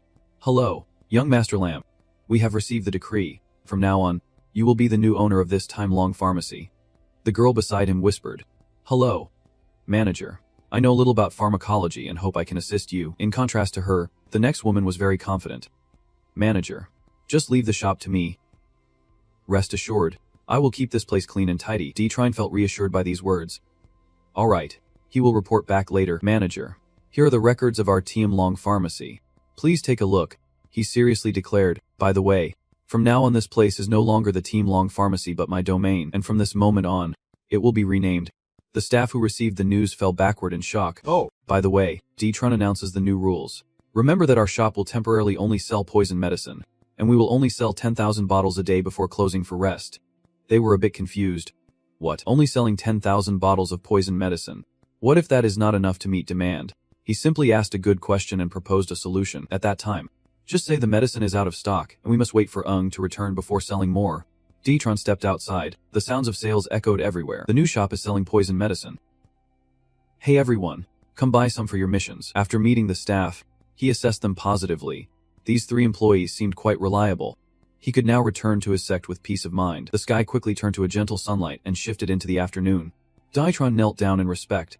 Master, I am Bat Fi Yen, who was reading a book. Looked up. You are back, he immediately replied. Yes, master. He thought to himself that after such a long time away, his master must have missed him. There is an old saying that being away for a bit is better than a new marriage. To his surprise, she asked a question that left Detron speechless. You are back so soon. You saved the eldest princess of the time-long royal family, so the royal family must treat you well. Right, didn't the emperor take you as a son-in-law? He widened his eyes in shock, feeling caught off guard. Although frightened, Detron firmly asserted, No way. Do not even think about taking a disciple as a son-in-law. Even if you offered me the throne, I would never agree. Detron was born a disciple of the sword sect and shall die as one. Suddenly, Fian used a bit of magic, and his body was immediately controlled. She could see through Hungtron but still intentionally interrogated him. Is that true? Detron awkwardly assured. Of course, master. You have done so much for me, and I will always remember it. Your kindness is deep, and I honor my teacher, as long as the sun and moon shine. Then he presented a bag. This was a gift that he, Sen, brought back for his master, hoping she would like it. There is a saying, a disciple without a master is like a gem in the house, while a disciple without a master is like a handful of grass, unless the disciple turns to dust. Otherwise they will cling to their master for a lifetime without worry. Master, how about I put this on you? Immediately, the system announced continuously. Affection +5, affection +5, affection +5. Fiyun has a favorable impression of you, +5 points, with a current favorability of 50 points, and a spiritual connection. Tetron slowly lifted Fiyun's hand. Feeling that the master's power was about to reach its peak while kissing her delicate hand, she reminded her disciple, who then flattered her, "The master looks beautiful wearing this bracelet." Just like in the ancient poem, the hibiscus cannot compare to a beautiful woman. The breeze from the water palace brings the scent of pearls. Flowers can rival a beautifully adorned person, and the wind from the aquatic palace carries a fragrant aroma. Fion really blushed at these words. "You wicked disciple. All you know is sweet talk. Your mouth is like greased. By the way, have you gathered all the materials for your foundation establishment?" "Just waiting for that," Tutron reported immediately. "Master, your disciple is ready. I can establish my foundation at any time." He secretly felt delighted, having waited for this statement, and she gave the order right away. "If that is the case, then you should go into seclusion and break through your foundation." However, Tutron faced a clear difficulty.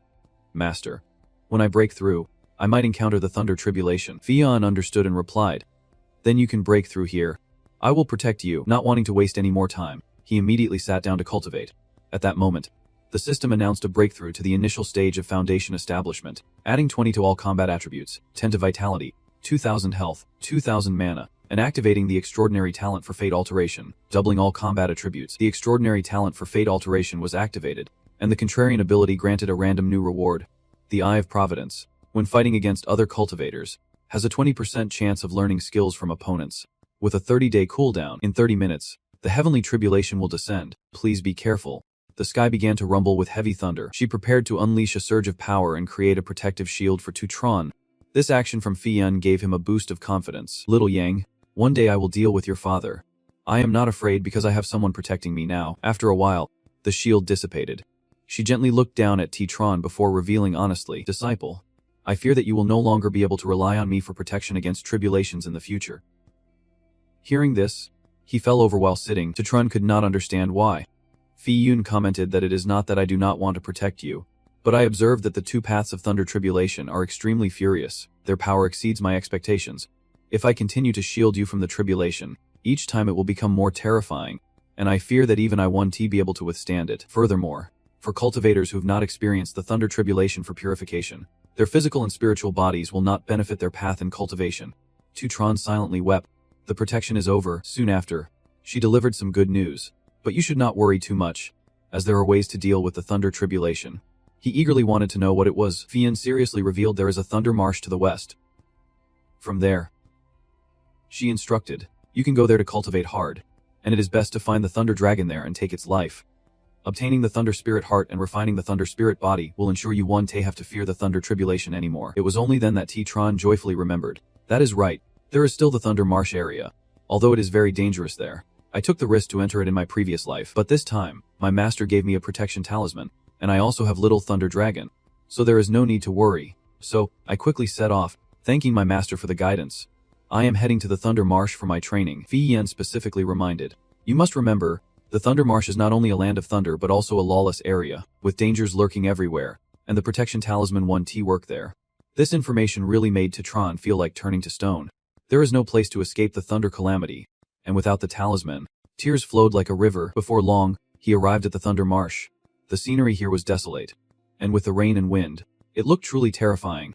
As Tutron stepped onto this remote land, he had a firm belief that even without his master's protection, he must still be a brave man. Just as his thoughts ended, a bolt of lightning suddenly struck, splitting a tree in two. Oh my god! He did not dare to be so bold anymore and had to pull out the umbrella. Now grateful for it, luckily, his master gave him this umbrella to shield against lightning. Tutron recalled Fi Yan's concern from earlier. Disciple, take this umbrella. It can help you withstand the lightning of the Thunder Marsh. This time, you can only rely on yourself. He took the umbrella and intentionally touched her hand. Thank you, master. In the future, I will definitely repay you well. Fi Yan shyly withdrew her hand. At that moment, Tutron decided to run straight ahead. There was a saying in the book about the 9 rivers path leading to the land of the silkworm. The Thunder Marsh's Thunder Dragon has a human shell, and beneath its belly is the thunder itself, which is the Thunder God. What I am looking for is the Thunder Dragon to find the heart of the Thunder Spirit from it, to protect myself from the coming tribulation. He took a leap and jumped high. Below him in the marsh, there was a bloodthirsty lightning monster. Initial crystallization strength, blood T 13,000 per 13,000, strength 135, defense 160, speed 130, heart protection 30, lightning resistance 40%. Tutron quickly summoned the real beast. Beast form, it is time to train. Help me subdue that lightning monster. It will be your meal. It had just made a move and already injured the lightning monster quite a bit. AP 3300. Next, The real beast used the Thunder Fury Inner Strike, and the system continuously announced at 500 Gev 500 P 500. He felt proud again, as the beast form was also a lightning attribute spirit beast, so its combat power was not inferior to this lightning monster. This time, Tutitron charged in himself, while the beast controlled it, and he unleashed a concentrated strike. Then Tutron landed dramatically. Not finishing off that monster, he rewarded his pet. This lightning monster is yours. Go ahead and feast. Loyalty increased by 1. A pile of gold coins lay on the ground, and there was even a set of armor among them. But Tutron scoffed. This armor is terrible. Wearing it slows down speed, more suitable for tank players. It would be better to give it to Nam Lam. The lightning crystal still has some use. The system announced the loot from the bloodthirsty lightning monster. The special item has been automatically added to the inventory. You are surprised, yet you are still pulling out a special item. The system appears again. Special item. Bloodthirsty dragon egg. The egg can hatch into a 100% bloodthirsty dragon, ready to take a master. With that, Tutron wants to test himself. Is the bloodthirsty dragon really that formidable? While you were focused on the notification board, someone arrived. Immediately, Tutron sensed this presence and glanced over. It was 2 female members of the young master of the 1U sect. They were arrogantly issuing commands. Hey, kid, hand over the bloodthirsty dragon certificate, and we will let you go. He turned his head back to focus on the system board. Ladies, a gentleman loves money the right way. I earned this certificate through battle. You think you can just rob me like that? I do not think it is going to end well. The blonde one immediately threatened. The one getting robbed is actually you. Do you see the signal flare in my hand? As soon as we signal, powerful experts will come here to handle things. I advise you to be wise. But Tutron showed no fear. Who are you trying to scare? You think I will believe that? This attitude successfully irritated the long-haired girl. You little brat. We do not have time to play with you. Let me tell you, we are from the young master of the Wanyu sect. This time, the young master brought thousands of experts to the Thunder Marsh to find the Thunder Dragon. Do you think you can pretend not to know? Hearing this, he recalled, 1U sect, that is the most famous demon cultivation sect from my past life. According to Tutron's information, in the B-Home, sects also have their own levels, generally divided into 3rd rate, 2nd rate, and 1st rate sects. As for the major sects, the super sect, the 1U sect is indeed a super sect, strength not inferior to the Teen Din Kim sect. Although the 2 sects have never fought or interacted much, the Teen Din Kim sect has only Lun Fian at the Wu Hao stage, while 1U sect has 2. For these 3 eggs, there is no need to offend this super sect, or it could lead to great chaos, so he had to grit his teeth and throw the recently acquired achievements to those 2. She lowered her bow. Good, consider yourself wise. But the gaze of the person beside him fell on the real beast, then brazenly demanded, is that real beast your pet? Hand it over too. This time, it was too much for Tutron. Aren't you two being a bit excessive? The long-haired girl immediately shot an arrow at him. Tutron reacted quickly, instantly drawing his sword to slice the arrow in mid-air. This made the blonde girl frown in annoyance. Before they could act, the pet struck, knocking both of them over with one move. She screamed, "Why can't I move?" In the current situation, she successfully scared the blonde girl. What do you want to do? But he assured her, do not worry. I want to hit a woman. Then came their high-pitched screams. Wait, stop, don't do that. It tickles. Now both of them are being blinded by Tutron, with their mouths tightly covered. Where did you pull out a feather from? I should not hit women, but you all have to pay for your actions. Right. Tutron cruelly poked them with the feather, making them laugh uncontrollably. Big bro, hero, please spare us. We really can't take it anymore. We know we have messed up. We should not have stolen your stuff. Tutron mocked. Letting you go is possible, but can your boss really spare me? Well, there is no other way to ensure that. Big bro, please let us go. We won't tell the young master. Yet Tutron actually untied them. And just like that, their true colors were revealed. You think just because I asked you to let me go, you actually would? You are such a fool. Then, they set off fireworks as a signal. You are done for. The young master will be here any second now. While the long-haired girl was laughing mockingly, a sword suddenly pierced through her. You are finished. Your actions are very decisive. I said not to hit women, but I never said I would not send them off. Now it is just the blonde facing off. You bastard. She used her magical power to try to catch Tutron. Just as the giant arm was about to reach him, another source of power surged out, forcing her to stop. Tutron used his sword to eliminate the blonde. The overwhelming force made her spit out a large mouthful of blood, finally collapsing on the ground. Face to face with the long-haired girl, he coldly stated, "You 3 times have broken your word, challenging my limits. This is the price you have to pay for your actions." Finished. Tutron called out to the beast, Ding Ti, let us go." Raindrops still poured down, and someone's footsteps splashed heavily on the surface of the water. Tin Hun stood before the corpse of his ally, and a subordinate behind spoke up. "Young master, you seem sorrowful over this loss, yet he harshly scolds. The signal was to use when you discovered Li Long. Yet these two good-for-nothings called me here to save them, wasting my time. Chop them up and feed them to Lucky Gesh. The subordinate immediately accepted the order. The hot blood in Tin Hen began to boil, but who would have thought someone would dare touch a member of my Ven Yu tongue? Truly asking for trouble. I must find him. He angrily crushed the source of spiritual power in his hand, tearing it out to extract the soul. Ni Tren had hidden behind a tree, witnessing the entire scene. Lili Dient, an outstanding figure among the young cultists, always acted with a bold and ruthless heart. Later, when the world merged, he led the cult to attack real cities multiple times, turning players and city dwellers into his cult followers. Now, the feud with Lel Tin Hun has begun, and the next actions must be extremely cautious. Right now, he has one desire. If only the master could come to support him at this moment. But the master is meant to protect, not to come and defend. Of course, it is only the female master. The male ones do not count. Somewhere, the sound of singing echoed throughout the room. Fi Yen is confused. Someone is badmouthing her. She must have added too many chilies. Right after that, a palace maid cheerfully walks in. Master, these are the items you wanted. She continues to read her book and requests. Very well. Just place them on the table. Seeing the necessary items makes Fi Yen even happier. Not bad at all, with hasty spirit fish, pork of the 7th moon flower, and snow duck from the white water all gathered. Thinking of the future makes her excited. Once she learns how to cook, she can treat Tuni to a lavish meal. The flames burst forth and stretched out like a stream of red blood. Now they are swirling around Titran. The source of the fire comes from the Enlightenment Beast, and it is charging toward him fiercely. Therefore, Titran thinks, not bad luck after all, just having offended the Wan Yao sect, and now encountering the Enlightenment Beast. The bigger the wave, the prissier the fish. Great opportunities often hide in such dangerous places. In an instant, he swings his hand, performing the Yang Moon Slash. A single stroke sends them flying. However, the Enlightenment Beast stands firm without a hint of fear. Titran's sword is now engulfed in fierce flames. Once again, he strikes hard, causing several hairs to fly off. This successfully provokes the ferocious creature. The smoke billows up, obscuring the space. In no time, Titran delivers another painful blow to the Enlightenment Beast.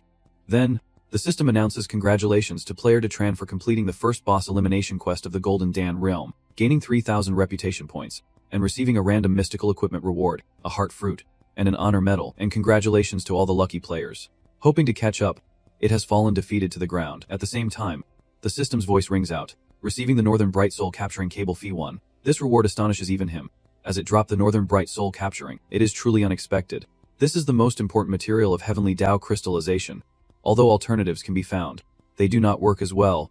The system continues to provide information about the mystical shoes with a speed of 23.7% evasion, and 100 points of strength increase when not fighting, along with the skill No Trace, which conceals movement without needing activation. Titran excitedly puts them on. This is a great item. Wearing it would drastically increase speed without leaving any trace. In the peak period of his past life, a pair like this was worth as much as an apartment. And besides, the other 3 items are not bad either. The sword for flying can traverse worlds beautifully. Though he does not need the chain bow and the universe talisman, they can still be sold in the shop. He feels a sharp sensation and immediately realizes someone is coming. The hairs of the Enlightenment Beast are floating in the air. The people from the Wan Yao sect have tracked him down. A subordinate sees the remnants before him and grows suspicious. Young master, in this chaotic area, could someone have discovered the Thunder Dragon? But the spirit denies it. It is not the Thunder Dragon. There are burn marks everywhere. It must be the Enlightenment Beast. As soon as he finishes speaking, their eyes land on the monster.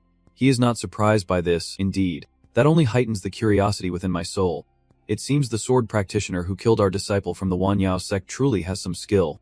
I really want to find him to see what kind of character he is. At this moment, Titran had moved to another location, and since he had not completed his mission yet, he felt a bit discouraged.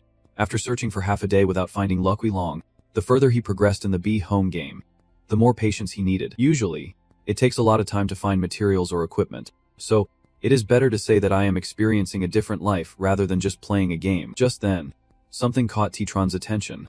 Suddenly he rushed over. Sister Fang, now that you know my identity, I have no way to keep you here anymore. Titran quickly noticed that Than Trek was in trouble. Butch D had just dealt her a painful blow and crossed his arms with a smug expression.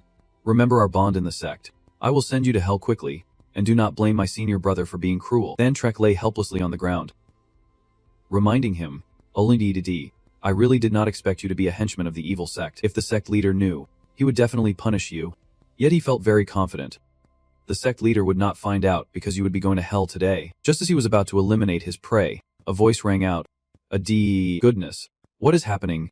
Butch D immediately looked up to see who was. He stood high up, deliberately intervening to save the day. Namo Glyn Bodhisattva said that once you become a monk, you have to manage many affairs. Seeing money makes you bright-eyed. Seeing beauty makes you shy. In short, let that girl go. If there is anything, just come to me. He found it quite ridiculous. Where did this monk come from? Not in the temple ringing the bell, but running here to meddle. Then I will send you back to the west to meet Buddha. Meanwhile, Beach D was still bewildered while T-Tron continued to tease. Buddha was compassionate. All grievances in the world arise from taking lives. Why does not this benefactor put down the weapon and become a Buddha right here? He was driven mad by the provocation. Bitch D turned around and saw his prey was gone. Where did she go? Thantruck was also nowhere to be seen. Did she take the chance to escape? He angrily searched. Get out here. Indeed, the evil sect. In the blink of an eye, the person was gone. Not even a trace left behind. Could it be that this person knows the earth-sinking technique? T-Tron moved as fast as the wind and had embraced her without him even noticing. Of course, there would not be any footprints. My new equipment is designed to tread the mountains and rivers like this. Thantreek lay in his arms, secretly marveling. This handsome monk is so charming. But why is he saving me? T-Tron landed and informed her. Let us hide in this cave for now. It is hard to be discovered here. Phew, he probably won't catch up anymore. She quietly expressed her gratitude. Thank you, little master, for your assistance. The grace of Buddha. Thantrucks, I will remember in my heart. T-Tron humbly replied. Don't be polite.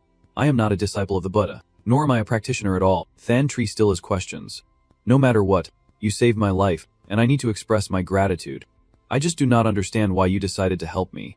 You had a chance to show your integrity, which is obviously for the greater good. As a righteous cultivator, I can to stand by and watch you be killed by the demonic cultivators. Those words touched her heart. He is truly a handsome and kind person. The system immediately updated, increasing Thantree's affection for you by 30 points, bringing the total to 30 points. Riding together on horseback, T-Tron felt excited, and his affection score instantly increased by another 30 points. That is true. But why does this name sound so familiar? It took him a moment to remember who this was. I remember now. Thantreesti is the most promising inner disciple of the Manhwa sect. Moreover, she once accomplished something truly great. She saved the entire city of Jianglong. After the world merged, the city of Jianglong was attacked by demonic creatures. At that time, Thantreet have happened to pass through Jianglong. Seeing this, she resolutely joined the army of Jianglong, using her medical skills to save countless injured soldiers and civilians. In the end, she fought on the front lines against the demonic creatures until the very end. But after all, Thantreet was just a healer, and in terms of combat strength, she was not a match for those powerful demonic beings. During the fierce battle, her fate became uncertain. Later, the soldiers found Thantreet among a pile of demonic corpses, and by the time they found her, she had already lost her breath. One of her arms was bitten off by a monster, and even her beautiful face was destroyed. Later, the city of Jinglang erected a statue of her in the central square to express their gratitude and respect for Thantreet. There is something T-Tron noticed. According to the storyline, Thantreet clearly could live until this world merges, so why is she being eliminated by BHD right now? In Bahome, if one NPC is killed by another S, they disappear forever. Could it be that the story of Beat Hong has changed? She gently handed you an item. Lum Dao. I hope you can accept this letter. Trinang VC accepted it. It was a letter of recommendation for the Manhwa sect. After reading it, he silently guessed that Thantreet wanted to recruit him into the Manhwa sect. At that moment, the system displayed a letter from an inner disciple of the Manhwa sect, stating that anyone holding this letter could directly go to the Manhwa sect and qualify to become an inner disciple. The prerequisite is that they have not joined another sect or withdrawn from a sect they have joined. Tron could already foresee the consequences. If his master found out, he would be in big trouble. It was hard to build a good relationship with his master, and he absolutely could not afford to lose it.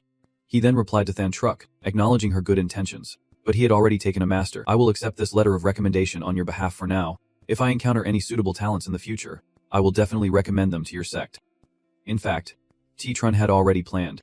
Thu Tite was very suitable for the Manhwa sect, and he wanted to see if she intended to join later. Hearing this, Thantreet spoke softly. If Lum Daohu does not want to join the Manhwa sect, I want to force you. What is your plan next? Thantreet reluctantly revealed that she was initially ordered by her master to find Lucky Long in the Thunder Pool with Butch Da, but unexpectedly ran into this situation along the way. T-Tron was a bit surprised. She was also looking for Lucky Long. Thantreet confirmed it. Yes, my master needs the blood essence of Lai Long to refine a kind of low-grade elixir, the Long Height Zane. Could it be that you are also here to find it? He shared, but my goal is Lucky Long's heart.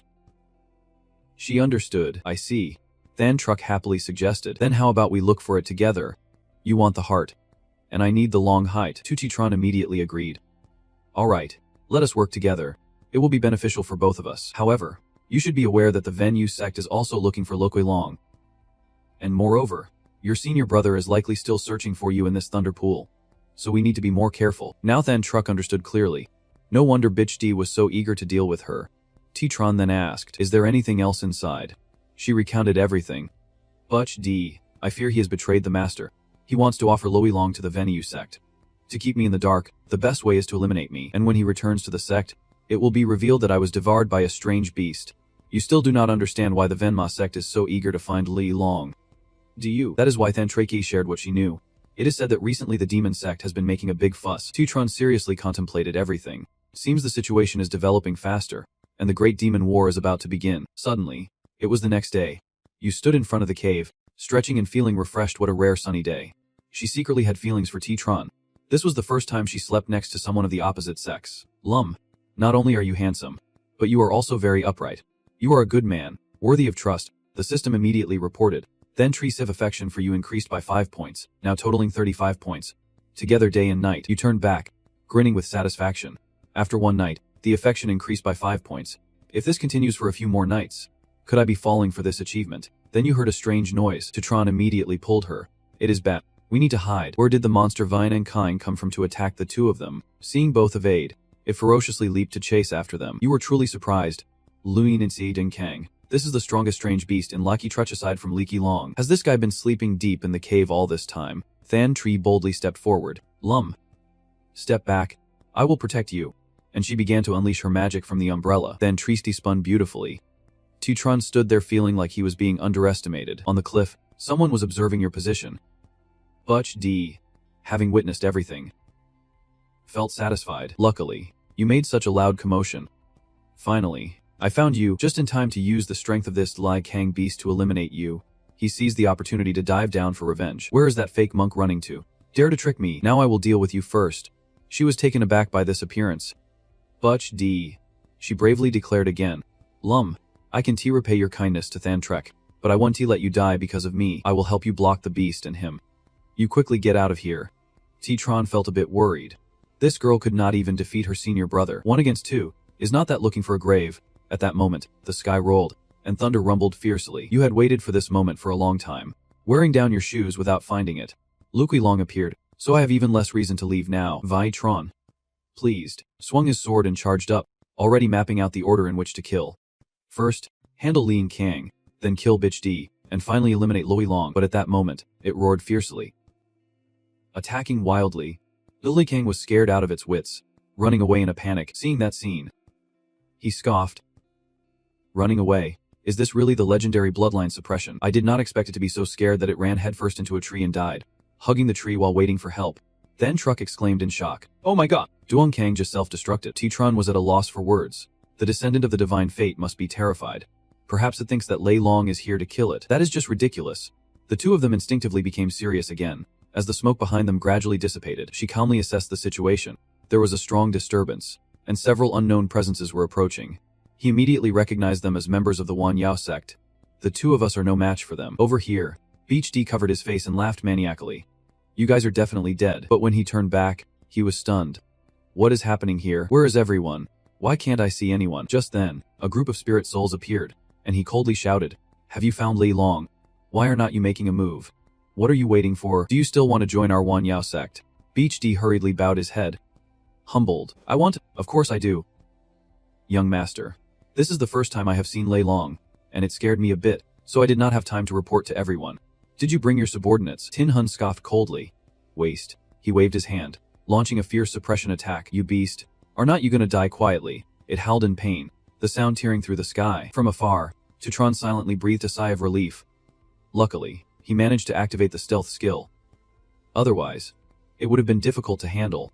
Than Truck anxiously asked, Lumda, what should we do next? In his view, a notification for the Earth-grade stealth skill appeared, allowing him to hide and disappear without a sound. He could move normally during this time, but he would not be able to use spiritual power, or else he would be exposed. It lasts for 30 minutes. T-Tron turned to instruct. First, you go to the small town by the river, in the west of Lazy. Wait for me there. Once I get Lei Long's heart, I will come find you. Then Truck hesitated for a moment, looking at him worriedly. How can you handle so many of them alone? Lumda, do not worry. We are in this together. If we have to fight, let us fight together. T-Tron felt slightly embarrassed, pretending to cough. Clearly, The two of us are no match for them, so there is no need to waste one of our lives. Take this and leave here first. If I do not show up in a day, you must take this umbrella to find my master and ask for her help. He sighed inwardly. Master, I really do not want to drag you into this, but the path of cultivation is full of ups and downs. Only by holding onto someone's leg can we go further. Then Truck turned to leave but still reminded him. Lumda. Be careful. I will definitely wait for you in the small town. Her heart heavy, as Lumdo had saved her multiple times, even choosing to sacrifice his life for her escape with such great grace. I announce that Than Truck's affection for you has increased by 20, bringing the current level of affection to 55 points, with no distance between you. Meanwhile, Lui Long is still thrashing in pain, Tutron quietly observed. Silently assessing. No wonder the master of Venue Vayu Tung fought with Lui Long as if he were just playing with a snake. The concealment is about to wear off. It is time to prepare for action. The group of Tin Hun landed, their faces emotionless. He tightened the staff in his hand, ready to deliver a final blow. A strike came down. Roaring in despair, Tin Hun looked at it with disdain. How dare a beast like you claim to be a dragon? Truly laughable. Immediately, Bitch D the hurriedly knelt to the ground, his voice respectful and flattering. Young master, this stab is very dirty. Please do not get your hands dirty. Let me help you get the heart and soul essence. Tin Hun nodded slightly. Go. He happily went right away.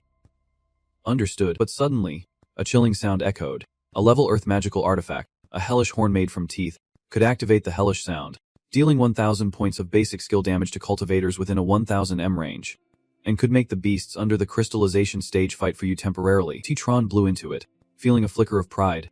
The ancestor was right. Fortune and misfortune go hand in hand. Meeting Yin Kang was not just luck, but the treasures that fell from it had helped me a lot. The hellish sound resonated, shaking everyone to the core. Tin Hun's face darkened. Was that the sound of the horn just now? What happened? Before he could think much, swarms of beasts surged from afar like a tidal wave, rushing wildly towards them. He immediately growled an order. Are these beasts crazy? Go handle them. Underlings in unison. Understood. Meanwhile, Beach D was completely unaware, still fumbling around Lucky Long's body. Muttering, Lucky Long's heart must be here. Right, a toad the size of a basket suddenly jumped onto his face. Beach D turned in surprise, and before he could react, the toad jumped straight onto his face, causing him to scream in panic. What the hell is this? Get off me. It is too hot. My face. Taking the opportunity, a figure appeared like a ghost, reaching straight into the spot where Beach Dia had just touched, pulling out a sparkling object. Tutron's mind echoed with victorious thoughts. You want to fight me? You guys are still too inexperienced. Lukilin's heart, Lui Long's trophy, Luki Long's soul essence. Beach D struggled for a moment before finally pulling the toad off, covering his eyes and cursing. Where did this weird toad come from? Get lost. You damn thing. It is hurting my eyes. But before he could calm down, he suddenly realized. What? Luki Long's heart was stolen, and the soul essence is nowhere to be found either. Tin Hun shouted coldly. Aluni Yifi. What is wrong with you? Why are not you bringing the stuff out for me? Beach D trembled like a wet dog, hurriedly replying. Young master, I can't see anything that fell from Lukai Long. Without saying another word, he reached out, then lifted Bitch D like a chick, his gaze deep and penetrating. Aluni Yifi. You sure have some guts. Dare to take advantage of the young master's possessions. The spirit roared, throwing him far away. Do you want to die? Baiyi exclaimed, blood pouring out continuously. Young master, I did not do it. Even if you gave me 100 lives, I would not dare to do something so foolish. Please believe me. Just then, the effect of the invisibility skill wore off. Zichen gradually appeared. Without hesitation, he tightly clutched the bag and ran away under the shocked gazes of his subordinates. Before disappearing, he glanced back, just in time to hear him scream in despair. Young master, look at that kid. He has an invisibility spell. It must be him. Zichen forced a smile. You guys keep talking. I have something to do, so I will be going now. After saying that, he immediately dashed away on his sword, silently cursing himself to run faster, or else his life would be in danger. Zichen soared into the sky, the spirit behind him seething with killing intent. Dare to steal from me? Don't you want to live anymore? He taunted while chasing after him. Kid, drop the stuff. I will spare your life. But you are just running and mocking. Who do you think you are fooling? Let me go. I would be a fool to believe that. The spirit scoffed, striking out with a palm. Zichen was hit and fell hard. Fortunately, he was still alive, cold sweat pouring out. This is really dangerous. I need to hurry to the teleportation array in the border town. Shifting scenes to a peaceful village. Then Truck turned her head and caught sight of a familiar figure rushing towards her, realizing it was Zichen. She shouted, Lin, I am here. But right behind, the spirit is also hot on your heels. You can escape. Then Truck's expression changed when she saw him. The evil spirit is here too. Without hesitation, she gathered her strength, her hands forming seals. The Hum Temem technique, adding 30 points to all combat attributes for 30 seconds. The transformation surprised. I am faster now. This is Than Truck's power. Zichen caught up to her, immediately swinging his sword, the cold blue light flashing. Moonbone slash. A wave of icy air surged out. He was unexpectedly frozen. The display activated. Freezing status activated. Lasting for 3 seconds. Zichen quickly grabbed Than Truck's hand. Hurry. 3 seconds is enough. She stood frozen, quickly throwing out a diamond stone, her voice serious. As long as we activate the teleportation array, we can escape from here. The 4-sided stone spun, the light growing brighter, but the spirit had broken free from the ice.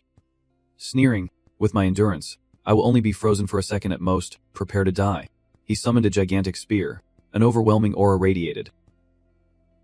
Without hesitation, the spirit swung his hand and threw it straight. The spear flew with bone-chilling intent towards the two. Zichen's face turned pale. Damn it. There is no time left. Than Truck squeezed her eyes shut, tears streaming down, secretly in despair. It is over. Just then, a burst of green light suddenly enveloped them both. A deafening explosion. Dust swirling, engulfing everything. When the smoke cleared, only a deep pit remained. He coldly observed, a mocking tone. Running fast, but the aura before the impact had vanished. The spirit in the hat continued. But I remember your faces now. Next time, you won't be so lucky. Tutron and Than Trekkie fell to the ground. Breathless, he gently wiped the sweat from his forehead, considering it a safe escape. Thank goodness. After all, the spirit is a ghost. If he were to come here, the VD9 royal family would definitely kill him immediately. Zichan turned to Than Treksh, his voice serious. Be careful of Vin and Mating's backup. We should quickly return to our sect. She looked slightly dazed, her heart fluttering. Is this a goodbye? I do not know when we will meet again. Holding back her emotions, Than Trekkie reluctantly grasped his hand. That is fine. Lum. Take care. We will meet again. But deep down, she silently wished they could meet again right away. Tutron gently nodded in response, hoping to meet again. In their exchanged glances, a moment of warmth made his heart race. Being looked at like this by a woman was indeed a bit embarrassing. At Then Din Kim Tinga's sword hall, Tutron beamed as he called out. Master, I am back. Fi Yin was already waiting. My good disciple is back, a smile blooming like a flower on her lips. But when his gaze met that smile, he suddenly felt a chill.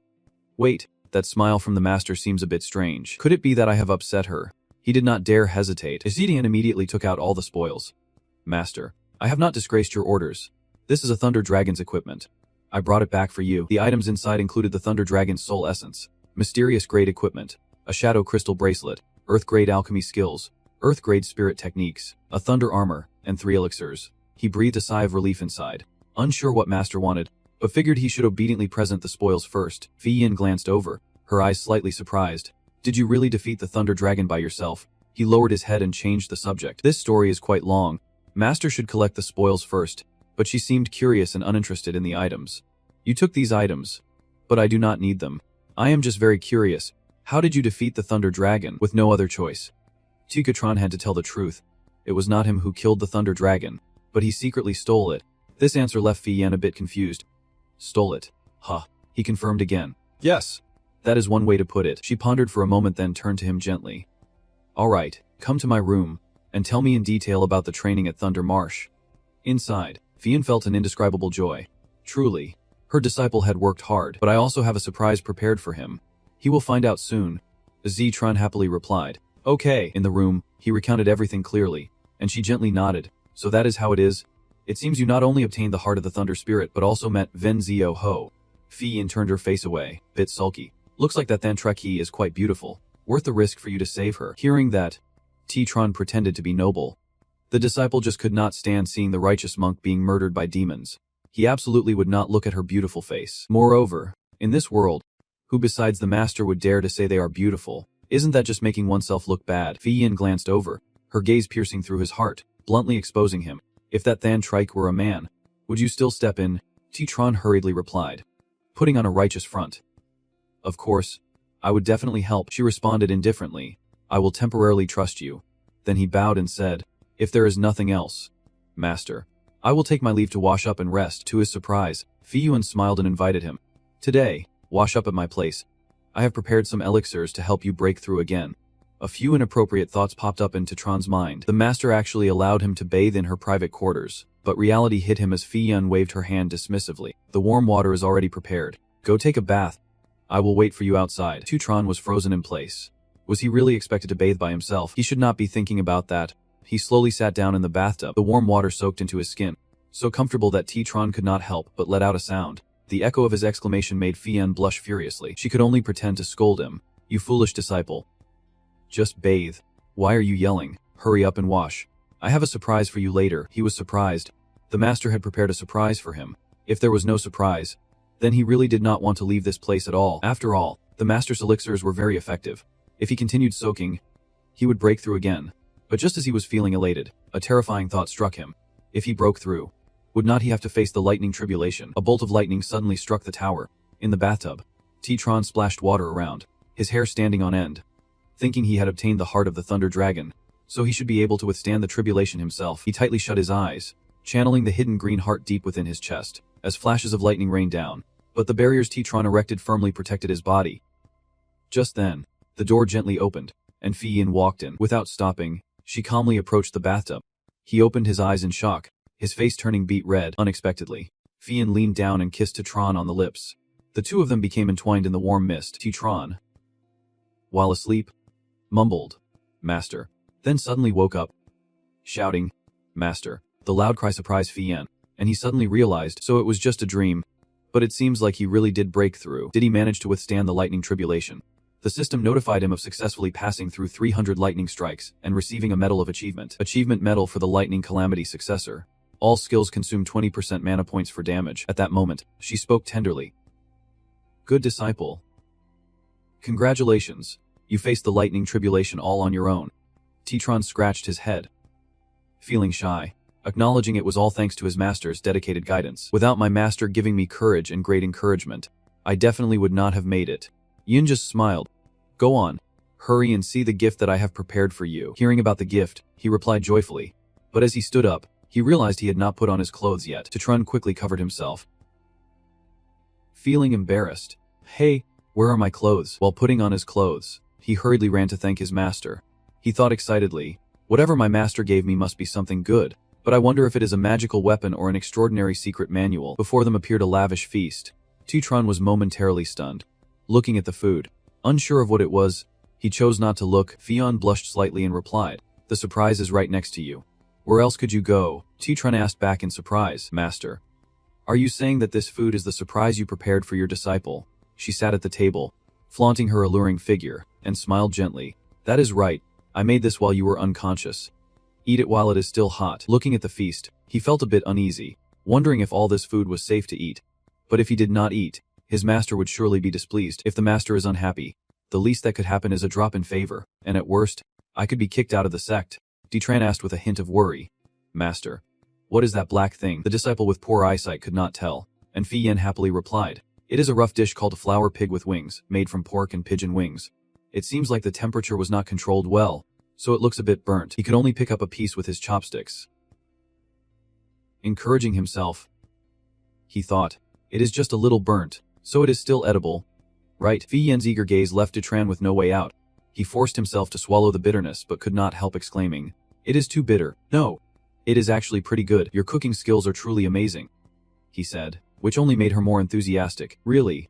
Then you should eat more. Eat until you are full. Dishes immediately followed one after another like an onslaught. Super pungent hit for 300 damage. Super sore hit for 300 damage.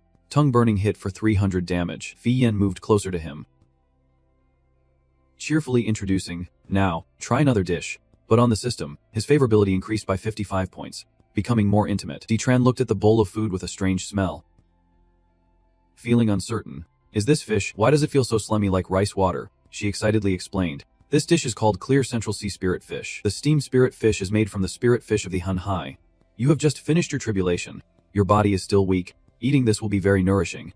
Then Fian scooped a large spoonful for him. T-Tron picked up the bowl, feeling horrified. Do I really have to eat this? It had a taste that was really off. But seeing her expression, he made up his mind. Forget it. It has come to this. I might as well eat it and consider it buying a smile from a beauty. This made Fian puzzled. What is wrong with you, disciple? Without bothering to explain, T-Tron tilted his head and gulped down the bowl of soup, thinking to himself, whatever, it is not poison anyway. But as soon as he finished eating, his mind became hazy. This is so good. This dish is even better than Drunken Immortal's feast. After saying that, T-Tron's vision spun, feeling like the world was turning upside down. Suddenly, he collapsed to the ground, causing her to panic and cry out. The disciple system appeared, taking 1500 damage from poison for 5 seconds. Detran struggled to speak in a weak voice. Master, I have remembered. Although the spirit fish of Hanhai is a delicacy, it has a poison sac. Did the cook remove the poison sac? She was stunned, covering her mouth with her hand. I forgot. Seeing him foaming at the mouth, Fi Yin screamed. Disciple. Detran. Before passing out, he silently complained. Was the master intentional or accidental? She frantically shook him. Disciple. What is wrong with you? Wake up. Disciple. He felt truly speechless at that moment. Oh God. The food was hard to swallow, and the master's cooking was poisonous. Fi Yin hugged Detran, her voice full of regret. It is all the master's fault for forgetting to remove the poison sac. In a few days, when I finish my seclusion, I will prepare a bigger feast for you. He heard this and was shaken, opening his eyes. Detran thought. Food aside, I also got to touch her tiny hand. I took a huge risk to increase my favorability, so I should at least get to touch a bit. Right? You whined. Master, do you really have to carry me? Fi Yin gently explained. If you have already passed the tribulation, I can rest assured to retreat and contemplate. Tutron pretended to be pitiful. It turns out all the departures were calculated. Master, you will also leave me. Right? She did not expect him to say that, and blushed in embarrassment. Fi Yin avoided the topic. Scolding. What are you talking about? I am just going into seclusion, not leaving you. Tutron prodded, trying to dig deeper. Really? She still could not bring herself to look him in the eye. How could I not? How could I ever leave you? Tutron suddenly stood up, seriously expressing. Master, you must be careful during your seclusion. I will always wait for you. Even if the world is desolate and the sea is dry, I will wait for you. Fi Yin was stunned, unable to think of anything. I understand, Master, she said. At that moment the system notification sounded. Favorability 60. No distance. Then she stood up, causing MC Tutron to fall. Alright, I'm off. He did not feel pain and instead smirked, imagining that he had gained some favor. Just a little more, and when he crossed 70, it would be possible. It really makes one look forward to it. Outside the mansion, Fi Yin's voice echoed with caution. After I enter seclusion, you must be more careful. Do not indulge in the mortal world. No playing around. Tutron responded clearly. She continued to nag, saying he should not go picking flowers or chasing butterflies, and definitely should not meet any royal princesses. The female cultivator listened intently. He turned away, knowing all too well that other than waiting for her, he would not think about them. Fi Yin was finally satisfied and left. Suddenly she stopped. Tutron jumped. Right. Fi Yin took out some treasures. This time in seclusion. I might be gone for a few months. Here's the secret manual and this magical item. Take them first. He gladly accepted, thanking his master profusely. He was secretly delighted. Indeed, his master was generous. It was definitely not just that feast. Not stopping there, she mentioned that she had 2 more tasks for him to do. Tutron readily agreed. Master, just tell me. Don't say only 2 tasks. Even if it were 100 or 1,000, I would not bat an eye. Fiona contentedly assigned the task, saying that in a few days it would be the birthday of Seung Nek, a member of the time-long royal family. Si Hing and Si had invited all the major sects to the banquet. You will go in my place. He raised his hand to signal that it was no problem. Yes, Master. I will think about it. I thought it would be a tough job, but it turns out I get to enjoy free food and drink. She continued. The second task is that the Eastern Sword Sect has a branch in the border area of Mavizan Shu called the Eng Kim Si sects. Recently, we have not been able to contact them for some reason. You will go in my place and find out the reason. Report back to the sect immediately after. You go now. I need to start my seclusion. Tutron performed a bow. Got it, Master. I will definitely complete the mission perfectly. Then he calmly analyzed that logically. The plot of the Sword Master CC should be updated after the second great battle between good and evil. As expected, the plot is speeding up. In the courtyard, Tutron walks leisurely when suddenly a flying fan appears out of nowhere. He could catch it with his eyes closed. When Tutron opened his eyes, surprise was evident in his gaze as he looked at Kong and Gait, who was smiling in front of him. He exclaimed, Senior sister. She sat on the roof greeting him. Little junior brother, it has been a while. I just saw a heavenly tribulation at the Back Mountain Sword Pavilion. It must be your thunder tribulation. Right, Tutron proudly replied. Of course, I have broken through again, but I still have not made a pact with you. Senior sister, tonight, I will take you to Phoenix Song City. Okay. Kung and Gait generously forgave him, considering it a sign that he was being sensible. After so long, I thought you had forgotten about your senior sister. In a flash, she jumped down closer to him. Kung and Gait sighed. But we can't go together. If my father and grandfather find out, they definitely won't let me go out. Si Trun gently touched her head in agreement. Okay. Then we will go one at a time. I will wait for you at the east gate of Phoenix Song City. Deep down, he was also nervous. She was afraid of her father, and he was afraid of his master too. Although master is in seclusion, if she finds out he has an appointment with her little sister, the hard-earned favor he built up to 60 might be lost. The scene shift to Phoenix Song City, bustling at night. Look at this delicious hawthorn candy. Lots of hawthorn candy. The Citron is standing there buying snacks. Boss, give me 2 of the big ones. The boss cheerfully replied. Coming right up. Kung Guide hurriedly ran over. Little junior brother, you look exquisite today. Before Kung Guide could react, a skewer of candy was shoved into her mouth. Annoyed, she shouted. Little junior brother, what are you doing? How annoying. He was startled. I thought girls like sweet stuff. Kung Guide criticized. I got tired of those kinds of snacks when I was little. Suddenly, Tutron blushed and complimented her. Senior sister, you are really beautiful. Even your angry look is beautiful. She was soothed by his sweet words and let it go for now. The sweetness of the hawthorn candy can't compare to your words. Let us go ahead. He looked around cautiously, making sure no one was following. Right, no one noticed us. Right, Kung Guide dismissed his worries. No, I have been very careful, but Tutron still felt anxious inside.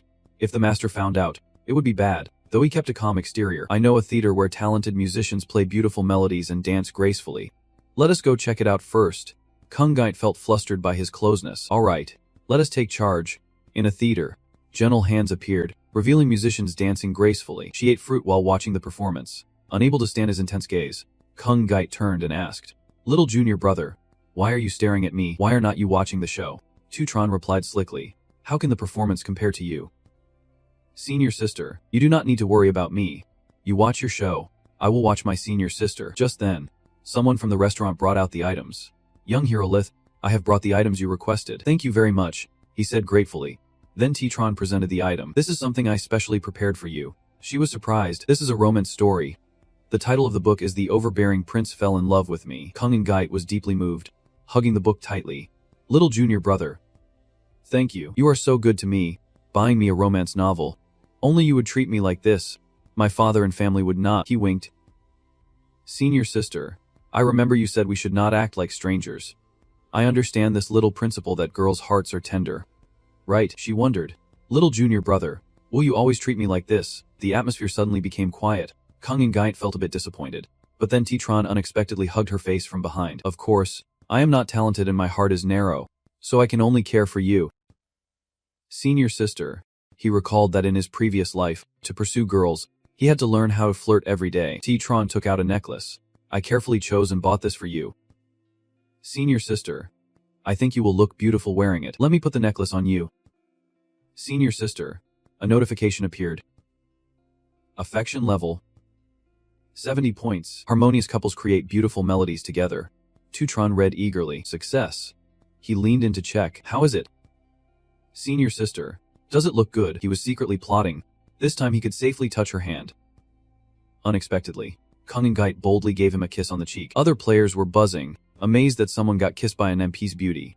I could not even get a word out. I have also fallen for an MP's senior sister in the sect and have been pursuing her for a long time. Yet she does not even pay attention to me. Why is that? This Impa sister is really beautiful. Why did not I have luck like this? As they left, she suddenly announced, Right, my father will take me to VNBN City for the Sword Sect tournament. I will have to leave the Sword Sect for a while. Tutron was astonished. The Sword Sect tournament, he began to ponder. It is held once a year.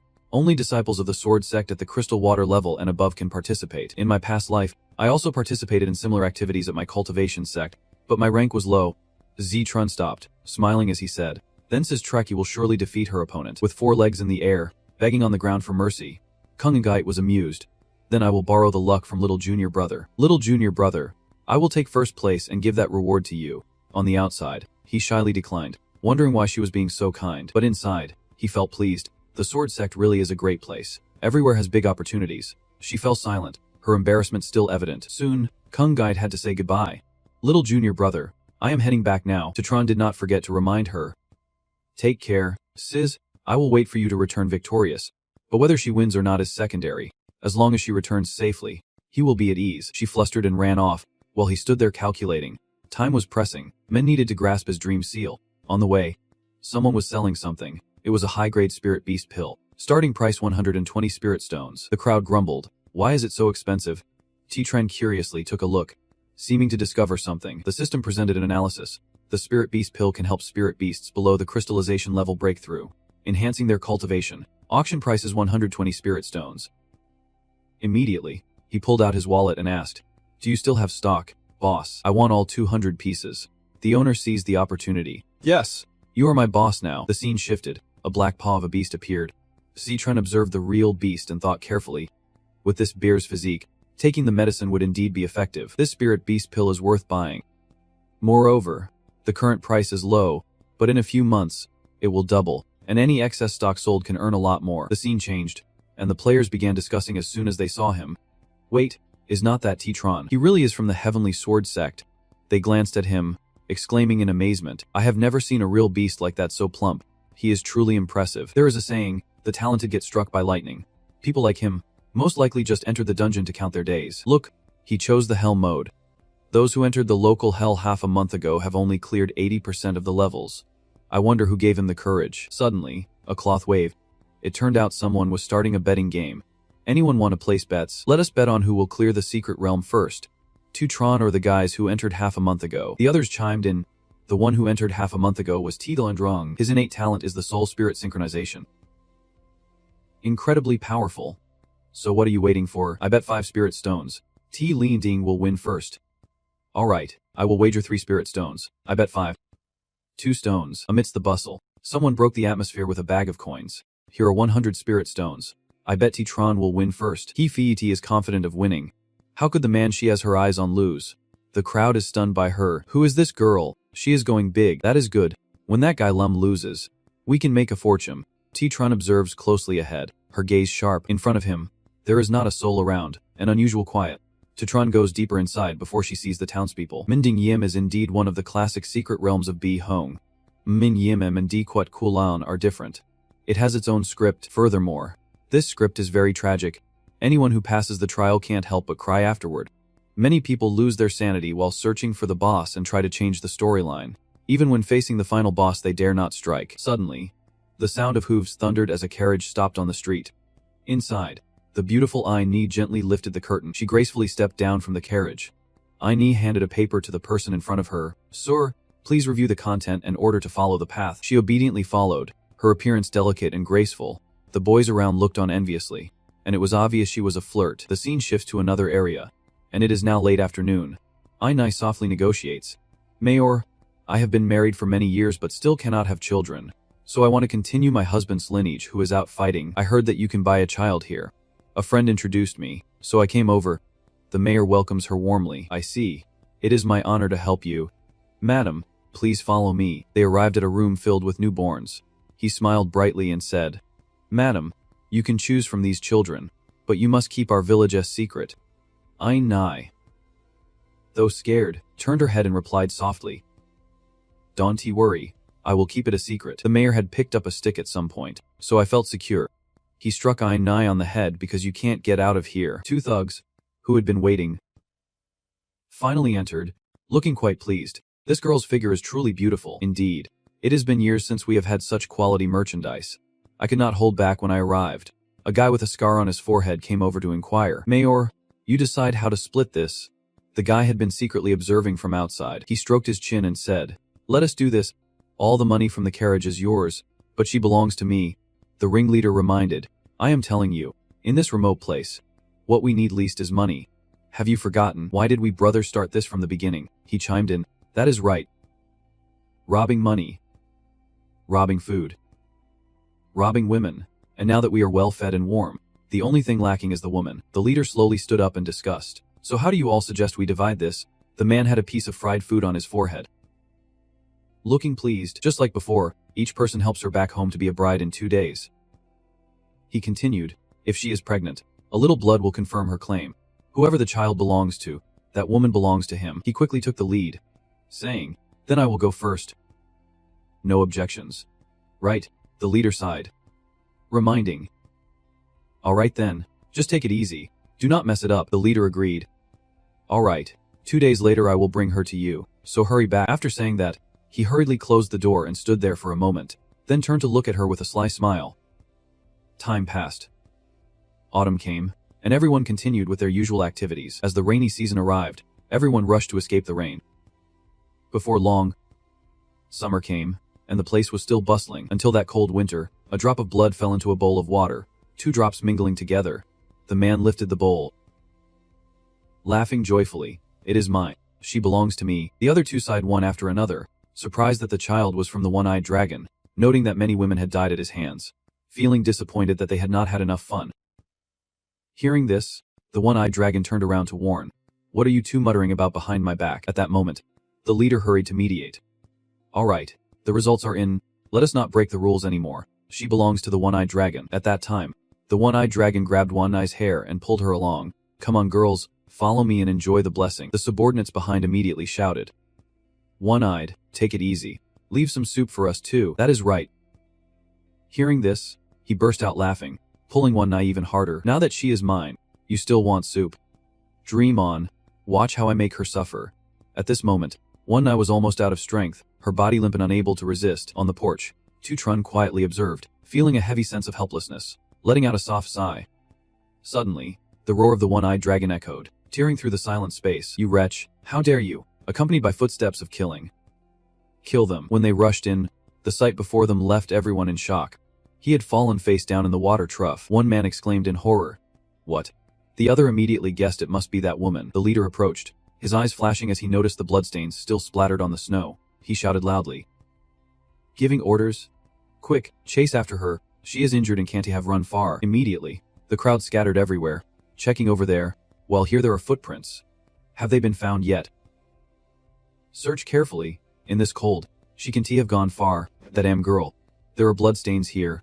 One knee, holding a knife, was breathing heavily. Each step felt heavy, her legs trembling as the cold snow weighed her down. Finally, she collapsed onto the white ground, and they rushed over. One shouting, "I found her. She is over there." A man grabbed Idane's hair and yanked her up, shouting in her face, "Where do you filthy scum think you are running off to?" She moaned in pain. The man turned to the chief and asked, "Boss, what do we do now? Should we report it to the authorities?" He immediately bellowed, "Reporting it to the authorities? Are you out of your mind? What would the officials say if they knew about what happened here?" The subordinate was not reassured and continued, "So how should we handle this now? Should we take her back?" The chief coldly decided, "I have already called everyone from the district to catch her. Now that we have found her, it is best if no one else sees her to avoid unnecessary troubles later." He finished, and Dijin Kim raised his weapon. "Then I will take care of this." In the last moment, tears glistening in Nahai's eyes formed a gentle smile as she choked out, calling for her husband. Moments later, the heavy sound of a blade echoed through the night. A guard grumbled about the burial work. "We have not even had our fun a few times. Why does all the dirty work fall on us?" The man beside him lowered his voice to remind him, "Can you please shut up for a moment? It is freezing here. Hurry up and finish so we can go to sleep." It is true the boss is ruthless. He had their hands and feet chopped off. Up high, Tutron sat silently on a branch, his eyes darkened, as a crow cawed hoarsely in the night. Elsewhere, a man with tousled hair frowned in confusion. Recently, several people had gone missing without explanation, all of them connected to the previous incident. "Do you think it could be ghosts?" The leader snapped, "You are insane. That happened months ago. What ghosts could there be now?" Just then, a man rushed in. "Sir, it is not good. Sir, something big has happened." Everyone hurried to the scene. The sight left them all speechless. The leader was furious. "This is bad. All limbs chopped off and hung up far from home." The man with the messy hair lamented. "Who could have done this? How cruel." The chief's face went pale as he ordered, "Hurry and report to the authorities." Memories of the past surged back, making him tremble. Also, quickly go invite a sorcerer. In the quiet forest, a faint sound echoed. "It is over now. Wake up from the dream." Tutron carried the national flag on his shoulder, thoughts ringing in his mind. "No doubt, this is a dream, an endless dream that brings sorrow." He began to dig into the ground, thinking that if he were a new player, he would have likely succumbed to slaughtering the entire village, only to realize he had failed at this stage. This was merely a dreamscape, which is why he had to stand on the sidelines. In Aine's memories and dreams, he sought clues to find the final boss. While searching, Tutron picked up a finger bone and frowned slightly. He tossed it aside and quickly realized he had found something. An old ring, its dim light shimmering. Tutron lifted it to examine it and smiled faintly. This was the token of love between Ai Nai and her husband, and it was also the source of her strength. At that moment, sparks suddenly flickered to life. He remained seated, aware that this ring was crucial for progressing through the stage. Just as she turned to leave, flames erupted, consuming the night, and a glowing red hand reached out to grab a stone. In that moment, Ai Nai's figure appeared, but she was no longer the gentle girl she once was. Instead, she had transformed into a roaring demon. Tutron turned back, a mysterious smile curling at the corners of his mouth. "It is true, you die as a ghost, And ghosts die as you. Ai opened her mouth full of sharp teeth and screamed, the bizarre arms on her body writhing incessantly. T-Tron turned, his sword flashing as he sliced off the arms growing from her back. His voice grew serious. I empathize with your situation, but it is time to let go. Ai screamed, fiercely refusing. No. T-Tron took another step, his demeanor resolute. The ones she hated were already dead. Killing the innocent is not worth it. Do not live in pain any longer. Ai screamed again, wildly resisting. No. He shot up into the air, his voice of persuasion still echoing. Her life story was truly tragic, but that was not a reason for her to stay and do evil. The great grudge has been reported. Let go of your obsession. With a swing of his sword, the light cut through the sky, and the demonic arms were finally shattered, reincarnating and moving on. The Z-Tron struck with precision, while Ai tried to escape, screaming in agony. She looked up at the sky, despair pouring from her. A column of blood erupted from Ai's mouth, staining the entire space red. Immediately, the system notification sounded. Monster. Tier Boss. Strength. Late-stage body refinement. Life 14,101 per 15,000. Attack 121. Defense 100. Speed 106. Mental protection 11. Meeting mind 15. Skill Blood Storm Invasion. Self-heal. Vengeful Spirit Father Strength of Potential. T-Tron looked up, a smile curling at the corner of his mouth. The spirit shield was working. He bent down to gain momentum, then jumped high, charging straight and high. T-Tron maneuvered along her body, using the force to elevate his sword energy. Just as he was about to reach Ai's mouth, he paused for a moment before launching a fierce attack. A scream of pain tore from her throat, but immediately after, Ai bent down, frantically devouring the sliced parts of her body. She bit and swallowed everything to recover, consuming it all for herself. T-Tron's inner thoughts trembled. She began to heal herself. No, I can't keep dragging this out. I need to win quickly. The thought flashed, and he immediately changed his strategy. Phoenix Emperor T-Tron wielded his sword, unleashing a great blaze, and once again, Ai screamed ferociously. Finally, she collapsed before his blade, her blood count dropping to 0. T-Tron turned to see the empty scene before him. In another illusion, Ai's hand flailed in despair. No, I can't accept this, she crawled, forcing out broken words filled with resentment. I must kill them all. Suddenly, a warm voice rang out. Ai froze at the words, which pierced deeply into her heart. Her body began to change, the demonic form fading, revealing the silhouette of a human again. Ai's eyes widened, tears streaming down as she trembled. She embraced the figure before her, sobbing. Husband. Husband. I miss you so much. The late husband shed tears, softly replying, My dear, I am late. At that moment, Ai panicked, her voice trembling. Husband. How did you get here? His body was riddled with arrows. What a disgrace. In the last great battle, the entire squad was wiped out. I could sense it. That is why I was able to come to your side. My dear. I'm sorry. It is all because of me. I should not have let you come here alone, making you suffer like this. It is all my fault. I am truly a worthless scoundrel. Tears of happiness continued to fall from Ai. It is okay. Husband. I never blamed you. From now on, we will never have to suffer again. The two gradually began to fade away. Behind T-Tron's back, he stood still, his gaze filled with regret. Good night. Only a still silhouette remained. She left behind a withered skeleton. T-Tron stepped forward and bent down to pick up the ring, whispering, Final key prop. He slowly slid the ring onto the finger of the skeleton. In an instant, the skeleton turned to dust, merging into the void. Immediately, the system notification echoed repeatedly. Mystic Grade. Nightmare Cloak. Mystic Grade Movement Technique. Flight Technique. Mystic Grade. Haunting Blade. He marveled at the gear appearing on him. 3 Mystic Grade items dropped at once. The system announced, congratulating player T-Tron for being the first to clear the Hell-level Nightmare Secret Realm of Beat Hong, awarding 300 prestige points and a bone. Wishing all martial players prosperity. The news instantly caused a stir. Countless people discussed it excitedly. T-Tron cleared the level, while Tithalin Ding was still stuck at 80%. It is over. The Spirit Stones, I bet. The level T-Tron cleared was indeed a Hell-level nightmare. Eth also looked up at the sky, his eyes sparkling with admiration. Palom truly is a powerhouse among powerhouses, effortlessly clearing the Hell level. Idol. I will always follow and support you. The crowd grew louder. Some exclaimed that someone really cleared the Hell-level nightmare. Why was not it me? Numum Lamb turned around, her gaze fixed on the news board. Little Lamb cleared the level again. Saying that, Numum Lamb excitedly ran off. I did not expect Little Lamb to be so strong. I need to flatter him first, she happily called him, her voice full of anticipation. Little Lamb, I completed the newbie mission. Now I am coming to find you. Don't forget to pay me back for the travel expenses. T-Tron replied with some annoyance. You, a wealthy lady, want me to pay you back for travel expenses? Hearing that, Numlam hurried to the teleport stone. Running while scolding, Let me find you then. Wait for me outside the city. You stingy person. Aiming to reach Chu Hofeng City. She stood at the city outskirts waiting, but her mouth would not stay quiet. You stingy person. Not even willing to return my travel expenses. Looks like he wants a beating. Just one good fight will do. In her frustration, Lam's prominent chest caught the attention of a group of men. The one behind stepped forward calling out, "Hey beautiful. We are here to take you to the secret realm," while the brown-haired guy shot her a flirtatious glance. "We are all extraordinary cultivators. Normal realms are no problem. I can definitely protect you." Lam's eyes were filled with disdain, and in this defeated state, he still wanted to flirt with girls, which irritated him, so he hurriedly flexed his biceps. "Little sister, you are in the early stage of cultivation and you still dare to be picky." The two guys laughed loudly, warning her not to get gored by a wild boar. She smirked slightly, a provocative smile appearing. "If you want to take me with you, you need to ask my brother first." Lam's gaze quickly shifted behind, where he quietly appeared.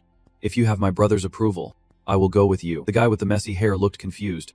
Where did this guy come from? How did we not notice him at all? The other guy suddenly seemed to remember something, and it looked like he was about to panic. All three of them inhaled sharply. Dongthan's mouth trembled. Zhang Chen. It is him, the legendary figure, the top expert of the 8 wilderness. No way, is not Zhang Chen from the Zamok Xian. This is Ziwa Feng. To silence them, he sternly shouted, "You are too loud. If you keep making noise, I will smash all your teeth." Lam pointed at the three of them, feigning a pout. "Brother, do these guys want to challenge you or what?" Before he could finish, the three were already sweating in fear and stammering as they ran away. "No, we have things to do. We will take our leave. Sorry for bothering you." She turned back and shot a teasing glance at Zhang Chen. Surprised by Little Lamb's fame, he simply replied, "Is that so?" "Just normal." Lam immediately held out her hand, demanding a compliment, puffing up with pride. "Where's my fruit? Didn't you say you would give me the fruit?" He handed the gift to her, looking helpless. He remembered this clearly. Just as Lam took it, the system chimed in. Spirit item. Storm gloves. Strength plus 11. Comprehension plus 8. Vitality plus 300. Skill. Explosive fist. Her eyes sparkled, cradling the item as if it were a treasure. Wasn't this the glove on the artifact list? Lam beamed with joy, so happy that she could not let go. Not only that, Zhang Chen pointed at the screen, raising his voice generously. "There is also a technique and 2 defensive spirit items for you. The 2 defensive items are not expensive. They sell for 20,000. And the gloves could sell for 800,000 without a problem. The fire fist skill is about 500,000. After hearing that, Long's eyes sparkled as she smiled sweetly. "Little Lamb, you are so nice." Seeing that the time was ripe, he excitedly asked, "So when will you pay me? I won't take much. Just give me a discount of 20 to 30%. Lam lightly tugged at her clothes, throwing flirtatious glances. "Where would I get that much money?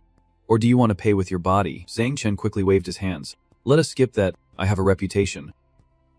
She squinted, feeling annoyed that he did not take the bait. Zhang Chen's expression darkened, his gaze wary. Was he using this trick to hook her? In his past life, he had fallen for such deceit and ended up getting hurt. So if he believed it again, he would truly be a fool. Suddenly, Lam returned the iron gloves. "I only need 2 protective outfits. The gloves in the book. You can sell them. They are too expensive. I can't afford them." Detran smiled slightly. "Just take it. I was just joking. This was originally prepared for you.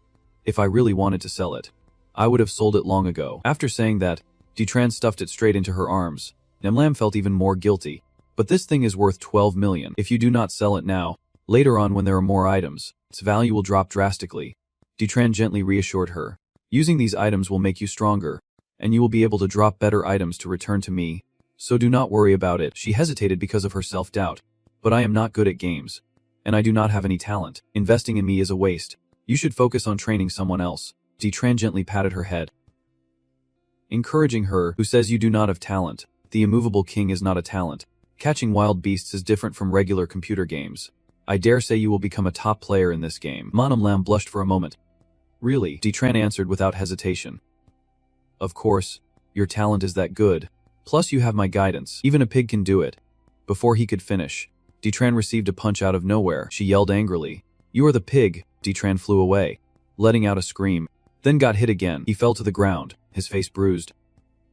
Looking up, he saw Lam standing with her hands on her hips, looking stern. "I have a favor to ask of you.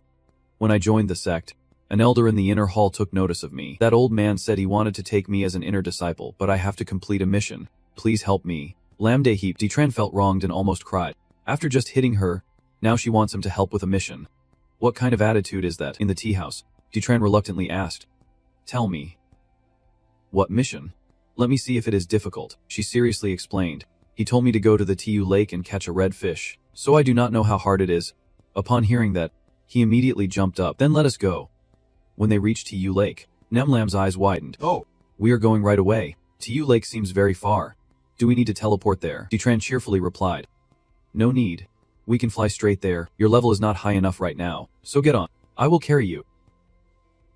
Without hesitation, she happily jumped onto Detran's back, her soft body pressed against him, making him blush deeply, blood rushing from his nose. Even so, Detran seriously reminded her, I'm flying. Hold on tight. Do not fall off. As they took off, Nemlam joyfully shouted, higher. Let us go higher. She clung to his shoulder, but her breasts kept pressing against him more and more. Detran's nose bled uncontrollably. Nemlam was confused, not understanding why. Just then, he lost his balance, causing both of them to fall to the ground on top of each other. She shyly exclaimed, Little lamb, can you handle this? Detran got up, awkwardly denying it. Nonsense. How could I not handle it? Sit tight. Do not fidget too much. The scene shifts to the Lake of Love, and Tetron's mind is swirling with thoughts. The Lake of Love is very famous in Hofengchu. It has a type of fish called Zichenu, known for its fresh taste and tender meat, which also contains a unique spiritual energy. If you bring 6 new fish to the auction house, you can sell it for a good amount of spiritual stones. That is why many newcomers love to go there to fish and make money. However, at the bottom of the Lake of Love, there are the Hiyu, and Zichenu fish are their food. Once they notice someone trying to steal their food, they will immediately attack. The strength of Hiyu is usually at the mid-stage of Kwai refinement, but they prefer to live in groups. A weak newcomer like Lam would find it hard to take any fish away. Even if she caught one, they landed on a rock, and he exclaimed, We are here. After admiring the view for a moment, Tetron commented, This spot is decent. It seems like someone has set up camp here before. Fishing for Zichenu entirely depends on luck. If luck is not on your side, you might end up sitting here all day. She suddenly remembered that she forgot to bring a fishing rod. He quickly pulled out a string, testing its strength, thinking about how you do not need a rod in the game. This will do. The system notes that this spider silk is made from 100-year-old spider thread, so you definitely won't go home empty-handed. Tetron threw the hook into the water and casually handed the string to Nemlam. You need to hold on tight. There is only one thread here. Just take your time fishing. I will lie down and rest a bit. After saying that, Tetron lay back on the rock, covering his face with a fan and fell asleep. She struggled to hold the string while murmuring, If I knew this task was so simple, I would not have bothered you. I could have done it myself. Tetron, eyes closed, lazily replied, Wait a bit. You want to think that way later. Just then, a fish suddenly bit the hook. Lam panicked and pulled the string, her eyes shining bright. It is biting. Little T. Look quickly. Lam had just caught a fish when suddenly a whole school of fish leaped out of the water. Tetron seemed to have anticipated it and immediately stood up with his fan. Hey girl, do you know how hard this task is? T panic. I am here with you, she shouted loudly, throwing the fish towards him. Little T, catch it and hold it tight for me. Tetron caught it but looked confused. Meanwhile, Lam clenched her fists, her spirit erupting. She charged into the sharp jaws of the fish. Lam spun around, delivering a kick right to the top of the gray fish head. Her eyes were fierce, filled with the will to fight. Quick as lightning, she firmly gripped the fish's belly with one hand and grabbed its sharp nose with the other. Lam roared as she threw the fish with all her strength. It slammed into its companions, causing chaos among them, and they all fell straight into the lake. Seizing the opportunity, she unleashed her power. Lam unleashed a series of techniques, fiercely attacking the fish with explosive punches, fiery fists, and penetrating strikes. Tetron watched in shock, his eyes wide. When everything was quiet, she landed next to him, still pulling along the fish she had just caught. Lam was out of breath, constantly complaining that these spirit beasts did not know any martial arts, and yet they bullied the weak. Luckily, my fists are strong enough. Tetron secretly admired her. In his past life, if he had teamed up with Lam and Hong at the same time, perhaps his achievements would not have been as high as hers. It had to be said, the cultivation path really suited her. Thinking about it, he gently sat down, turned his back. Let us go. Hurry back to turn in the mission. If those spirit beasts catch up, we will have to fight again. Come on. I will take you through the teleportation. Lam shyly declined. Actually, I can go back by myself. Despite that, she still let Tetron carry her, her mouth agape in surprise. But how could he be this fast? He coldly replied. You should turn in the mission early to avoid a long night full of dreams. The two took off, flying through the clouds. Lam suddenly spoke up. By the way, I am going to the gym later. Are you coming? Tetron eagerly replied. Let us go. Why not? You can train me as you like. She blushed slightly, her voice a bit shy. All right. I will train you outside the game, and in the game, it will be your turn to train me. Tetron choked again, thinking something was off. As if there was an extra word missing that should not be left out. In the break room, Tutron was lounging on a chair, relaxing with his eyes closed. Just then, Numlam walked in wearing sports attire. She casually shook him awake. "Little Lindsay, it is time to go exercise with me." Tutron groaned, removed his blindfold, and sighed. "It is only 6 o'clock. Is not that a bit early?" Numlam ignored him. "Stop talking and get up. You are the one who asked me to train you. If you regret it now, it is too late. Let us go run." Tutron was dragged along, whining that he was going. His face accidentally brushed against her chest, and a tense thought crossed his mind. Numlam bent down and caught his strange gaze. Her face flushed, and she immediately punched him. "What are you looking at? You pervert." Outside, the birds were chirping cheerfully. Numlam ran ahead, her breathing steady. Behind her, Tutron staggered, running while complaining. "I can't take it anymore. Let me rest a bit." She turned her head, a mocking smile on her face. "You are too weak." Tutron plopped down on the ground, resigned to his fate. "Yes, I am weak. All right, let me take a break." Numlam checked the time on her phone. All right, a 5-minute break. He thought to himself. No wonder it took months to regain full strength after the game merged with reality. Serious training is a must. Just then, she suddenly pointed to a corner. "Little Lindsay, look at that little girl over there." A little girl with pink hair and 2 buns, holding a stuffed animal while squatting. Numlam could not help but exclaim, "She is so cute." Tutron instinctively glanced in the direction she pointed. Noticing a woman with a stunning figure gently stroking the girl's head, his face turned bright red, his gaze seemingly fixated on that woman. "She really is adorable." Tutron paused, a thought rising in his mind. That woman looks so familiar.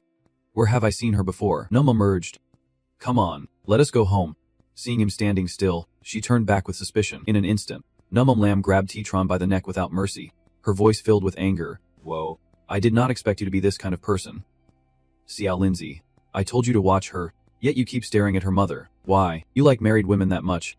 Tutron struggled and yelled. "You crazy. What are you doing? I just thought she looked familiar. Let me go." She rubbed her temples in annoyance and scoffed. "Seriously, even my dog has a better excuse than you. Stop pretending. Let us go." "Keep running." Tutron was dragged away, panting and complaining. "Didn't you say we could take a 5-minute break? It has not even been a minute." Numlam let go and dashed ahead, leaving a curt remark to stop the nonsense. After a while, Tutron, exhausted, trudged back, breathing heavily. In his mind, he kept grumbling. "I did not say that, did I? It is only the first time and we are running like this. I can take it. Even though I am just a weakling in real life, I am not like that in the game. Losing face in reality, I will regain it tenfold in the game." As soon as he put on the virtual reality glasses, Tutron landed with a burst of flames, his spirit igniting. His eyes were sharp, and he exuded an incredible coolness. Observing the surroundings, Tutron confirmed this was the place. He ventured deeper into the cave, thoughts swirling in his mind about a segment from his past life called Master of the Whole Server. That show interviewed top players to share gaming experiences and success stories. The #1 sword god from his previous life, Tron Ein, once said his first opportunity came when he stumbled upon a cave with 2 skeletons inside. Judging by the traces around, it was clear these 2 were top masters, but it was unknown what grudges led them to duel here. In the end, both exhausted, they perished on the spot. From the outside, one seemed to be a sword cultivator, while the other appeared to be a Buddhist practitioner. Tronin once mentioned that beside the sword cultivator was a secret skill, which he left behind because it conflicted with his own cultivation method. At that moment, the system displayed a notification for the legendary sword skill, Windblade Ring, launching a circular sword formation with a radius of 50 meters, dealing 500 damage per second for 5 seconds to enemies trapped within. If an enemy dies in the formation, the duration resets. If one forcibly escapes the sword formation, they will be marked with a sword seal for 10 seconds, reducing their speed by 30% and putting them in a state of armor break. Tutron tucked the book away, feeling satisfied. Indeed, this is something even the sword god could not help but brag about. This skill is really strong. I need to study it closely. He respectfully clasped his hands towards the 2 skeletons, thanking the 2 seniors for leaving behind the secret skill. The junior bows in gratitude, wishing them peace. Just as he finished speaking, the 2 skeletons suddenly collapsed, shattering and leaving Tutron in confusion. Right there, a golden scripture fell out. You quickly grab it. Opening it, the system displays the notification of the divine Buddha seal, a secret technique not revealed outside the Buddhist school, summoning the Buddha seal from the heavens, dealing 2,000 damage to enemies within a 100 m radius, and an additional 20% damage to demons and evil cultivators. Cooldown time is 30 minutes, consuming 1,000 mana points. Any player who has reached Foundation Establishment can learn it, but outsiders will be pursued for learning it. Zichen was delighted. Is there more reward? Suddenly, A loud noise echoed, startling him and breaking his focus. Returning to reality, Zichen irritably removed the virtual reality device, shouting, "Who keeps knocking on the door? It is so annoying." From the kitchen, Lam hurried out, sounding flustered. Could it be that my parents found out I snuck out and came to bring me back? He groggily scratched his head. Still unsure, Zichen pressed his eye to the peephole. Let me check, but outside was just an empty space, making him feel a bit suspicious. No one was there. Suddenly, Zichen jumped in fright, a chill running down his spine. Mumbling in fear, could it be a ghost? She stepped closer, cautiously asking, "What is wrong?" There is no one at the door. Just then, the knocking came again. More urgent, startling both of them. Zichen cautiously turned the lock, his heart racing. Could it really be a ghost? But when the door opened, only a cold breeze rushed in, and a clear voice rang out, "Hey, handsome." Both leaned down to look in the direction of the voice. Right at the door stood a small girl, her round, innocent eyes looking up at him, asking softly, "Are you Lam Zichen?" He slowly sat down facing the girl, speaking gently, "What is up? What do you need from me?" Noli Eden obediently replied, "I came to check on my house." Zichen frowned, a bit puzzled. "Check on your house? You mean you are the owner?" Noli D immediately nodded vigorously. Lam bent down, smiling gently at the girl in front of her. "Isn't this the girl I saw on the street this morning? Oh my, she is so cute. She is so small but already the owner of a room. She is really impressive." Noli Yigig ignored the two of them, casually walking into the house. "Excuse me." The girl glanced back slightly, a hint of apology on her face. Only Yin looked around carefully. Everything was tidy and clean. She nodded in satisfaction and turned to Zichen. "Big bro, I have finished checking. You did great. The room is very clean. But I have one more question," he politely replied. "Go ahead, owner." Noli Ying straightforwardly asked, making both pause and exchange glances. "Are you two a couple? Why are you sharing a room?" Lam immediately smiled, putting her arm around Zichen. "Little sister, we are not a couple. Just roommates. Good friends." The girl mischievously glanced at her, saying with implication, "Then meet. Lam should pay attention to protect himself." This made Lam chuckle. She tilted her head and asked, "Little sister, what do you mean by that? Do I look like a bad person?" Li Zieping blinked. Quickly hiding behind him, she peeked out, whispering, "I think Lam is a handsome guy, and handsome guys are easily taken advantage of." Lam immediately got angry, turning to shout in his face, "Hey Xiao Lams, answer me honestly. Is this girl the one you are here for? Is this who you want to take revenge on me during morning exercise?" Titran hurriedly shielded Naitang, anxiously justifying, "What am I, petty like that?" But her fury still had not subsided. "Who knows why this kid keeps hanging around you? I am close to the girl like this, yet she is scared of me. Where's the logic in that?" Titran chuckled lightly. "I do not know about that, but kids have sharp eyes. Who told you to be so fierce every day?" Suddenly, Lam remembered something, his face turning pale as he rushed toward the kitchen. "Oh no, this is bad." She was struggling with the dishes, muttering to herself, "Oh no, oh no." Naitang looked longingly at the table full of food. Seeing this, Lam turned to her, gently coaxing, "Little sister, have you eaten yet? If you want to eat, just tell me the truth. That bad brother did not send you here to annoy me, right?" Naitang calmly replied, "I did not come by myself." Her answer made Lam helplessly slap her forehead, sighing, "Well, I give up. Have you eaten yet? Or how about eating with me here?" The girl immediately turned away, but Nai refused. "No, my big sister says I can't eat food from strangers." Titran called after her softly, "Wait a minute. Little sister, it is so late. Your big sister might have already eaten. How about eating with your brother here? After we eat, how about I take you home?" Naitang blushed, while Lai replied, "Thank you, big brother." Lam was furious, a kid so young already learning to discriminate. He quickly tried to mediate. "It is okay. Kids do not know how to talk.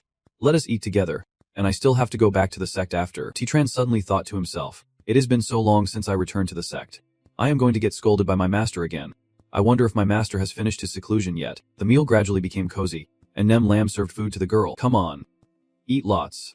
Be careful not to choke." Just then, a sudden message came through for him. "Lam, our Moon Shadow Guild has passed both the hard and extreme modes of the Divine King's Valley. Now there is only the Hell mode left. Are you free? Or can you come lead us? The conditions are still up to you." Titran replied, "Wait for me to log on later, and I will contact you." After that, he curiously turned to Naitang. "By the way, little sister, is your house far away or are you in the same building? Why have not I seen you before?" The girl replied while eating, "My aunt and I just moved here. My aunt is very beautiful and sings really well." Hearing this, A fairy image of that woman suddenly flashed into Tran's mind. Could it be that the person I saw this morning is the girl's aunt? But why does she look so familiar? As if I have met her somewhere before, like a light bulb going off in his mind. He slammed the table and shouted. I remember now. The other two were startled, immediately stopping their actions, their gazes turning towards Tran. He was still lost in thought, his face turning red unexpectedly. No way. Just then, a knock on the door followed by a clear voice of a woman calling out sounded from behind. Is anyone home? Dying Dean, are you inside? No, Dean joyfully said to Tran. Auntie is here to pick you up. He quickly stood up, feeling both shy and excited. Auntie. The door opened, and a charming woman walked in. Hello, I am your aunt. Here to take you home. In that moment, Tran confirmed his suspicion. It is really teen TV. The girl immediately rushed over, exclaiming, Auntie. Tiguva bent down joyfully to hug her, speaking affectionately.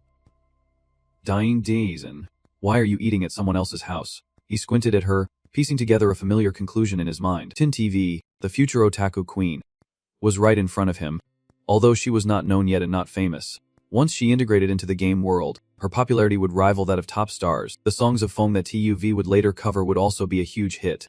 In that moment, Tran unconsciously reached out. Hello, may I ask if you are Teen TUV? His voice was full of excitement. She had her first song about the old study desk. It was really good. I like it a lot. Tiguvi was momentarily taken aback. Surprised, she asked, how did you know? Nomlam frowned, secretly mocking. When did Tu Lumit start paying attention to unknown singers? Tran softly hummed a part of the song. The notes dancing on the blackboard seemed to leap to the other side. Her eyes gradually lit up as she listened to him sing, the lines on the oak desk connecting her to the past. Countless smiling faces in the notebook, warm memories with him. At this point, Tiguvi instinctively placed her hand on her chest and gently joined in. Today is a bit longer, with you by my side, quietly holding hands. Numlam enthusiastically clapped, praising, that was really good. Miss 10, your singing is amazing. Tiguvi smiled, her voice trembling. Thank you all for liking my song. I thought no one was paying attention or liked it anymore. In fact, during this time, I struggled with whether or not to continue singing. Tran squinted, sincerely expressing that her songs were truly great. I am just one of the countless listeners of her music. I believe there will be many more people who will like your songs in the future. He encouraged her, so please keep going. Taiguvi stared at him, her face gradually turning red. She was moved, bowed her head, and choked out. Thank you for your encouragement. I will keep trying. Just then, Numum Lam chimed him. I am someone who likes to speak the truth, and your song is really good. Oh, by the way, my name is Nemo Lam. Let us be friends from now on. Taguvi nodded, beaming with a bright smile. Of course, I am honored to be friends with you all. Suddenly, a small hand shot up, and me too. The little girl excitedly introduced herself. My name is Nda Dative. You can just call me Gaydekize. She looked at the girl and laughed. So you are Nda Dative. Who gave you that name? It sounds really nice and cute. The girl replied honestly. My mom named me that. Numum Lam exclaimed. Your mom is great at naming. Huh. Did she move here too? Nizithing lowered her head, trying to hold back her emotions. She passed away, so she could not move here. She was startled and quickly apologized. I am so sorry. I did not mean to. I just wanted to say your name is really nice. Z gently patted the girl's head, his tone softening. My mom is gone, and so is my dad. You are happier than I am. Z Dwayu Zdo. At least you still have someone small to take care of. Nizi twitting. Feeling sad, cried and rushed into his arms. Tran gently patted her back to comfort her, saying it is okay. You can take care of me in the future. So can we be good friends from now on? The girl looked up and smiled, nodding her head. The atmosphere became warmer. Nimlam gestured. Don't he just stand at the door? Come in and eat. He clasped his hands to take his leave first, saying, there is still something going on in the wild. I need to check it out. You all eat first. Do not wait for me. A little later, in the virtual world, Tran landed in a desolate secret realm. His gaze was determined. It was here, the secret realm of the Vichus. Suddenly, a loud voice caused the crowd to stir. Everyone, look who is here. A crowd gathered around Tran, clamoring to invite him. Hey buddy, I heard you are still a lone wolf. Are you interested in joining us to roam the four seas? Lam brother, come join our crazy battle gang. I will make you the vice leader. Your skills are impressive. I admire you a lot. Why not join my Yin to Pavilion? I will give you a bonus of 50,000 each month. What do you think? Zaditron skillfully declined. I appreciate the good intentions from all of you, but I am used to being alone, so I am not thinking about joining any organizations. Thank you, everyone. He thought to himself, if I can avoid trouble, there is no need to offend them. Living humbly and quietly making money is the real way to go. Just then, a shout rang out, and Lummi Tran, the president of the Blood Armor Association, stepped forward, his face full of hostility. It is about time to settle the score from before. Einlein rushed over, shouting, President Lam, the Great Master. He had not finished his sentence when Luffy D grasped the situation and immediately gave orders. Let us go over there. She rushed forward, coldly questioning, What do you bloodslaughter want? One of the members laughed derisively. Isn't he this President Jiang? Don't he be so hot-headed. My boss just wants to talk to Detron for a bit. No need to worry. Luffy D shoved him aside, saying, Get out of the way. The guy insulted her, thinking, Who does she think she is? You think our bloodslaughter is afraid of you? Luffy D glared back defiantly. Oh really? You want to make a move? He immediately turned pale. The voice of the bodyguard rang out, filled with mockery. Detron, you did well. The entire Moonshadow Guild is here because of you. How much of their soft rice have you eaten? He frowned, his gaze sharp as a knife, piercing straight into the bloodthirsty group. The bodyguard boosted arrogantly. I am not going to chat with you. We need to discuss the incident at the Medicine Valley. Detron asked, confused. What do you want to explain? You have taken out many of my subordinates and even stole my boss kill, so asking for some compensation is not too much, right? He smirked, pretending to agree. Fair enough, so what do you want as compensation? The bodyguard seized the opportunity to raise the price. I want to make it hard for you. 10,000 spirit stones plus 3 pieces of equipment. I heard you have a pet too. Just give that to us, and we can let this slide. How about it? Detron's face showed a dangerous glint. He seemed quite pleased, thinking he was about to hit gold. A chick that has never seen the world, and already scared with just a few people. That is why the bodyguard tried to intimidate him. I know the Moonshadow Guild can help you, but my Bloodthirst Guild is much stronger than hers. Do you think they will fight to the death against us for you, even if they risk their lives? Can they really win? I advise you to obediently pay the compensation. I promise not to make it hard for you anymore. I might even invite you to join. Before he could finish, he suddenly froze. He struck boldly, one hit to the neck dealing 3,500 damage. The bodyguards were caught off guard because of this. Boss, it is over. Then Detron shouted, Ask your guild leader how he wants to go to hell so I can prepare him a coffin tomorrow. His aura left everyone around in shock. Witnessing this scene, a furious man exclaimed, while the game system displayed, You have been killed, forced to log out. Do you want to resurrect your character? Do I? His whole body trembled violently. Damn it. How dare you? The guy shouted out orders. Deal with this brat for me. His name is in red. Destroy all his equipment. Damn him. The group received the order and rushed forward. Dare to touch our boss. Beat him up. The boss said to break all his equipment. Luffy D reacted quickly, immediately mobilizing to assist the Master Lam.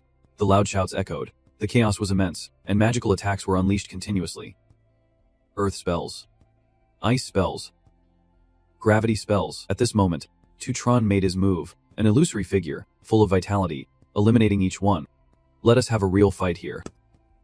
Detron, do not provoke anyone, but I am definitely not afraid of anyone. Then he boldly unleashed a terrifying strike. The moon blade with such power took down nearly all the opponents. Damage dealt. 1,500. Damage dealt. 1,800. Damage dealt. 2,000. Not stopping there, Detron continued to unleash more attacks. Look how strong you have become. Everyone around is amazed. Oh, so the Blood Guild ended up like this. They are all rare treasures. And if they are all dead, then we can— While they were chatting happily, Detron glanced at them, and they immediately quieted down. Never mind. I was just joking. Can T poke the bear? She announced. Master Lam, the Blood Guild has been taken care of, so he smiled and reminded them to share the loot. Luffy D was a bit confused but still responded, Okay. Thank you. Detron immediately expressed his gratitude. I should be the one thanking you all. Without everyone's help, I would not have been able to handle the Blood Guild alone. We have gathered enough gear. Now follow me to a place. His words made Lefty uneasy. Where to? Aren't we going through the Thieving's house? Detron showed his thoughtfulness. Of course, he would take them to cleanse their auras. If they went to that red-named secret realm, dying there would mean losing both their levels and equipment. If Luffy comes back to ambush us, we are in trouble. This new information stunned Luffy's There is a quick way to remove the red name too. You confirm that? Right. Then Detron led the group to the place he mentioned. After a while of moving, he announced, We have arrived. She admired the beautiful scenery before her. Curious. Master Lam, is this the place? Detron replied. This lake can cleanse your auras. Everyone jump in and wash off. The group looked at each other in confusion but ultimately ended up playfully splashing around below. How annoying. After finishing, Luffy D wanted to double-check. Did Master Lam mean that the red name could be washed away? This is the first time I have heard of such a method. Detron added. You can't just wash it off with water. Under this lake is a large demon stone, and the water has been contaminated by it, allowing it to cleanse the aura and remove the bad name. He hesitated as he mentioned this, and she wondered what he was hesitating about. Zitren blushed and revealed, "It is nothing really, just that before bathing, you need to take off your outer clothes, leaving only the underwear that the System 1T allow you to remove." After hearing this, Lefty instinctively tightened her grip on the arrow in her hand to be more at ease. He suggested, "How about I go first, and you all wait until I am done?" Then T-Tron swiftly stripped off his clothes and jumped into the lake, splashing water everywhere, enough to soak Lucky D's group. Everyone was stunned, staring at the scene before them. Since he jumped down, the water's surface remained calm until T-Tron finally raised his head. The girls on the shore immediately were captivated. He showed them, "Look, everyone, the killing intent around me has lessened significantly. I am really not lying to you." However, Luffy D still hesitated. Master Lam, how long do you need to bathe?" T-Tron thought for a moment and replied, "About 4 hours or so." She was surprised that bathing could take that long. Members of Lekti's group began to complain. "President, I still have classes to attend tonight. I promised to go out with my boyfriend in the evening, and he will be here to pick me up in an hour. I have to go pick up the kids too. Tonight, I also have to go to the hospital for a checkup, and I have surgery too." She had to think of a solution. "Then let us go together. That way, no one will feel awkward, and we can all strip down and jump in." "Master Lamb, everyone needs your guidance here. Let us take a bath together and make the most of the time." Now there is only her left on the shore. Everyone at T-Tran is staring in bewilderment at the beautiful women in front of them. "Master Lamb, I am here too. With these sweet flowers around, you can hide your embarrassment. Please do not." Then the surface of the water started to ripple. Seeing T-Tran lying still on the water, the group panicked. Master Lamb, what happened to you?" They surrounded him, asking questions. "Are you okay?" T-Tran struggled to respond. "I've lied." "Really?" Their eyes were immediately drawn to his 8-pack abs. "Master Lamb, I did not expect you to have such a great body. Can we touch it?" T-Tran was like a shy girl, hurriedly covering his body. "Wait, this is not really appropriate." His face turned completely red because those slender legs kept catching his eye. Seeing Lefty D made others want to protect her. Now T-Tran had to admit that usually, when dressed, he did not pay much attention. But he never expected Miss Jiang to have such a beautiful figure. Suddenly, Lefty D moved closer to him. "Miss Jiang, you are breathing hot air right onto me." "That is right. Master Lamb, I have something to discuss with you." T-Tran responded awkwardly. "Go ahead." Lefty D seriously revealed that someone is actually investigating your identity and address. "You need to be careful." Upon hearing this, he did not distance himself anymore. "What happened next? Do you know who it is?" Lefty D could only guess. "No, but it is definitely someone with a background. Otherwise, how could I not find out?" The way the two looked at each other sparked curiosity among the beautiful women around. "When did the President and Master Lamb get together? What is so strange about that? I noticed it from the very beginning." After a while of whispering to each other, they both separated, and T-Tran spoke up. Thank you. Miss Jiang." "Now everyone, let us enjoy the divine energy in this lake. You must soak for at least 4 hours." The group happily joked around. "President, come here. You are really annoying. Meanwhile, you just lie down and contemplate life. In the game, I could act tough because I had a powerful mentor to rely on, but in reality, I am just an ordinary character. If I am really targeted by someone with a background, I would be lucky to escape with my life. In my previous life, an ordinary player named H-Min accidentally obtained a top-grade magical artifact. Relying on this artifact, his strength skyrocketed, shining everywhere. But after being completely wiped, he was robbed of the artifact and handled by that person. It seems I have to be extremely careful. I absolutely cannot let this situation turn against me." Now he is very determined because T-Tran is someone who has already lost his life once. In this moment, T-Tran silently gives thanks. "Luckily, Jiang Luckity reminded me. Otherwise I still would not have realized I was being watched. They often say that a big tree in the forest will be knocked down by the wind. A large tree attracts the wind. Although I do not need to pay attention to those petty people, I still need to take necessary protective measures. Fortunately, house prices are low now, and the money I earn from the game is enough to buy a house. Later, I will install cameras in the new house and buy an extra car to park in the underground parking lot of the neighborhood for cover. This way, anyone trying to find information about me will only discover my new room. By then, where I am living now will become a safe place." Right now, outside the chamber of Lunda Fien, T-Tran called out loudly, "Master, are you there? Did your disciple come to find you for something?" As usual, he guessed, calculating that his master must have finished their closed-door training by now. Indeed, after a moment, he heard a familiar voice. "Good disciple, come in quickly." T-Tran happily stepped inside. "Yes, Master. But before him was a very hot scene. Tutron did not expect that after increasing his affection, he would witness such a sexy sight. She asked, "Good disciple, what do you need from me?" He stammered, "Well, I will keep it brief, but it is a long story, especially in this situation. Is this a cat? A snake? Or what? The specifics depend on the situation." Seeing his attitude, Fi Yin could not help but laugh. She was excited by Tutron's thoughts. What kind of cat and snake nonsense is this? Are you playing a word game with me? Then he got straight to the point. "Master, I am opening a pharmacy in the city, but I am currently short on medicine, so I want to seek cooperation from our sect. I can represent the sales, and we can share the profits based on the ratio. Is that possible?" Hearing this, Fi Yin asked, "Why do you want to open a shop in the city? Isn't what I give you enough?" Tutron denied and explained, "Of course not. I want to take advantage of my free time to earn some spirit stones, so I can buy beautiful jewelry for you and contribute more to the sect. If you need the spirit stones I earn, then I will gladly offer them all to you." Fi Yun's face showed clear satisfaction. "Why would I want spirit stones that you worked hard to earn?" He immediately brushed it off. Not hard. Not hard. What belongs to the disciple is the master's, and what belongs to the master is still the master's. In the end, she had an answer. "All right, I will agree to this little matter. Tomorrow you go find Then and then Katho Boi to discuss it." All this time, Tutron was just waiting for this answer. Indeed, having a strong backing is truly beneficial. Just when it seemed they had concluded the matter, he suddenly melted down like a puppy, causing Fi Yin to feel confused. "What is it now?" Tutron asked. "Thank you, Master. Have you been well these past few days? It has been a few days since we last met. I wonder if you have been eating well and sleeping soundly." She sighed and complained upon receiving his concern. "I have not been doing too well these past few days." He immediately activated his hot mode. "Why is that? Who has been bullying you so that I have to take their place?" Little did he know, the reason Fi Yin was upset was quite trivial. Her cultivation level had been stuck at the peak of VFA for a long time. There were still no signs of a breakthrough, and every day at Kim Kung Sen, there was no one to talk to, so she just wanted to go into seclusion. Just like that, Tutron immediately saw the consequences. What? Another seclusion? Once the master goes into seclusion, it could be a few days or even a few years. If she goes into seclusion, where would I go to find a strong ally if I run into trouble? So he suggested that even a master like her, stuck at her level, might not achieve results even in seclusion. "I suggest you try a different method. Perhaps you will gain some insights." Hearing this, she also wanted to know what method, so she asked him to share. Tutron posed a question. "Master, how long has it been since you walked among the mortal world?" Fi Yin replied, puzzled.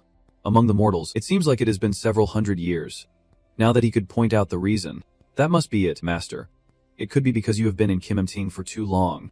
There is a saying, if you can't conquer yourself, how can you guide others?" Lacking understanding of the Tao, it is difficult.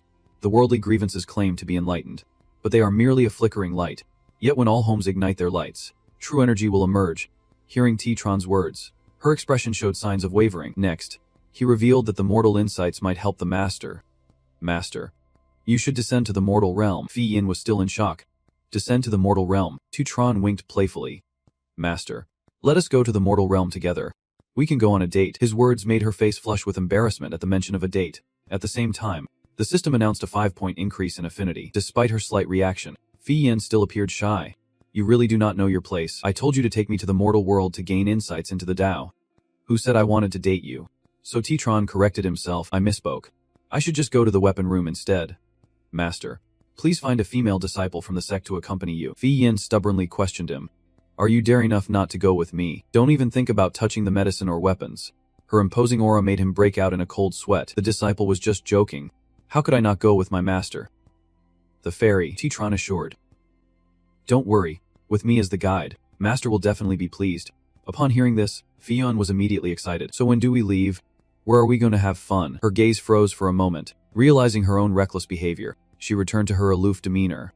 "V little princess, it seems you do not truly understand the path," the Z-Tren eagerly revealed. "I heard there is an ice city called V No Thone in the northern part of Mu Tin Chu, near Biki Visa, where it snows all year round." Then, he used magic to show Fi Yin the place he just mentioned. Not only that, but also introduced the stunning snowy scenery and the many snow sculptures. At night, everyone releases lanterns. Seeing the scene before her, she was in awe. The sky was filled with brilliant lights. It looked incredibly beautiful. Tutron added, "Not only that, but the hot springs in Viek City have recently become famous. Bathing in hot springs, drinking fine wine, and enjoying the snowy scenery are great ways for master to relieve fatigue." That was enough to excite Fi Yin. "So let us go to Vie Ying. When do we leave?" He humbly asked if they could wait until the disciple finished arranging the store first. In the end, she agreed. All right, you arrange things quickly and then come to the sect to find me. Understood. Tron bowed and confirmed. Disciple understands. I promised to leave early and return early. At the same time, Fian said she would go find the two gentlemen, the Ui Thian Than and Thian Kai, to discuss the matter you just mentioned. He was really happy and thanked his master. Tron's mind was now soaring. He had succeeded, and his quality was solid. Later, he returned to the ordinary pharmacy, the head of the library. Now he could relax, with the sect leader backing him up. The matter was as good as settled. The system provided two options for representing the sect. Do you want to upgrade the store? Yes or no? Now Tron confidently pressed the button, initially satisfied with just getting 2 shares, but unexpectedly the two elders directly gave him 5 shares of profit. The very next moment, the system congratulated him on the successful upgrade. Not only that, he was about to achieve a new feat. Once Beat Home merged with the world, leveling up would no longer be a dream. Tron thought of each location and calculated the first floor of the equipment store. In the future, the first floor would specialize in selling equipment, so let us call it the good equipment store. The second floor would be for auctions. The second floor, the auction area, will be called the honest auction house. As for the third floor, let us just call it the enhancement medicine room that will only sell potency drugs in the future. The sweet voices of beautiful women awakened Tron. Young master, come here. Come play. Looking up, our ladies had sung for that day. Accordingly, he had another plan, finally arranging for some beautiful sisters. The system announced a recruitment of 20 staff members. Several beautiful women lined up at the door. Welcome. Dear guests, may I ask what you need? Sir, the men are in a frenzy because of it, so I want something big. Tron believes that using beautiful people for marketing can be applied everywhere. The system appeared, capturing everyone's attention. An anonymous player is running a shop in Fangkaik City, selling potions, good equipment, and a real auction house. Today is the grand opening, and 3 days later, the first server-wide auction will take place. The special auction item is a legendary weapon. All players are invited to join. After reading, they could not help but marvel. Someone opened 3 shops at once. What kind of ability is that? It is still a shop in the city. No way. Absolutely no way. That is why they decided to head to Fangkaik City to check it out. Tron stretched his wrists. Fully prepared, finally ready to go. Next, it is time to go soak in the hot springs with the beautiful master. Just then, he received a call from the skilled Lefsi Lam, asking if he was free now. How's the gathering for the video CISA exam going? Now you remember. Just a moment ago Quian agreed to take the Ningguai Guild through the dungeon. The current situation is putting Tron in a difficult spot. If he goes to the Kifi exam, how will he explain it to his master? But if he does not go, how will he face the Nechen Guild? This is a bit tricky. Luffy D sent a reply message. Okay, let us meet at the Viking Kek Sev. Meanwhile, Tron was still hesitating. After a while, he found a solution.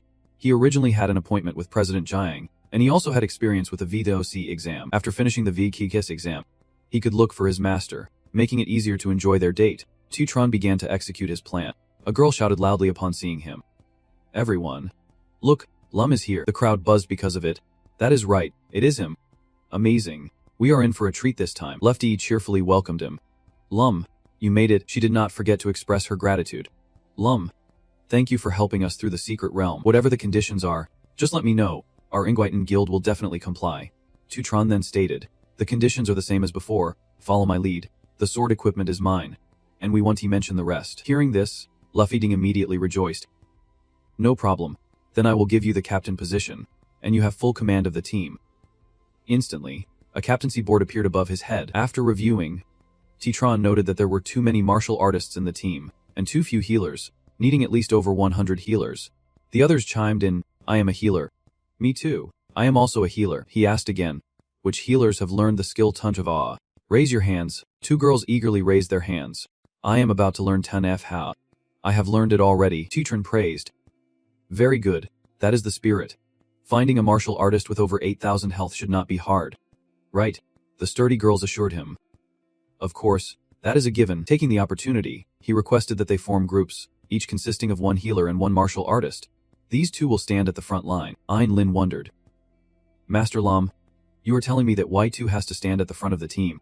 Isn't he supposed to be at the back? Then, Tron immediately explained. The Fiend King Cave is different from a regular dungeon. These high blood cultivators need to be up front to absorb maximum damage and control the situation. The purification spell is very important, and the range for purification is too short. If he stands at the back, he won't be able to do it, so he has to be in front. Even so, She was still worried would the protector still be able to survive. That is why I assigned the tasks this way. That is why I made sure every team has a protector and specifically put them at the front. As long as the cultivator can hold up, the protector in front won't take much damage. Plus the other protectors can heal them. That is enough. Hearing that, Einlein felt delighted.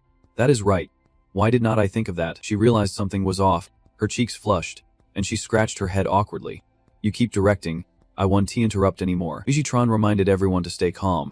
No matter what happens, the front line must hold their position and not retreat before being defeated. You must complete your task of using all your skills. The people in the back should just fill in the gaps. We absolutely cannot let a single zombie through. That is it. Everyone must follow the rules as we enter. Finally, he asked, do you all understand? Everyone replied in unison. Understood, we get it. Witnessing this scene, Tutron felt warm inside. This is how it should be. This feeling was real.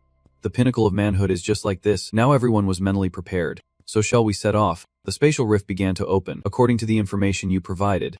There is a legend about an elder from the Yin Corpse sect whose wife had an affair with the leader of a minor sect, placing a green hat on him. Once the elder found out, he was furious and turned the entire minor sect, from the leader to the disciples, into zombies, locking them away in this corpse-nurturing cave so they could never reincarnate. Zetron shouted sternly, preparing to stabilize the formation. In front of the group were the hands of several zombies rising up. As soon as they saw humans, they sprang up and roared. He ordered the first team to charge in. The cultivators would deal damage while the healers would follow up. Zetron specifically reminded, be careful, do not use skills, only use normal attacks to face the first wave. The roars of the zombies echoed off the cliffs as both sides charged, sending dirt flying everywhere. Tutron warned, don't let them through. While the battle was still tense, Einlin showed signs of fatigue. He continued to develop according to the plan. The second afternoon exam is coming up, the fourth batch of the development team. Prepare Lefith V. Upon hearing this, they immediately got into position and recited the incantation in unison. The incantation and ritual were performed simultaneously, while on the other side, several zombies were still howling, and in an instant, the formation successfully eliminated a few of them. They laughed proudly in the middle of Hung Ti-Yum. It seemed they would win this time, but T-Tron reminded, don't celebrate too soon. The fire system's preparations are underway. The team has received orders to line up seriously and get ready. The rockets shot up as they received the firing order. They soared down like a heavy rain onto the zombies. The rockets turned into huge flames, obliterating the zombies. His voice still echoed, yet some of the zombies that caught fire were still able to get back up. They howled with eerie sounds, and Lucky D was confused. Why were they still moving? Nevertheless, Tutron calmly reassured. Don't panic, he seriously commanded. Everyone, stand your ground, do your tasks well, and unleash all your skills. Everyone pay attention. This wave of zombies includes types that can unleash skills, so the front line must brace for impacts until we test the mothers. The team once again obeyed and carried out their duties. Mothers, heal. Yes. Einlein smiled happily. Her stamina was fully restored. Suddenly, the zombies opened their mouths wide. T-Trun quickly warned that the poison was being released. The assigned team immediately set up the purification shield without hesitation. In an instant, the shield spread out to protect everyone. As a result, the zombies' poison could not harm anyone. The system reported that the progress in the protected area had reached 90%. Einlein stood and looked at the defeated zombies in front of her. She breathed a sigh of relief. Surely this must be the last one. Afterwards, he also requested a tally of casualties. Everyone rested for 2 minutes to regain their strength. Einlin was truly delighted to report that the casualty rate was less than 2%. The whole group cheered excitedly. We are amazing. Are we about to clear this level? Lefidi happily called out. Lum, you are truly an excellent commander and leader. I feel that you could definitely establish your own guild. Despite receiving the praise, Tutron's expression was somewhat heavy. His voice became serious. A guild. I have no intention of forming a guild. Being free and independent is enough for me. Tutron recalled his sad memories. In the past, I did establish a guild, but because I was always thinking about romance, I handed full control to Dequette and my good brother to manage. As a result, both betrayed me. She regretfully admitted that I spoke out of turn. Sorry. Lum, did I say something wrong earlier? He interrupted and denied any relation to you. Just recalling some unpleasant memories, and you do not need to worry about it. Therefore, Lefidi had faith that mountains and seas would one day reunite with rain and wind would eventually meet, and the things that weighed on his heart would finally be resolved. Everything would be alright. Lum, I believe you will achieve your ideals. Tutron was slightly taken aback but then smiled. Thank you. I am sure I can. His radiant smile made her speechless.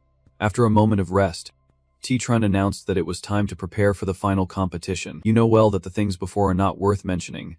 This final trial is the toughest challenge in the secret realm. The ground began to shake, and from below, 2 gigantic leaves twisted upwards. Notification system. Monster King. Level Boss. Early stage crystallization power. Health 15,200 per 17,000. Attack 165. Defense 170. Speed 138. Spirit 25. Critical hit 20. Difficulty 6%. Poison resistance 70%. Skills. Iron Body. Thunderstorm. Millennium Poison Protection. King Power. He had a talisman stuck to his face. And the roar sounded completely different from the previous monsters. Zichen quickly assigned tasks, saying that high-level zombies would soon appear, and everyone needed to hold them back. This time, you personally charge in to handle this old man. With that, Zichen flew straight towards the mouth of the King of the Dead. Zichen charged up strongly, ready to show his sword. The gigantic hand of the King of the Dead spread out before him. Instantly, Zichen unleashed a phantom move and successfully dodged, causing his hand to smash into the ground. Zichen had to admit it was really dangerous. After that, he struck again. The Phoenix Spiral magic of Zichen was quite stunning, with 22 sword energies. Under this pressure, the King of the Dead had to use his hand to shield himself. A surge of magical power was rushing towards him. Before long, it went straight into the throat of the King of the Dead. He roared in pain. Without giving the opponent a chance to retaliate, he dealt a critical hit of 2460. The ground shook violently from the impact of this move. At that moment, Lakyu cheerfully reported, "Master Lamb, we have taken care of the little monsters too." Zichen smiled back, indicating that they were done as well. The announcement board appeared. "Congratulations on successfully clearing the King of the Dead dungeon at Hell level. All members receive 4,000 cultivation points. Clear time 20 minutes 25 seconds. Perfect ranking reward. All members receive an additional 1,000 cultivation points. Perfect reward bag for clearing the dungeon doubled. You can't hide your joy. We cleared the dungeon." The whole group swarmed around him. "Master Lamb, I love you. Master Lamb, you are really amazing, God of men. From now on, you will always be my god. How about a hero's date? I am still single. Send me your location, and I will come find you. Send me the coordinates. I will log out and book a flight immediately." Zichen was overjoyed by this treatment. Everyone is being too polite right now at the Sword Hall. After completing the mission, he stood at the door reporting, "Master, I am back." Long was secretly worried, being so late. "I wonder if Master will scold me." Finally, the door opened. "Come in." Fi Yan's voice sounded somewhat sulky. "You even know how to come back. Why do I feel like you are reluctant to leave the mortal world? You care more than the sect 100 times over," Zichen assured. "Master, you misunderstood. I absolutely do not cling to the mortal world. Aside from running the shop to earn some money to buy fruit for you in the future, I spend all my time cultivating." She looked a bit skeptical. "Was that really true? So you are sure you are up for this?" "Of course. I always remember. Training day and night without ever slacking off." Tutron eagerly brings up the main topic. "Oh right. Master. When are we heading to Naching then?" Fi Yan said there is no rush. "Before we set off, I will help you improve your strength a bit. Follow me over here. Are you excited to help me boost my strength?" Tutron's heart is overflowing with joy. Things are moving too quickly. She and you stood in the empty courtyard. Just the thought of it makes Tutron blush. Is Master really planning to do that right here? But suddenly, Fi Yan takes out a sword, and you start to overthink. Does Master have props too? This is getting serious. Seeing Tutron standing there in a daze, she calls out, "Disciple, what are you thinking about?" You quickly deny it, saying it is nothing. Then Fi Yan seriously requests, "You take the sword and attack me with all your strength." Caught off guard, Tutron shyly refuses. "How could I do that? A disciple can commit such a disrespectful act against their master?" Your words leave her confused. Something about that sounds off. Fi Yan lets out a sigh and sets a condition. "Here's the deal. If you can touch the hem of my robe, consider it a win. I will reward you with 2 gifts, but even if you lose, you will still get 1 gift. Tutron's eyes light up at this. There is a gift. The system presents 2 options. Activate the chance. Personal test of Lun Fi Yan. Accept. Decline. Accept. No need to hesitate. Tutron immediately agrees. Then it is settled. So I can use any method, because I know the gifts Master gives are all extraordinary items. Then she clarifies. Of course, no matter what tricks you use, as long as you touch the hem of my robe, you win. Moreover, you can use any skills, but I will only use the strength of Trofsy realm. No skills. This simple rule makes Tutron feel a bit hurt. How annoying. Am I being underestimated? Fi Yan smiles at you from across the way. Tutron gets into position and loudly declares, "Alright, then I won. Be polite. Master, if you lose, do not get mad." She reassures him once more. "Am I really that petty? And your chances of winning?" Fi Yan firmly states, "Definitely not." Instantly, you channel power into the sword in your hand and spring towards her. Tutron just moved, and Fi Yan already notices. Who would have thought her disciple would progress this quickly? Your reflexes are clearly quick, but you can catch up to her in an instant. Fi Yin is behind Tetron, poking him in the back with a branch, then pushing hard, causing Tetron to bend over and finally crash face first into the ground. You turn back to look at the one who struck so swiftly. She laughs and remarks, "Disciple, you let your guard down too early." Tetron could not accept this, so he demanded, "Do it again." "Come on," and Fi Yin was not afraid to respond. "Just charge at me." This time, he doubled his strength, and Tetron swiftly rushed towards her, only to be countered by Fi Yin and sent flying back. He lost his momentum and could not break through her defenses. She simply smiled and took something out. "Here, take this pill first, then rest a bit."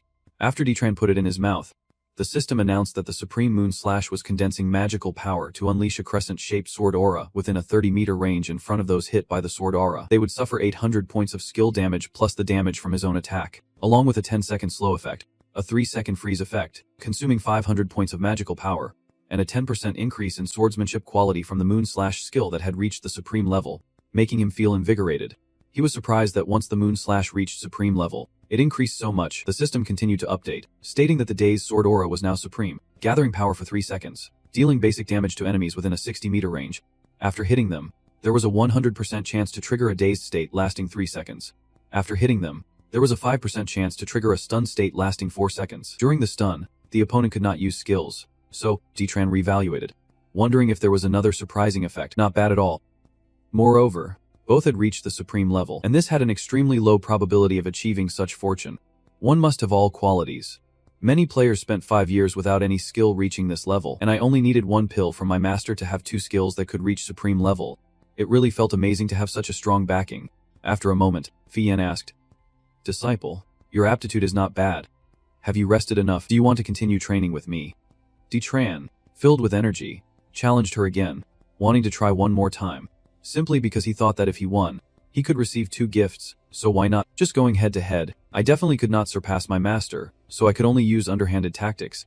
Thus, Tetron charged in again, and before he even made contact, she flicked him away and he fell flat on the ground. He ended up in a pathetic state, his eyes rolling back. Fi Yin saw this and froze, rushing over to check on him. "I may have been a bit too rough." Fi Yin shook Tetron. "Disciple, are you okay?" He felt secretly pleased. "Gotcha." Tetron laughed heartily. "Master, you lost, yet you still won." While she was still bewildered, not understanding what happened, something suddenly startled him, making him sweat profusely. Fi Yin blushed and immediately stepped back. She slapped Tetron hard and then moved away quickly. Fi Yin clutched her chest, breathing heavily, while he felt guilty and bowed his head to the ground. However, when he looked up, he saw her holding a branch in her hand. Fi Yin angrily struck Tetron with it, and not only that, she chased him around the yard. Tetron was terrified, running away as fast as he could. "You screamed so loud it echoed throughout the courtyard." Once she was done, she questioned, "Do you still dare to be disrespectful to your master?" Now Tetron's face was all twisted. "I did not mean to. I was wrong.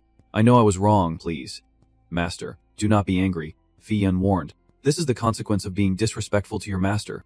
If you dare to offend again, I won't let it slide easily. Let us leave today's matter here. Once your injury is better, wait outside my chambers." Even so, before leaving, she did not forget to toss you a pouch of medicine. "This is from Sister Thengzan. You can use it yourself." Tetron quickly grabbed the potion bottle, and at that moment, he could assure himself that, in reality, if the affection level was not high, he really needed to be more cautious. Although he almost got beaten to death by his master, he did not receive any notification about a decrease in affection. This proved that his master really was not angry. It is good that you are not angry. Besides, I even got to touch my master's chest. It felt amazing. Then Tetron stood at the door and asked, "Master, the Vi has arrived." Fi Yin allowed, "Come in." So you calmly stepped inside the spacious room. Tetron looked around but did not see anyone. "Where is master?" Just then, Fi Yin appeared before him. Now she had changed into another outfit. He was stunned by her appearance. In his heart, he could not help but praise her. "The fairy Haifam is just like this," Fi Yin reminded him. "Didn't you say you would take me to Venung to understand the Tao? I just took a shower and casually changed clothes." "What? Is it not beautiful?" Hearing this, Tetron's face was about to reach the sky as he started his flattery. "Using beautiful is too modest for you. You should be called extraordinarily beautiful, like a crane among chickens. In the eyes of lovers, you are like Tai Thi." Yet every time she heard this, she would shyly blush. Fi Yin turned away like a young girl. "Ellen thinking only knows how to deceive me," Tetron explained at length. "How could that be? Disciple always speaks the truth." She smiled and reminded him, Alright. Then let us set off. It is getting late. But he hesitated. Seeing this, Fi Yin was confused. What is wrong? Titron scratched his head. Master, look at me. I want to take a shower and change clothes before we leave. Is that okay? Because he knew that the lower the cleanliness level in the bowl, the higher the chance of encountering NPCs. He had just fought with his master, and he was covered in sweat. She instructed, then I will wait for you to shower. There is a bathroom behind. The water inside is Heavenly Mountain spiritual water. Very good for the body. Hearing this, Titron dashed straight inside. Okay. Thank you, Master. He stood before the steam-filled bathtub. Delighted, Titron was really curious. Is this where his master usually bathes? He quickly stepped inside to enjoy. It is so warm. The clothes fit perfectly.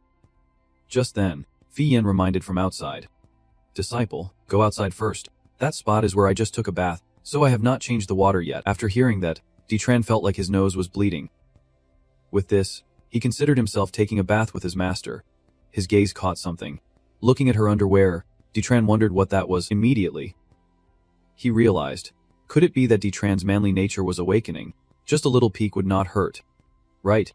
He picked it up to examine it, still warm from his master's touch. This was what his master was wearing just now. Right. Just the thought made him drool. Master. Right at that moment, Fi Yin walked in. Disciple, I have brought you some spirit water. You should change the water. What caught her eye was Titran holding her underwear, looking completely bewildered. While Fi Yin blushed with embarrassment, the next second, she forcefully pushed his head down into the basin of water. This mischievous, lustful brat, Titran silently cried inside. It is over. Really over. I just started to develop some feelings. Snowflakes danced in the air. The northern wind blew fiercely. He lost a full 10 points. And in the end, Fi Yin chased him out, making him kneel before her. Titran tried to explain. Master, if I told you it was just out of curiosity that I did that, would you believe me? He speculated that with things reaching this point, he could only adjust his attitude, hoping for his master's forgiveness. She sternly replied, do you think I would believe that? Fi Yin covered her face in despair. I did not expect you to be this kind of person. You have disappointed me greatly. Next time, I definitely won't forgive you. Titran sincerely nodded and promised. I will remember today's lesson deeply. I won't dare do it again. He secretly sighed in relief. Thankfully his master did not continue to scold him. But after causing this trouble, she probably would not go out with him anymore. She stepped outside and reminded. Alright, it is getting late. We should head out early and return early. Hearing that, Titran instantly felt joyful. Yes, yes, yes. On the way out, he was very excited. He did not expect it would not affect his master's plans to go out. Later, when they reach Vin Dong City, he must perform well to make up for everything lost. Both of them sat on the giant spirit beast. Fi Yin commanded. Than Chi, continue flying north. Titran complimented. Master, I did not expect your spirit beast to be Than Lone. She shared a bit. This is the Than Lone I saved in the Red U Extreme Land 300 years ago. It was originally a pair. Unfortunately, the male was killed by an early-stage mutated beast, the Bakes. I killed the BX to avenge this female. From then on, it recognized me as its master and named it Than Chi. This information surprised him. A mutated beast at the early stage. Is it really that easy to kill? Among bird-type spirit beasts, Than Lone is on par with Zook, Tat Fuong, Kohoch, and Tam Tukimo, only slightly inferior to the Phoenix. In his past life, he had only heard of it but never seen it in person. If he had not met his master in this life, it would have been hard to have the chance to see it. If his master put all her effort into it, it seems no one in the entire Bahong could rival her. Right, thinking that, Titran curiously asked, Master, can you defeat Tri Ki Yenez? Fi Yin explained. Trefsi Muem is the most fearsome beast of Bite Hong. Its power has reached the immortal realm. Unless all the experts from Biat Hong work together, they might stand a chance against it, or wait until I reach the immortal realm. Perhaps then I can fight it. He smiled slightly, recalling that in his previous life, he lost to Trixie Su Mef, which allowed Akit to set him up. But for now, Trefi Wemem is the #1 boss of Bahog, and seeking revenge still has a long way to go. Soon, Thanch landed on the ground. She gently stepped down to take in the surroundings. Right before Fayin was the vast Vidi of Then. Excited as he was, upon arriving, Titran shrank back from the cold. Master, wait for me a moment. I need to buy a warm coat. Don't worry. She emitted a bit of power to help him feel less cold. Although you have reached the late stage of foundation establishment, your physique is still a bit weak. When we get back, I will find you a body refining manual. Titran expressed his gratitude to his master, feeling very excited. It was truly miraculous. He felt warm immediately. Following behind Fi Yen, Titran could not help but wonder. Master, with your current physique, you must not fear the cold or the heat anymore. Right, she confirmed that it was indeed the case. Even if she fell into lava, it would not matter. This made him sincerely acknowledge that this was truly a powerful cultivator. not only unaffected by heat or cold, but their body also remained untainted by worldly dust, and they could live for thousands, even tens of thousands of years. It is said that the higher the cultivation, the stronger the physique. Therefore, for high-level experts like his master, ordinary flying swords or magical artifacts could not even inflict the slightest harm. T-Tron's mind wandered. So, was it the same when doing that? Isn't that like tempered glass? Seeing this, Fi Yin shouted. What are you laughing at? Don't tell me you are thinking about something inappropriate. T-Tron fearfully denied it. No disciple would dare. He quickly redirected. Master, let us go. There are a lot of people over there. I will lead you to experience the bustling human world. As they entered the busy street, the sounds of commerce filled the air. Freshly baked pastries here, delicious and fragrant. Customers, come take a look. High-quality herbs, mid-grade herbs. We have everything. Hot steamed buns, just out of the oven. She completely agreed. You are right. It has been too long since I descended to the mortal realm. Seeking the Tao to become an immortal requires a pure heart, free from distractions. But one should not be isolated from the world. The bustling human world is the best balm for the heart.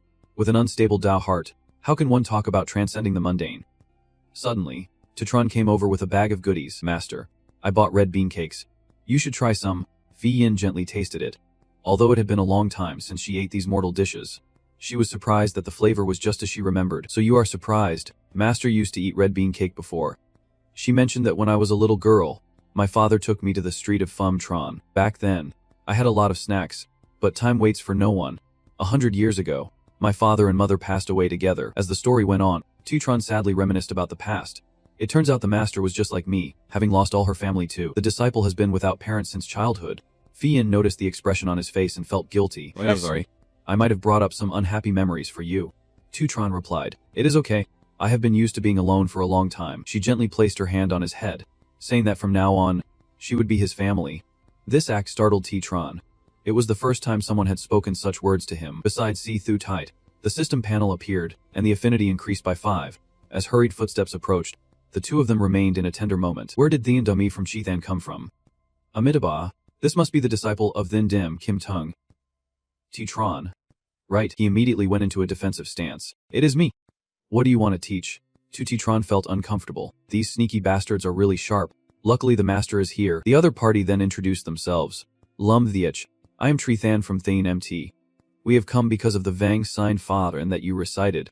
Not wanting to drag this out, he requested. So just tell me what you want. The rough nun spoke up. Lum Thiech. This Vung Sin Fidian is a unique skill of my brother Chithan. Moreover, it is a Buddhist secret technique. He continued. Although I do not know where Lem the Chi learned this skill, if it becomes known that an outsider has mastered our Buddhist techniques, it will be difficult for our sect to stand in the world. I hope you will come with us so that the abbot can use secret methods to erase the Vang Sign Fat from your mind. Hearing this, T-Tron laughed. Are you joking with me? She suddenly got angry. You stole our Buddhist technique first, and now you act so arrogant. Who gave you the courage? He glanced at Fi Yin and continued his argument. When did you see me stealing from you? Have I ever dealt with your Buddhist disciples to steal from them? Chithan affirmed confidently. Although you did not eliminate my Buddhist disciple, you did learn the Buddhist technique. The nun spoke again. Any item belonging to our sect, if you are not one of us, you absolutely cannot secretly learn. It turns out he had a plan. Observing carefully, this kid has extraordinary talent. No wonder he, just a sword cultivator, could learn the Viving Sin Fa Dien. Such talent is indeed rare. If we could recruit him to work for our Buddhist sect, what would be the harm in letting him cultivate this technique? Chithan politely suggested. Lum Thiech, I still have another solution. Would you be willing to listen? T-Tron wanted to know too. He said to tell him. Chithan got straight to the point. Master Lam, you can learn the Buddha's seal of rebirth, which proves you have a connection with the Buddha family with such excellent roots. If you have talent for Buddhist cultivation, then why be a sword cultivator? You might as well join my heavenly sound temple. I guarantee the abbot will take you as a direct disciple, with limitless Dharma connections. But after hearing this, Fi Yin's gaze turned sharp with that unexpected request. He could not understand how this monk was deceived. Just a moment ago, he said he learned the secret skills in secret, and now he wants to poach right in front of his master. My brain certainly was not fooled. I had to take this opportunity to show my loyalty to my master. Then he shouted loudly. Shut up. That is simply absurd. Since I stepped into the Heavenly Flame Sword Sect, I live as a Sword Sect member and die as a Ghost Sword member. How could I betray my sect? Especially now, my master has been so gracious to me. Even if the Buddha comes, I would not obey. Finally, she could smile in relief. This kid has a sweet tongue. At that moment, the system announced a 5-point increase in favorability. The hot-tempered sister immediately demanded it. Damn it. You really do not know your place. Brother Chi-than does not need to waste words on him. He sternly instructed. All disciples, capture this person and bring him back to Heavenly Sound Temple for the abbot to handle. They received the order and surrounded Tetron. Now Fiyin spoke up. Everyone, remind them that our sword sect is not so easily bullied. Immediately, Fiyin unleashed a surge of demonic energy that sent the group flying, then slammed them to the ground, causing one to spit out a mouthful of blood. You got a bit too bold, a bunch of fools. Have you seen anything yet? My sword master is not so easily bullied. Chi-than did not expect this. Who is this person? This level of cultivation is something even a spiritual transformation like me can't fully see through. No wonder this kid did not feel intimidated. It turns out he has a strong backing. After that attack, he finally noticed Fia Yen. May I ask, this esteemed disciple, what is your name? She emphasized each word. I am Luzin Fian of the Heavenly Flame Sword sect. That name shocked Chi-than. Heavenly Flame Sword. Immediately, he and the other monks knelt down to pay their respects. So it is the leader. I have heard the name Siunagyang for a long time. Chi-than, a small monk, humbly bowed to the leader. She angrily shouted, you all are truly bold, daring to steal my sect's disciples right in front of me. Then Fi Yin questioned, do you think that after my father's death, without a successor for the sword sect, we could be bullied by others? He tried to explain. Master Lun, you misunderstand. I only said that because I see Chin Su is superior to Master Lun. Absolutely no hostility towards the sword sect. She firmly denied. I do not see it that way. If I were not here, you would have certainly captured my disciple and taken her to your Chianum temple. There is even a possibility of pressuring her to cultivate. After all, your Buddhist sect has done this many times already. Now, Chi-than was sincere. Master Lun, our Buddhist sect does not engage in such practices. Today was indeed a misunderstanding. I hope you, can be magnanimous and not hold it against this little monk. Good. Good. Only now do you understand the reason. Unexpectedly, this kid is a disciple of Master Lun. No wonder he looks down on our techniques. Not wanting to waste more time, Fi Yin issued an order. Our Master One team make things difficult for you. You just said you would take my disciple to Chianam Temple and keep her there for 3 days of reflection. And then this nun. You should come back with our master to the sword sect for 3 days at Tin Tu Nai. Hearing this, Than Chi immediately swooped down. The nun screamed as she was taken away. Chi-than senior brother. He looked up, frozen in place. She then stated, 3 days later, I will bring this nun to Chianam Temple and talk to your abbot. It has been a long time since I ensured anything with anyone, and at that time, I want to teach your abbot a few things. Now, Than Chi was soaring in the sky, and the nun was completely under control, lying helplessly beneath its foot. Tutitron had a question. Master, will this lead to a great war between the two sects? But Fi Yin denied. No. Those monks know very well that Chianam Temple is not a match for our sword sect. Hearing this, he could breathe a sigh of relief. If my actions lead to a great war between the two sects, I would become a great sinner. She suddenly remembered something. By the way, why did you learn the ultimate techniques of the Buddhist sect? Could it be that you truly want to convert to their side? Afraid Fi Yin would misunderstand, Tutitron hurriedly explained. Master, you misunderstood. Here's how it is. That day, I saw 2 skeletons in a cave. One skeleton belonged to a sword cultivator, and the other to a Buddhist cultivator. I thought those must be the remains of seniors, so I bowed to them 3 times. Unexpectedly, a Buddhist sutra fell down suddenly. If that is the case, has her worry lessened a bit? It seems this is your fortunate encounter. I misunderstood. Learning another spiritual skill for self-defense is good too. That way when I am not around, you won't be afraid of being bullied anymore. After that, Fi Yin used her magic to take out a book, and he held it in his hand in confusion. Master, she said this is the reward you received for winning against me earlier. Although you used that trick to win, I said I would do it. The system provides information on legendary techniques and floral transformation. During combat, each skill cast creates a layer of chi force. Each layer of chi force increases 2 points of attack power and 2 points of defense, stacking up to a maximum of 10 layers, transforming chi force into sword intent. Consuming 1 layer of chi force can activate an effect. Each layer of chi force deals at least 200 points of basic skill damage, with legendary and fatal origin realms increasing innate charm by 1 point, and a storage space of 1000 slots. Tutitron felt relieved, thinking he had used a despicable trick to gain great benefits from his master, who would surely be angry and might not even give him rewards anymore. Unexpectedly, the reward still came, and there were even 2 of them. It seems the master still cares about me a lot. Vansha flew through the clouds and then soared up to the high moon. Right now, Fi Yin and you are walking on a bridge, and she confides that after traveling to the mortal realm with you, she has truly gained some insights. I am preparing to go into seclusion for a while, and during this time, you should organize things well. Titron wondered. So how long will you be in seclusion? Fi Yin did not respond, which hurt him a bit. Are you just gonna leave me like this? Then she turned to reassure him. Don't worry. I have a feeling this will only be a short seclusion, maybe half a month at the quickest, or 2 months at the longest before I come out. Tutron felt happy because of this. Then master, hurry and go into seclusion. No need to worry about me anymore. Long Su was secretly delighted, thinking he would have to wait for years, but just 2 months is bearable.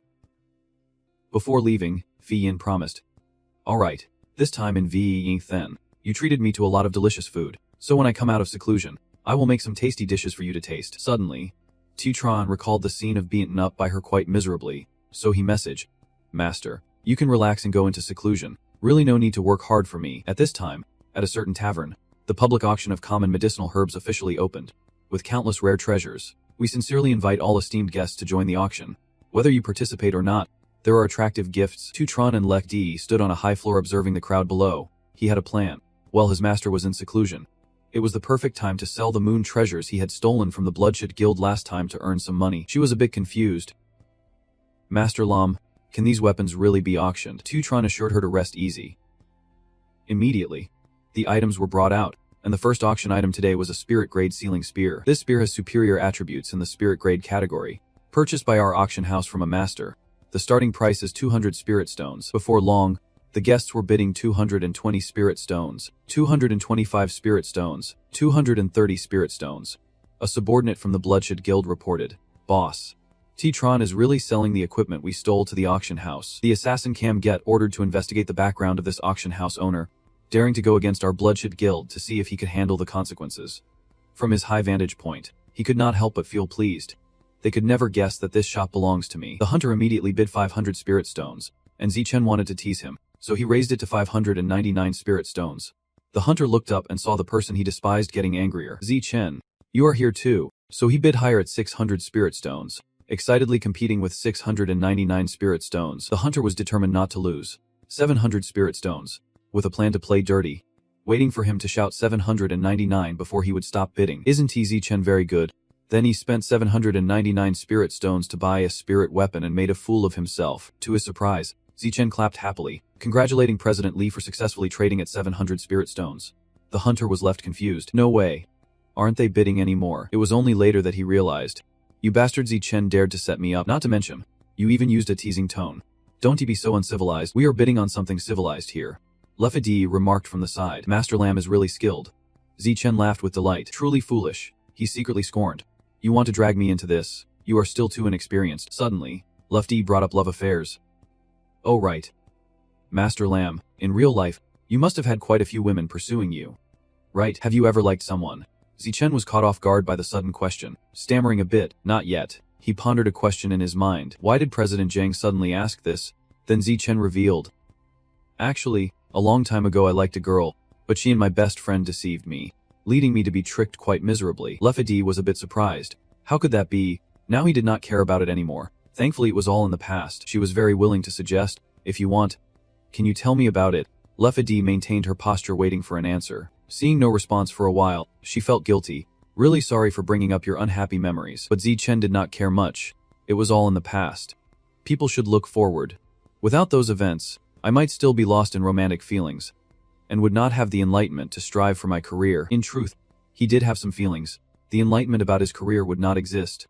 If he told Jiang Lefty that T-Kit and Aki not only harmed him but also wanted to eliminate him, he did not know what she would think, but it did not matter what others thought. Once heaven had given him a chance to live again, he had to seize this opportunity to live a brilliant life, making them pay in blood for their debts. Breaking off his train of thought, Zichen took a big gulp of wine, then stood up. President Jiang, I will take my leave now. I will only take 3 parts of the money earned from the auction. The rest you all can share. Luffy expressed her gratitude. Thank you, Master Lam. Now she understands. She never expected that Master Lam had such a painful past. No wonder every time I tried to probe, he said he did not want a date for now. Even so, when recalling the past, Tutron still felt restless, mentioning unpleasant things, getting more and more frustrated. It has been a while since I trained. I might as well go out and exercise a bit. He returned to the modern world pretending to jog. Tutron recognized his own progress. After several days of persistent training, his physical condition seemed to have really improved. In the past, running just 1 or 2 kilometers would exhaust him, but now he can easily run several kilometers without any problem. The sound of an argument can be heard somewhere. What kind of rundown university is this? What right do they have to expel my daughter? They claim my daughter has inappropriate behavior. Isn't it just that she hangs out with a few boyfriends? Rundown university like that is not worth attending anyway. There are countless rich young men pursuing my daughter. That is why it caught your attention. Is that the voice of Akit's mother? That woman over there is dragging her daughter. Taiyu Keat. Let us call some of your rich boyfriends to drive you around in their supercars in front of their school for your mom. My daughter must marry a prince of the human race in the future. Titron silently assessed that such absurd words could only be said by Keat's parents. From what he remembers, her parents were very pragmatic. Not just once did they criticize him for being poor. They often mocked and made things difficult for him. But why did she get expelled? As far as I remember, in the previous life, Keat was very well liked at school. Even the student council president pursued her. Her mother started scolding again. Taiyu Keat. Hurry up and call your rich boyfriend over. Someone with money surely has connections. A lot of people asked around. Transferring to another university is still doable. Keat can only cry in despair. Mom, can you stop yelling? Those guys have all broken up with her. Now both her dad and mom are furious. What? She broke up with me. I have told you so many times. When looking for a boyfriend, just choose the richest one. That is all you need. Who told you to keep entangling yourself? Raising a bunch of backups for what? Keat expressed her thoughts, wondering why the rich young masters who used to surround her have all vanished. And some families have even gone bankrupt. In their circle, everyone says you are a jinx, so they all avoid you. No matter how hard you try to reach out, they do not pay you any mind. Hearing this, Titron was curious. What is going on? Could it be that Keat offended someone? Although he does not know who is targeting her, it would be great if someone took action against her. It is best to let Keat suffer like this. You just keep running by like a stranger, bothering her way. But her gaze lightly collided with Titron's. He glanced at them and assured, once I get stronger, it will be my turn for revenge. Someone's phone is ringing. The other person on the line announces, Miss, the matter you mentioned has been handled, and Keat has been expelled. The woman replied, I know. Now, Titron is heading to the boxing gym. Lam saw him and asked, back already? How's it going? How do you feel now? Titron replied, pretty good. After all, thanks to a great coach like you pushing me. That is right. Have you heard? Keat got expelled. I just saw her at the school gate. Do you know who Keat offended? Why did she suddenly get expelled? Suddenly, Titron realized. Wait, could it be her? Did she ask her parents to act? But Lam subtly denied it. What you said makes sense. Had I known this earlier, I would have asked my parents to get her expelled. If you had such a good idea, why did not you say it earlier? Letting others take action first. What a shame. Titron felt helpless with this person. Are you blaming me? Let us set this aside. Lam demanded. Today is a good day. Come here and practice with me for a bit. But you refused. No way. Titron's gaze turned suspicious. Is this girl planning to use me as a punching bag? So he turned towards the door. I need to get ready to shower and sleep. Before he could step out, he was pulled back. She grabbed Titron like a punching bag. Stop talking so much. Get over here. I will just hit you lightly. Just a little. I want to hit hard. He shouted in panic. Wait, in the end, I have to painfully accept the truth. There is no escaping today. Before the match, Titron reminded. Alright, just go easy. But as soon as he finished speaking, he got punched in the face and fell to the floor in pain. At that moment, Lam realized her excessive action and rushed over to check. Titron indignantly questioned. Didn't you say you would go easy? Lam apologized. Are you okay? Little lamb. I'm sorry. I really did not use much strength. Alright, let me be a bit gentler. Titron's cries of pain echoed outside. Still hurting. Can't you be any gentler? She admitted her fault. Who told me to be too happy and not pay attention to the force? It is my fault. All my fault. Is that enough? Titron easily bounced back up. It still hurts a lot. Hurry up and finish this. Lam assured. I will try to finish quickly. Just hang in there a little longer. Half an hour later, Titron looked like a stone statue. Meanwhile, she was still quite cheerful. Little lamb, your performance tonight was not bad. Go take a shower. You can go first. Then Titron slowly sat up, looking at her like a soulless corpse. What is life even about? Titron forcefully opened the door and left. Just finished showering and immediately lay down on the bed, feeling like his bones were about to shatter. Seriously, where did that crazy woman get all her strength? He was so obsessed that thinking about her hand touching him was terrifying. At that moment, someone's slender hand was groping Titron's thigh. Because of that, he got stimulated. A little higher, Titron suddenly opened his eyes wide. He panicked and sat up. Right in front of him was Lam groping his body. She stared silently without saying a word. Titron began to feel confused. No way. I already satisfied this crazy woman's fists. Do I have to satisfy her needs too? Suddenly, Lam crawled closer, making him even more scared. What are you doing? He wondered if he could still keep his innocence. Titron noticed a strange scent. What is that? Instinctively, he picked up the jumping thing to see if she had applied medicine to his thigh. She had a tube of medicine while feeling guilty. Didn't I just go a bit too hard earlier? Titron silently assessed. You know you are too rough, so Titron comfortably lay back down. Alright, let us keep going. The way Nemalam applies the medicine makes you grit your teeth. That crazy old lady. Her technique is not bad. Those tiny fingers slowly glide over Titron's skin. Just when everything was calm, you opened your eyes. Then, you panicked as you looked down at the swelling sweet potato under your pants. It seemed like his mouth was about to explode. Finally, Titron could not hold back and shoved it into her mouth. Immediately, an Nemalam slapped him across the face, then spat out the filthy thing in her mouth. Annoyed, she ran off, Laminti, putting all her energy into this. No wonder someone as weak as you would act this way. If this keeps up, I will just leave you be. Titron could only helplessly sigh. Once his mind was clear, he stepped back into the system. Ahead, the crowd was very lively, and Titron focused on reading the notice board. Inside, it stated that today's mission was the birthday of Siwang Nek, a member of the time-long royal family. Don't forget what the master instructed. Go pay your respects to him. Right now, this area is still crowded with people. In a formal room, a clear voice rang out, the leader of the Chi VM martial sect. All the disciples and the elder present brought a black gem to pay respects. Master Chi Vin of Thing Yem Temple brought his disciple with 5 body seeds to pay respects. The Grand Elder of the CCTU Dao sect, Avidi the, brought his disciple Trive Nike Sung with 5 9-section spiritual herbs to pay respects. The Grand Elder of the Lum Time Fop sect, Sufi Yin, brought his disciple Inku Thai with 5 Earth Grade Bun Kung Ling Dan to pay respects. Those mentioned then stood up to pay their respects. The younger sister of Ding Yem was delighted. Sister, today is really lively. Seeing this, she was happy too. Aren't you the one who loves excitement? Today is fun. Right? The girl leaned into Ving Yam's ear and whispered. Sister, I have a secret to tell you. Yesterday when I went to the Queen's chambers, I heard her talking to the Empress Dowager, saying today's birthday celebration is to wish father a happy birthday and for you to choose a suitor. Xingyum immediately covered the girl's mouth. You are talking nonsense. I did not hear anything, but the girl insisted it was true. The Empress Dowager agreed too. She said to help keep an eye on father. I heard there will be more activities too. Just then, an announcement rang out. The direct disciple of the headmaster of Thin Din Kim sect, Titron, brought a jade brick to pay respects. The room buzzed because of this. Thin Din Kim sect, the direct disciple of the headmaster. The headmaster of Thin Din Kim M sect is Lun Fi Yen, the strongest expert in Mid Shu, with peak martial cultivation. Is this her direct disciple? He radiated an extraordinary aura, politely bowing and greeting the emperor. Titron representing Thin Din Kim sect to celebrate the emperor's longevity, wishing him many more years. Ingem saw him and was overjoyed. There is young Master Lam. Seeing Titron, the emperor immediately stood up. No need for formalities. No need for formalities. I am already very pleased that Thin Din Kim sect can send someone here. You told me that the tutor is currently in seclusion, contemplating the heavenly path, and can't attend the celebration, so she specially sent a deity here, hoping that the honorable Setru won't hold it against her. Yet, the emperor laughed. It is fine. It is fine. Master Luna's seclusion is a significant matter. Sending her only disciple here shows the utmost respect for me. Seeing Ni, he cheerfully announced. Especially since you saved my daughter at the beginning. Niksh will always remember this kindness. Then, he said softly, Lum Thigu Heap, please take a seat. Since seeing Titron, Izingyim's cheeks have always been flushed. Hearing Hunga Niki's order, he politely sat down. The servants began bringing in delicious food. This surprised Titron a bit. The drool was flowing because of it. This dish is really something. He could not help but dive in and munch away. It is so delicious. The people around judged. Look at his eating style, and he is a disciple of Master Lun too. How embarrassing. Exactly. This is a banquet.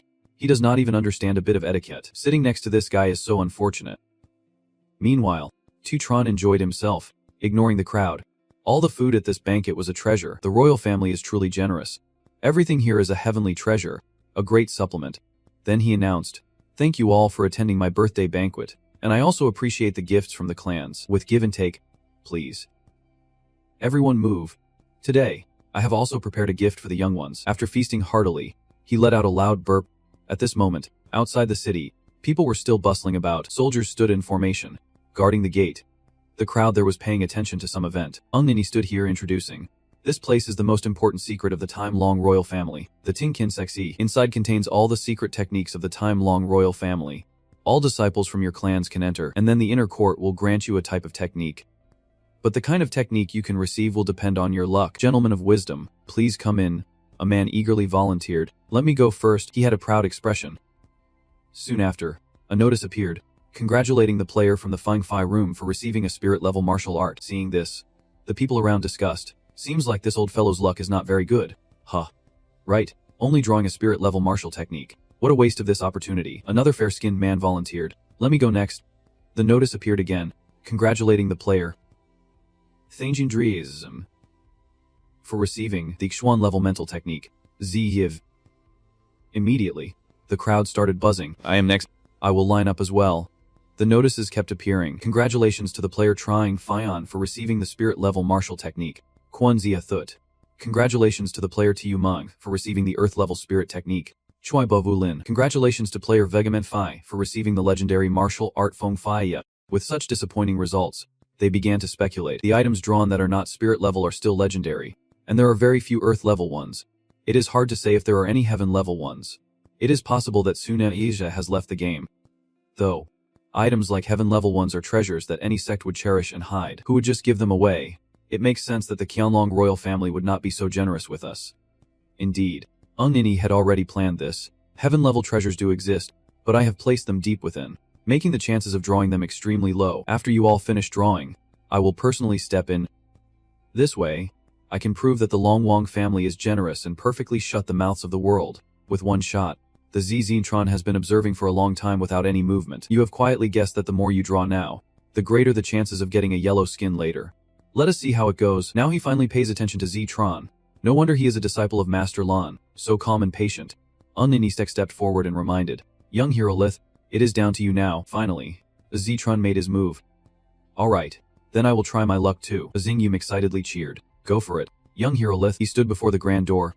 After a moment, the system displayed a notification to the entire server. Player Ztron has received the first secret technique of body movement in Bat Home. Within 7 days, any player who defeats Ztron will receive this secret technique every other day. The actual location will be announced in the game hall, with 59 minutes and 59 seconds until the announcement. Those around were surprised. There really was someone who drew a heaven-level body technique. This is absolute hacking. In a moment of fortune, the system displayed the message, 59 minutes and 48 seconds. Heaven-level body technique. Human blood ring effect with a passive dodge increase of 15%. Speed increase of 20%. Active effect burns 20% of health. Forcibly teleports to a random location 100 miles away. And after teleporting, will enter a weakened state for 3 days. Weakened state. All combat stats reduced by 30%. Even he did not expect it. Luck had played a role, and he unexpectedly earned a heaven-level body technique. Indeed a good way to escape fate. Unfortunately, he can only learn it after 7 dangerous days. Z-Sun turned and left this place. At that moment, the system specially reminded that player Ztun Tronton cannot enter cities or sects while holding the treasure. After an hour, you will be forced out of the city, and the system will automatically announce your location. After reading the information, he sighed. Even a random heaven-level body technique is worth a fortune. Things are not peaceful now. Luffy D called in with a worried voice. Master Lam, I have received news. Many players and guilds are preparing to kill you and take the treasure. Come to my place. With the Moon Shadow Guild here, those guys probably won't dare to make a move against you. Accordingly, Zichen deduced that he remembered the first person to obtain a heavenly grade treasure in his past life as the president of a major guild in Moonflower Continent.